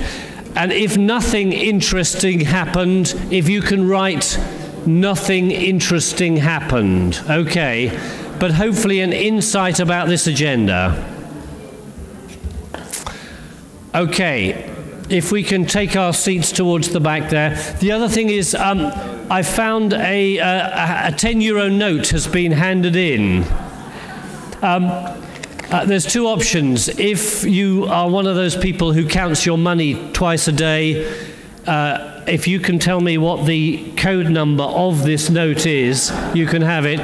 Or secondly, the next person to tweet a really good tweet about the conversations gets that towards the beer fund tonight, okay? So that's your choice. going to the prize winner. Tweet your conversation experience. So, we've got 2 things left to do this afternoon. In a moment, I am going to try and seek one powerful message or recommendation from today. Work that out from your tables, but relax about that, because before that, we just thought at the end of the afternoon there's a danger that we slip into complacency and think, oh well, we're working out this agenda, it's fine. Sorry, can I just have a... Lovely, it's just so we're all together as a forum, fantastic. So what we thought we'd do is try and introduce a bit of further spirit and radical thinking into the forum. I'm delighted that we're joined by Tom Cabral, it's that afternoon, Tom Cabral, who works for the executive board of the German metal trade union, IG Metall, and he's in the Department of Trade Union Education. But historically, he was originally a mechanic in the industry, and then during that period, he's increasingly engaged with trade unions and in the transformation process. And we said, talk about whatever you like, but we'd like you to offer us some radical thoughts. Therefore, Tom has got the title, which is Radical Rethinking on Labour and Economy for a Human Sustainability. So please welcome Tom to the platform. Welcome. Thank you, Peter. Thank you, Peter. I will try if it works here, that and that way. Yes. So, ladies and gentlemen, colleagues and friends, hello everybody, and a warm welcome to this last afternoon session. I'm glad that I have the opportunity to bring perhaps some new aspects into the debate on sustainability. My aspects will emphasize a human point of view to these areas of labor and economy. These are my topics. I want to give a small overview. This is my salary, I think so. I want to give a small overview to the largest global challenges. I would like to present positions and possible solutions to it. And finally, I try to develop a fruitful new view on labor and economy, which will set our discussion on eco-innovation on an explicit human base. So, the challenges. I'm sure you know their challenges. All large current threats we face today have a global dimension. We cannot solve them only for a particular area, for a nation, or for a particular group. The most pressing threats and problems are, some of them were already mentioned today, of course, the global warming, the imminent disasters and the migration streams they will following, the partially irreversible disturbance of ecosystems and the pollution of air. It's hardly to breathe in many cities such as Beijing and Mexico City, for instance. The shortage of energy resources, petroleum, gas, and minerals or food, it causes war for these resources. The increases of unemployment, exclusion and poverty almost everywhere in the world, especially in Europe. Think at the youth, probably in Spain, Italy, or Greece. The gap between the poorest and the richest, it could cause us fight all against all, and it will be a threat for all democratic societies. Due to the fact that these threats today have a global dimension, the solution must have a global dimension. And this selection of points that I've shown here of threats is the result of a global discussion, and many scientists from many countries around the world were involved. You can find the so-named Convivialist Manifest in the internet, and Convivialist leads me to the point what will be the core of my presentation. Convivialistic is a very special French word, but it means live together in a very fruitful way. The Convivialist Manifest is, in my opinion, a good example how to face this challenge of global problem solving in a constructive and transnational and cooperative way, because we have a pluralistic world society, what means that we have an enormous diversity in culture, values, interests, the different political agendas, and of course the interpretation of the current crisis, for instance. In Germany existing various explanations about the reason of the crisis, for example. So what we need is a discussion about a common orientation for a common human sustainability development. And ladies and gentlemen, now probably a very special opinion about these problems. Last week I still had another idea for this speech, but then something was happened. What was it? Pope Francis delivered a message. I'm a mechanic, and later I studied vocational training and philosophy. In religious matters, I'm a very open and tolerant person, but not a practicing Christian. But maybe it change in the future if Pope Francis continue in that way. But just from a philosophical point of view, Pope Francis named, in my opinion, excellent aspects for thinking about, and in my opinion, he hit the nail on the head by naming the correct current problems when he had spoken to the European citizens in European Parliament last week. He said, "We are living in a throwaway society with unrestrained consumerism. We are absolute the market and technology." And that point is very important if we talk about quality of life. The people live in loneliness and they are losing their social integration. He said, "We lack an authentic anthropological orientation." But solutions for these problems comes also from Europe. He continued, "The humanistic spirit was always an anthropological orientation that developed a general ethical point of view for politics and also for economy, education, and so on. The wealth of diversity in Europe is the resource for the ideal of a peaceful, creative, and adventurous Europe." Adventurous Europe sounds very good. But adventurous cannot be equated with entrepreneurial spirit. This is a very special point. Entrepreneurial spirit is, of course, very important, but the anthropology has not been reduced to the famous but disproved Homo economicus. And sometimes the entrepreneurial spirit is reduced at this Homo economicus.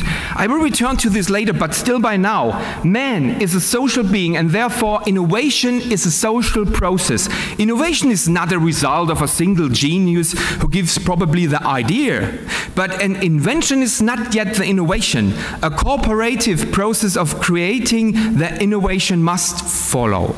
An inventor needs help from many people. He needs people who want to help him or her. And Pope Francis said further, mutual help creates mutual trust. And that is an absolutely necessary base for innovation, trust. Because innovation not only has to do with cooperation and help from each other, it always has to do with changes. And changes causes fears and unsettling the people. The process of common activity activities builds trust, and this is the best medicine against fears, especially in times of crisis where many people are afraid of the future. And of course, our long tradition of education, science and work we hear today is the best practice to learn from each other and bring heaven and earth together. Heaven and earth means theory and practice, idea and realization. Pope Francis mentioned this wonderful picture from Raphael, the schools from Athens, where Plato shows in the heaven and Aristotle on the earth. And it is very interesting that he put theory and practice in this context together and linked it to heaven and earth. So it's very, very interesting. And the context, Pope Francis said totally clear: labor gives human dignity. Vice versa, without work, a human being cannot develop themselves as a dignified human being. Then again, think on the use in Spain, Greece, Italy, for instance. We cannot say some people win, some people lost. No, we cannot say it in that way. And we cannot speak from a lost generation. Work has an unbelievable force to integrate people into society. And only in society we have the chance to grow to a human being. Labor gives human dignity. Therefore, in some matters we have to develop a new point of view, and we have to discuss about following impulses that, for instance, Pope Francis have given to us. What means an authentic anthropological orientation for decisions in practical policy and economy? How do we have to develop our concept of labor when we consider it as a resolve of human dignity? How do we finally have to rethink economy to enable a human sustainable economy in that mentioned then sense? Let's look finally at these 3 points: anthropology, labor, economy, made from a new point of view. Michael Tomasello, an US-American anthropologist and behavior scientist, is currently the scientist with the greatest impact factor on a large number of scientific fields. Its empirical experiments to anthropology are highly appreciated and have proven peculiarities of the human being. It's evidenced. A human being is a social being. We are born to cooperate. Cooperation creates trust and reduces the fear of change and of new developments. He described the very interesting social aspects of human cooperation as human beings help each other. They share something, not only with family or friends. It's a deeper sense of sharing. They are born to share. It is proved by empiric experiments. So we are nice. Human beings inform each other by their nature without any hidden agenda of potential advantages. An example, when I read, for instance, the newspaper in the morning, and I have information, I get information, and for me, the information is not so important, but I think at a friend, for example, a friend or a colleague, and I said, this is a matter, the issue he worked on, and probably this information is very important for him or her. And so I mentioned this information, and this is the way, I think so, what is proved by Tomasello, that we usually have the intention to inform each other about things because we are social beings. That's very important. Help, share, inform. I'm sure if you compare these aspects with your project that you have presented before, you will find all these human and social aspects who cannot be expressed very well in figures, numbers, or measurements, but they are indeed the base for our great and successful way in the last millennium, where we created our human culture. Help, share, and inform. It sounds a little bit normal or banal, but I think we do not really recognize that this is our human nature.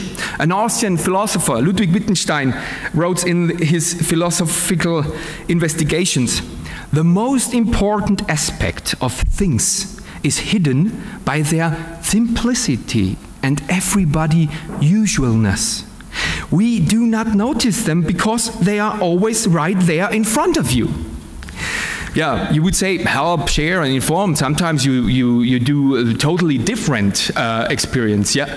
But if you look at the culture, we will see that it works. Without helping, sharing, and informing each other, human culture would not have been possible.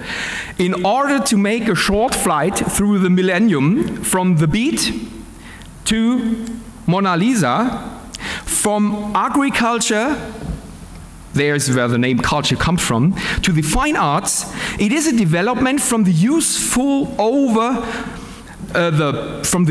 like a beat, over the pleasant, like a house, for example, to the beauty. We always find helping, sharing, and informing shared intention and respect. How will a complex system like a democracy exist without respect, for instance? To the next two aspects, the last aspects of a new view on labor and economy, I can present the results of two European projects, Quality Move and Net to Quali. My two colleagues, Clemens and Fernando, are here, and we working in these projects together. We can say all over Europe with a lot of countries. We practice helping, sharing, and informing in the frame of a transnational project and developing new ways of looking at labor and economy. And you will see the results fit very well with our anthropological base. Labor as a human concept means anthropogenesis is a mutual process of bearing human beings and work. And of course, because we are social beings, through mutual education, we bearing man and culture. That's very important. Man does not exist without work. It's a mutual process. Work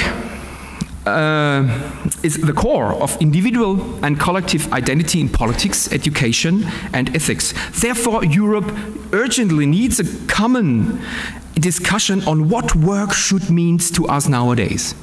It could lead into a European discussion on decent, human, sustainable work. If you include human cooperation, sense, and dignity into the definition of work, it will expand into community work. In Germany, we have this word Gemeinwesenarbeit. It's difficult to translate, but it means work for us all, for the community of human being. An expanded definition of work and labor brings new assessment criteria for a human evaluation of technological processes and technological progress and its products. And of course, social and ecological sustainable economy. It brings me to the new view of economy. A human sustainable economy includes also the social and ecological aspects, because the place where we developed in the past, where we're developing now, and where we will develop in future is economy as a part of our culture with its two sub-aspects of work and education. Economy is not equal with capitalism. That's very important to say as a unionist, you know. Economic activities are a key element of our action as human beings. It creates interpersonal meaning, common sense, a very nice word, only in British English, the common sense with the three meanings. I can't translate it in Germany, but it's more than only a meaning. Yeah, it is linked to a community of the human beings when they have the same sensual, and must therefore always be viewed in social, interactional, then ethical terms. Individualized views of economics prevent the recognition of how strong Europe's economy and the world economy are networked and are operating within social cooperative processes. Sometimes we cannot see that because we have abstract words and abstract application for that. Economy, which is purely focused on particular or individual or national economic competition, kills initiatives for green innovation that we need today. Think at the threats that I mentioned before. To create radical innovation, you have to anticipate and design through human cooperation. This is what I called democracy of innovation. The German unions have a very good experience with the participation of workers. We have a law, we call it co-determination, so it is a guarantee for the workers that they can participate. They cannot decide everything, of course, but they are involved in the process. We heard from Katja in the morning. Include the people, trust them, bring them together, bring the diverse meanings together. And this is what we have by law, and it works in the practice very well. Working together brings us, in general, to a trustful and confident cooperation between employers and employees. We help, we inform, we share each other. With this in mind, technological cooperation means all kinds of people, engineers, workers, cross hierarchies, cross borders, cross companies. It's a very, very big issue because the concurrence between companies avoided innovation because the people don't have to talk to each other. It's a big problem and a big issue for our green innovation process. The meaning and the sense of our objectives in the economy have to be mainly individual profit. But that's wrong. Economic activity must become an important part of cooperative, human, and sustainable life. This is my last main message. The objectives in our worldwide economy never have to obstruct or prevent the natural human needs. Mutual help, sharing, and mutual informing. This must be our criteria for a decent and ethical economy. The green economy shows how it works. Because the objective is not only profit, it's survive. And it's a good life for every human being. It means in practice that we have to trust in the people, involve them, participate them as much as you can through borders and through companies. They will bring out the best. Because human solution for the biggest threats nowadays.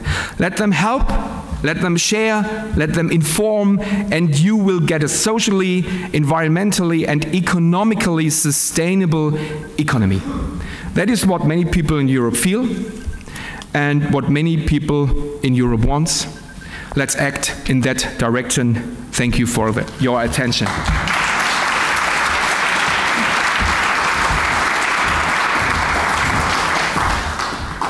Tom, thanks very much. Tour de force at the end of the afternoon. I'm just interested, quick straw poll. I don't normally do this, but I'm going to give you three options. Yep, he's right. I buy into it. Second option, no, flawed. We need to discuss this. Not sure.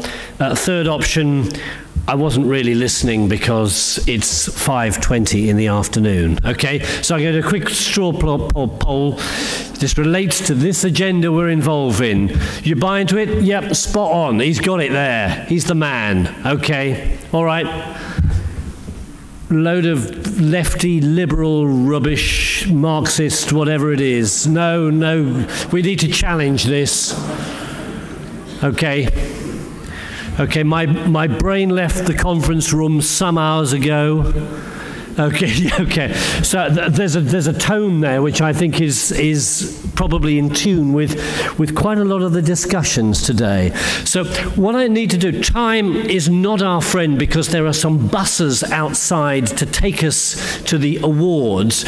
What I would like you to do, where's Nancy? Nancy, have you circulated those sheets? Okay, if you can circulate them in seconds, one to each table. So go at a high speed, one on each table. Ka-chung. They're all there. Okay, you all have a wonderful square sheet. From the richness of today's discussions, we still want to draw some messages. Have we got the? Oh, we've done it up there. One key message, stroke recommendation to go out from the forum. I want to draw those into the discussion tomorrow with a key panel, and we have the commissioner with us. So this is an opportunity to a big hit. We are trying to achieve transforming jobs and skills for a resource-efficient, inclusive and circular economy. What message needs to be reinforced if we are to make that step change? What's the message or recommendation? You have got 7 minutes as a table to identify what that message is. Celebrate, enjoy, be human, but make sure you've got no more than 140 characters of a message. So have a quick conversation and come out with a message. Okay, go for it.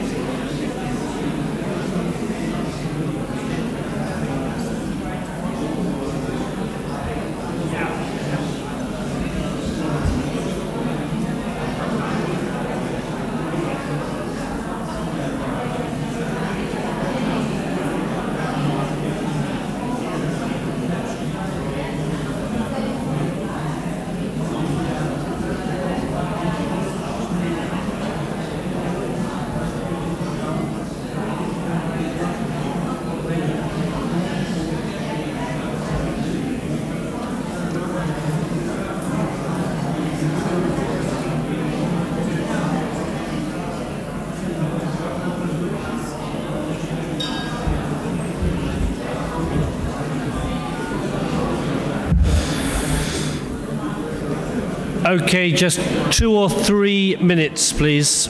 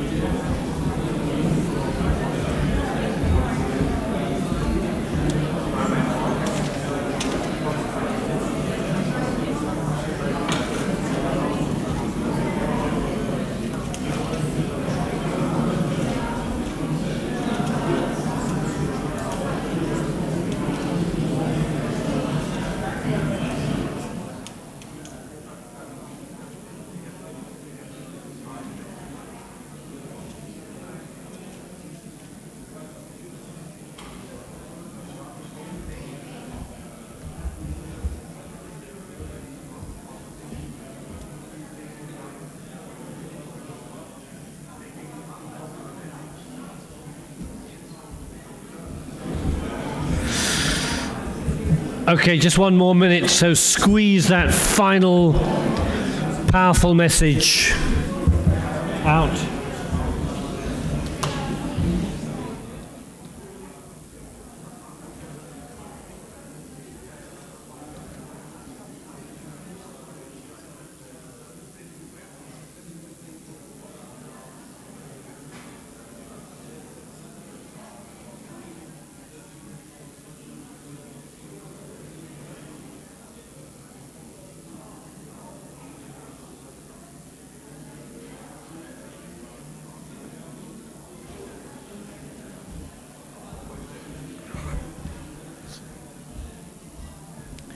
If you've got multiple suggestions, can you put a square box around the one if there was one that you thought was distinctive and of high value?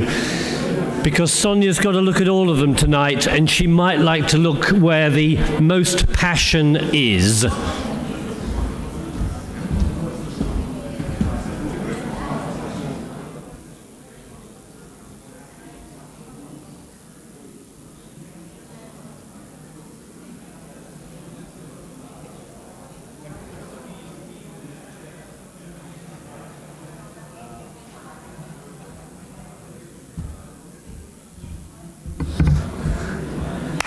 Okay.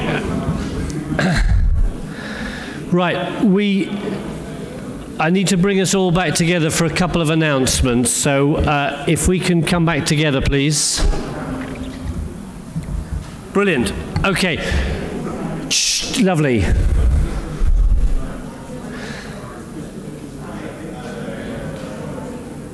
Okay, shh, lovely. Just if I can hold you together for a moment. These are life-changing announcements I'm making. Well, they're not really, but shh, just for 2 things. First of all, no one recognise that? Okay, it's available to Real Techer,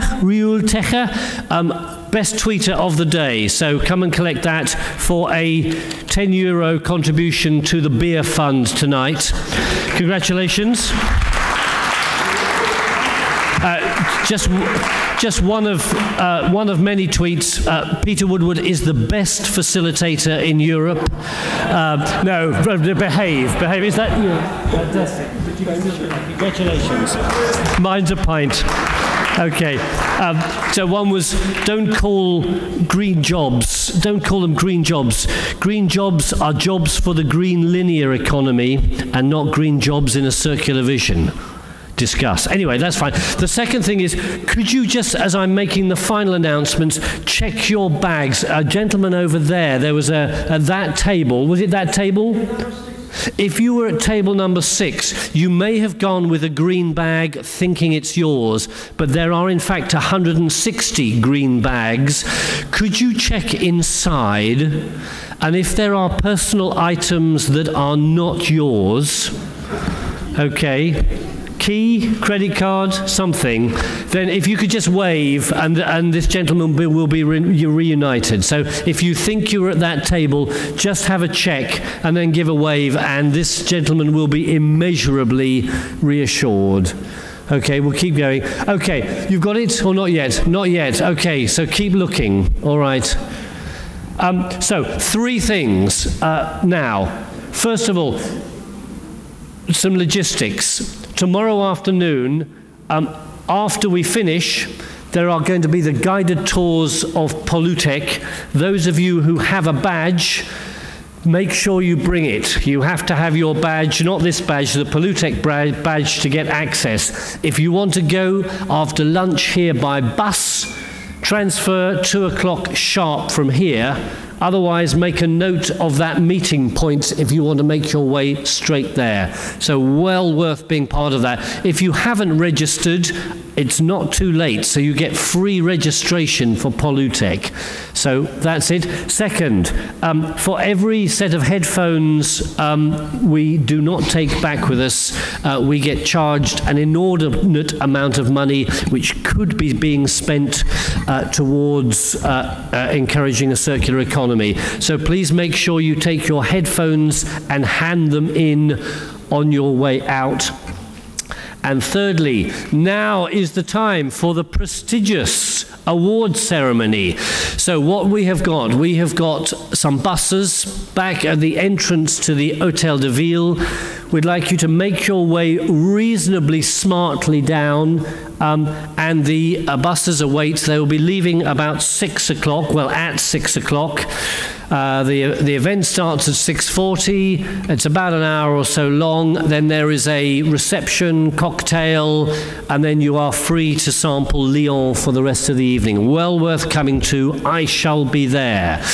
Could I, for now, just thank, and just to say, tomorrow morning, 9 o'clock, we'll try and start fairly well on time, maybe 5 minutes late, but more powerful presentations and important forum discussion on the way forward, and a new a new commissioner with us, so it will be good to demonstrate to him our enthusiasm and passion for this agenda. So the Environment Commissioner is here, Commissioner for Environment, Maritime Affairs and Fisheries is here, and we want to demonstrate, if that's what you want to do, how powerful this agenda should be on his shopping list. So 9 o'clock tomorrow. But for now, could I give an enormous thanks to our speakers, our conversation hosts. Wonderful. Thank you very much, speakers. Great contribution. To our interpreters who have relentlessly been giving us pearls in our ears, so thank you to you. To our support team, and most of all to you for staying the course. It's a key agenda, it's so important. We are moving forward. Let's move forward now via your coats to the buses. See you in a few moments. Thank you very much.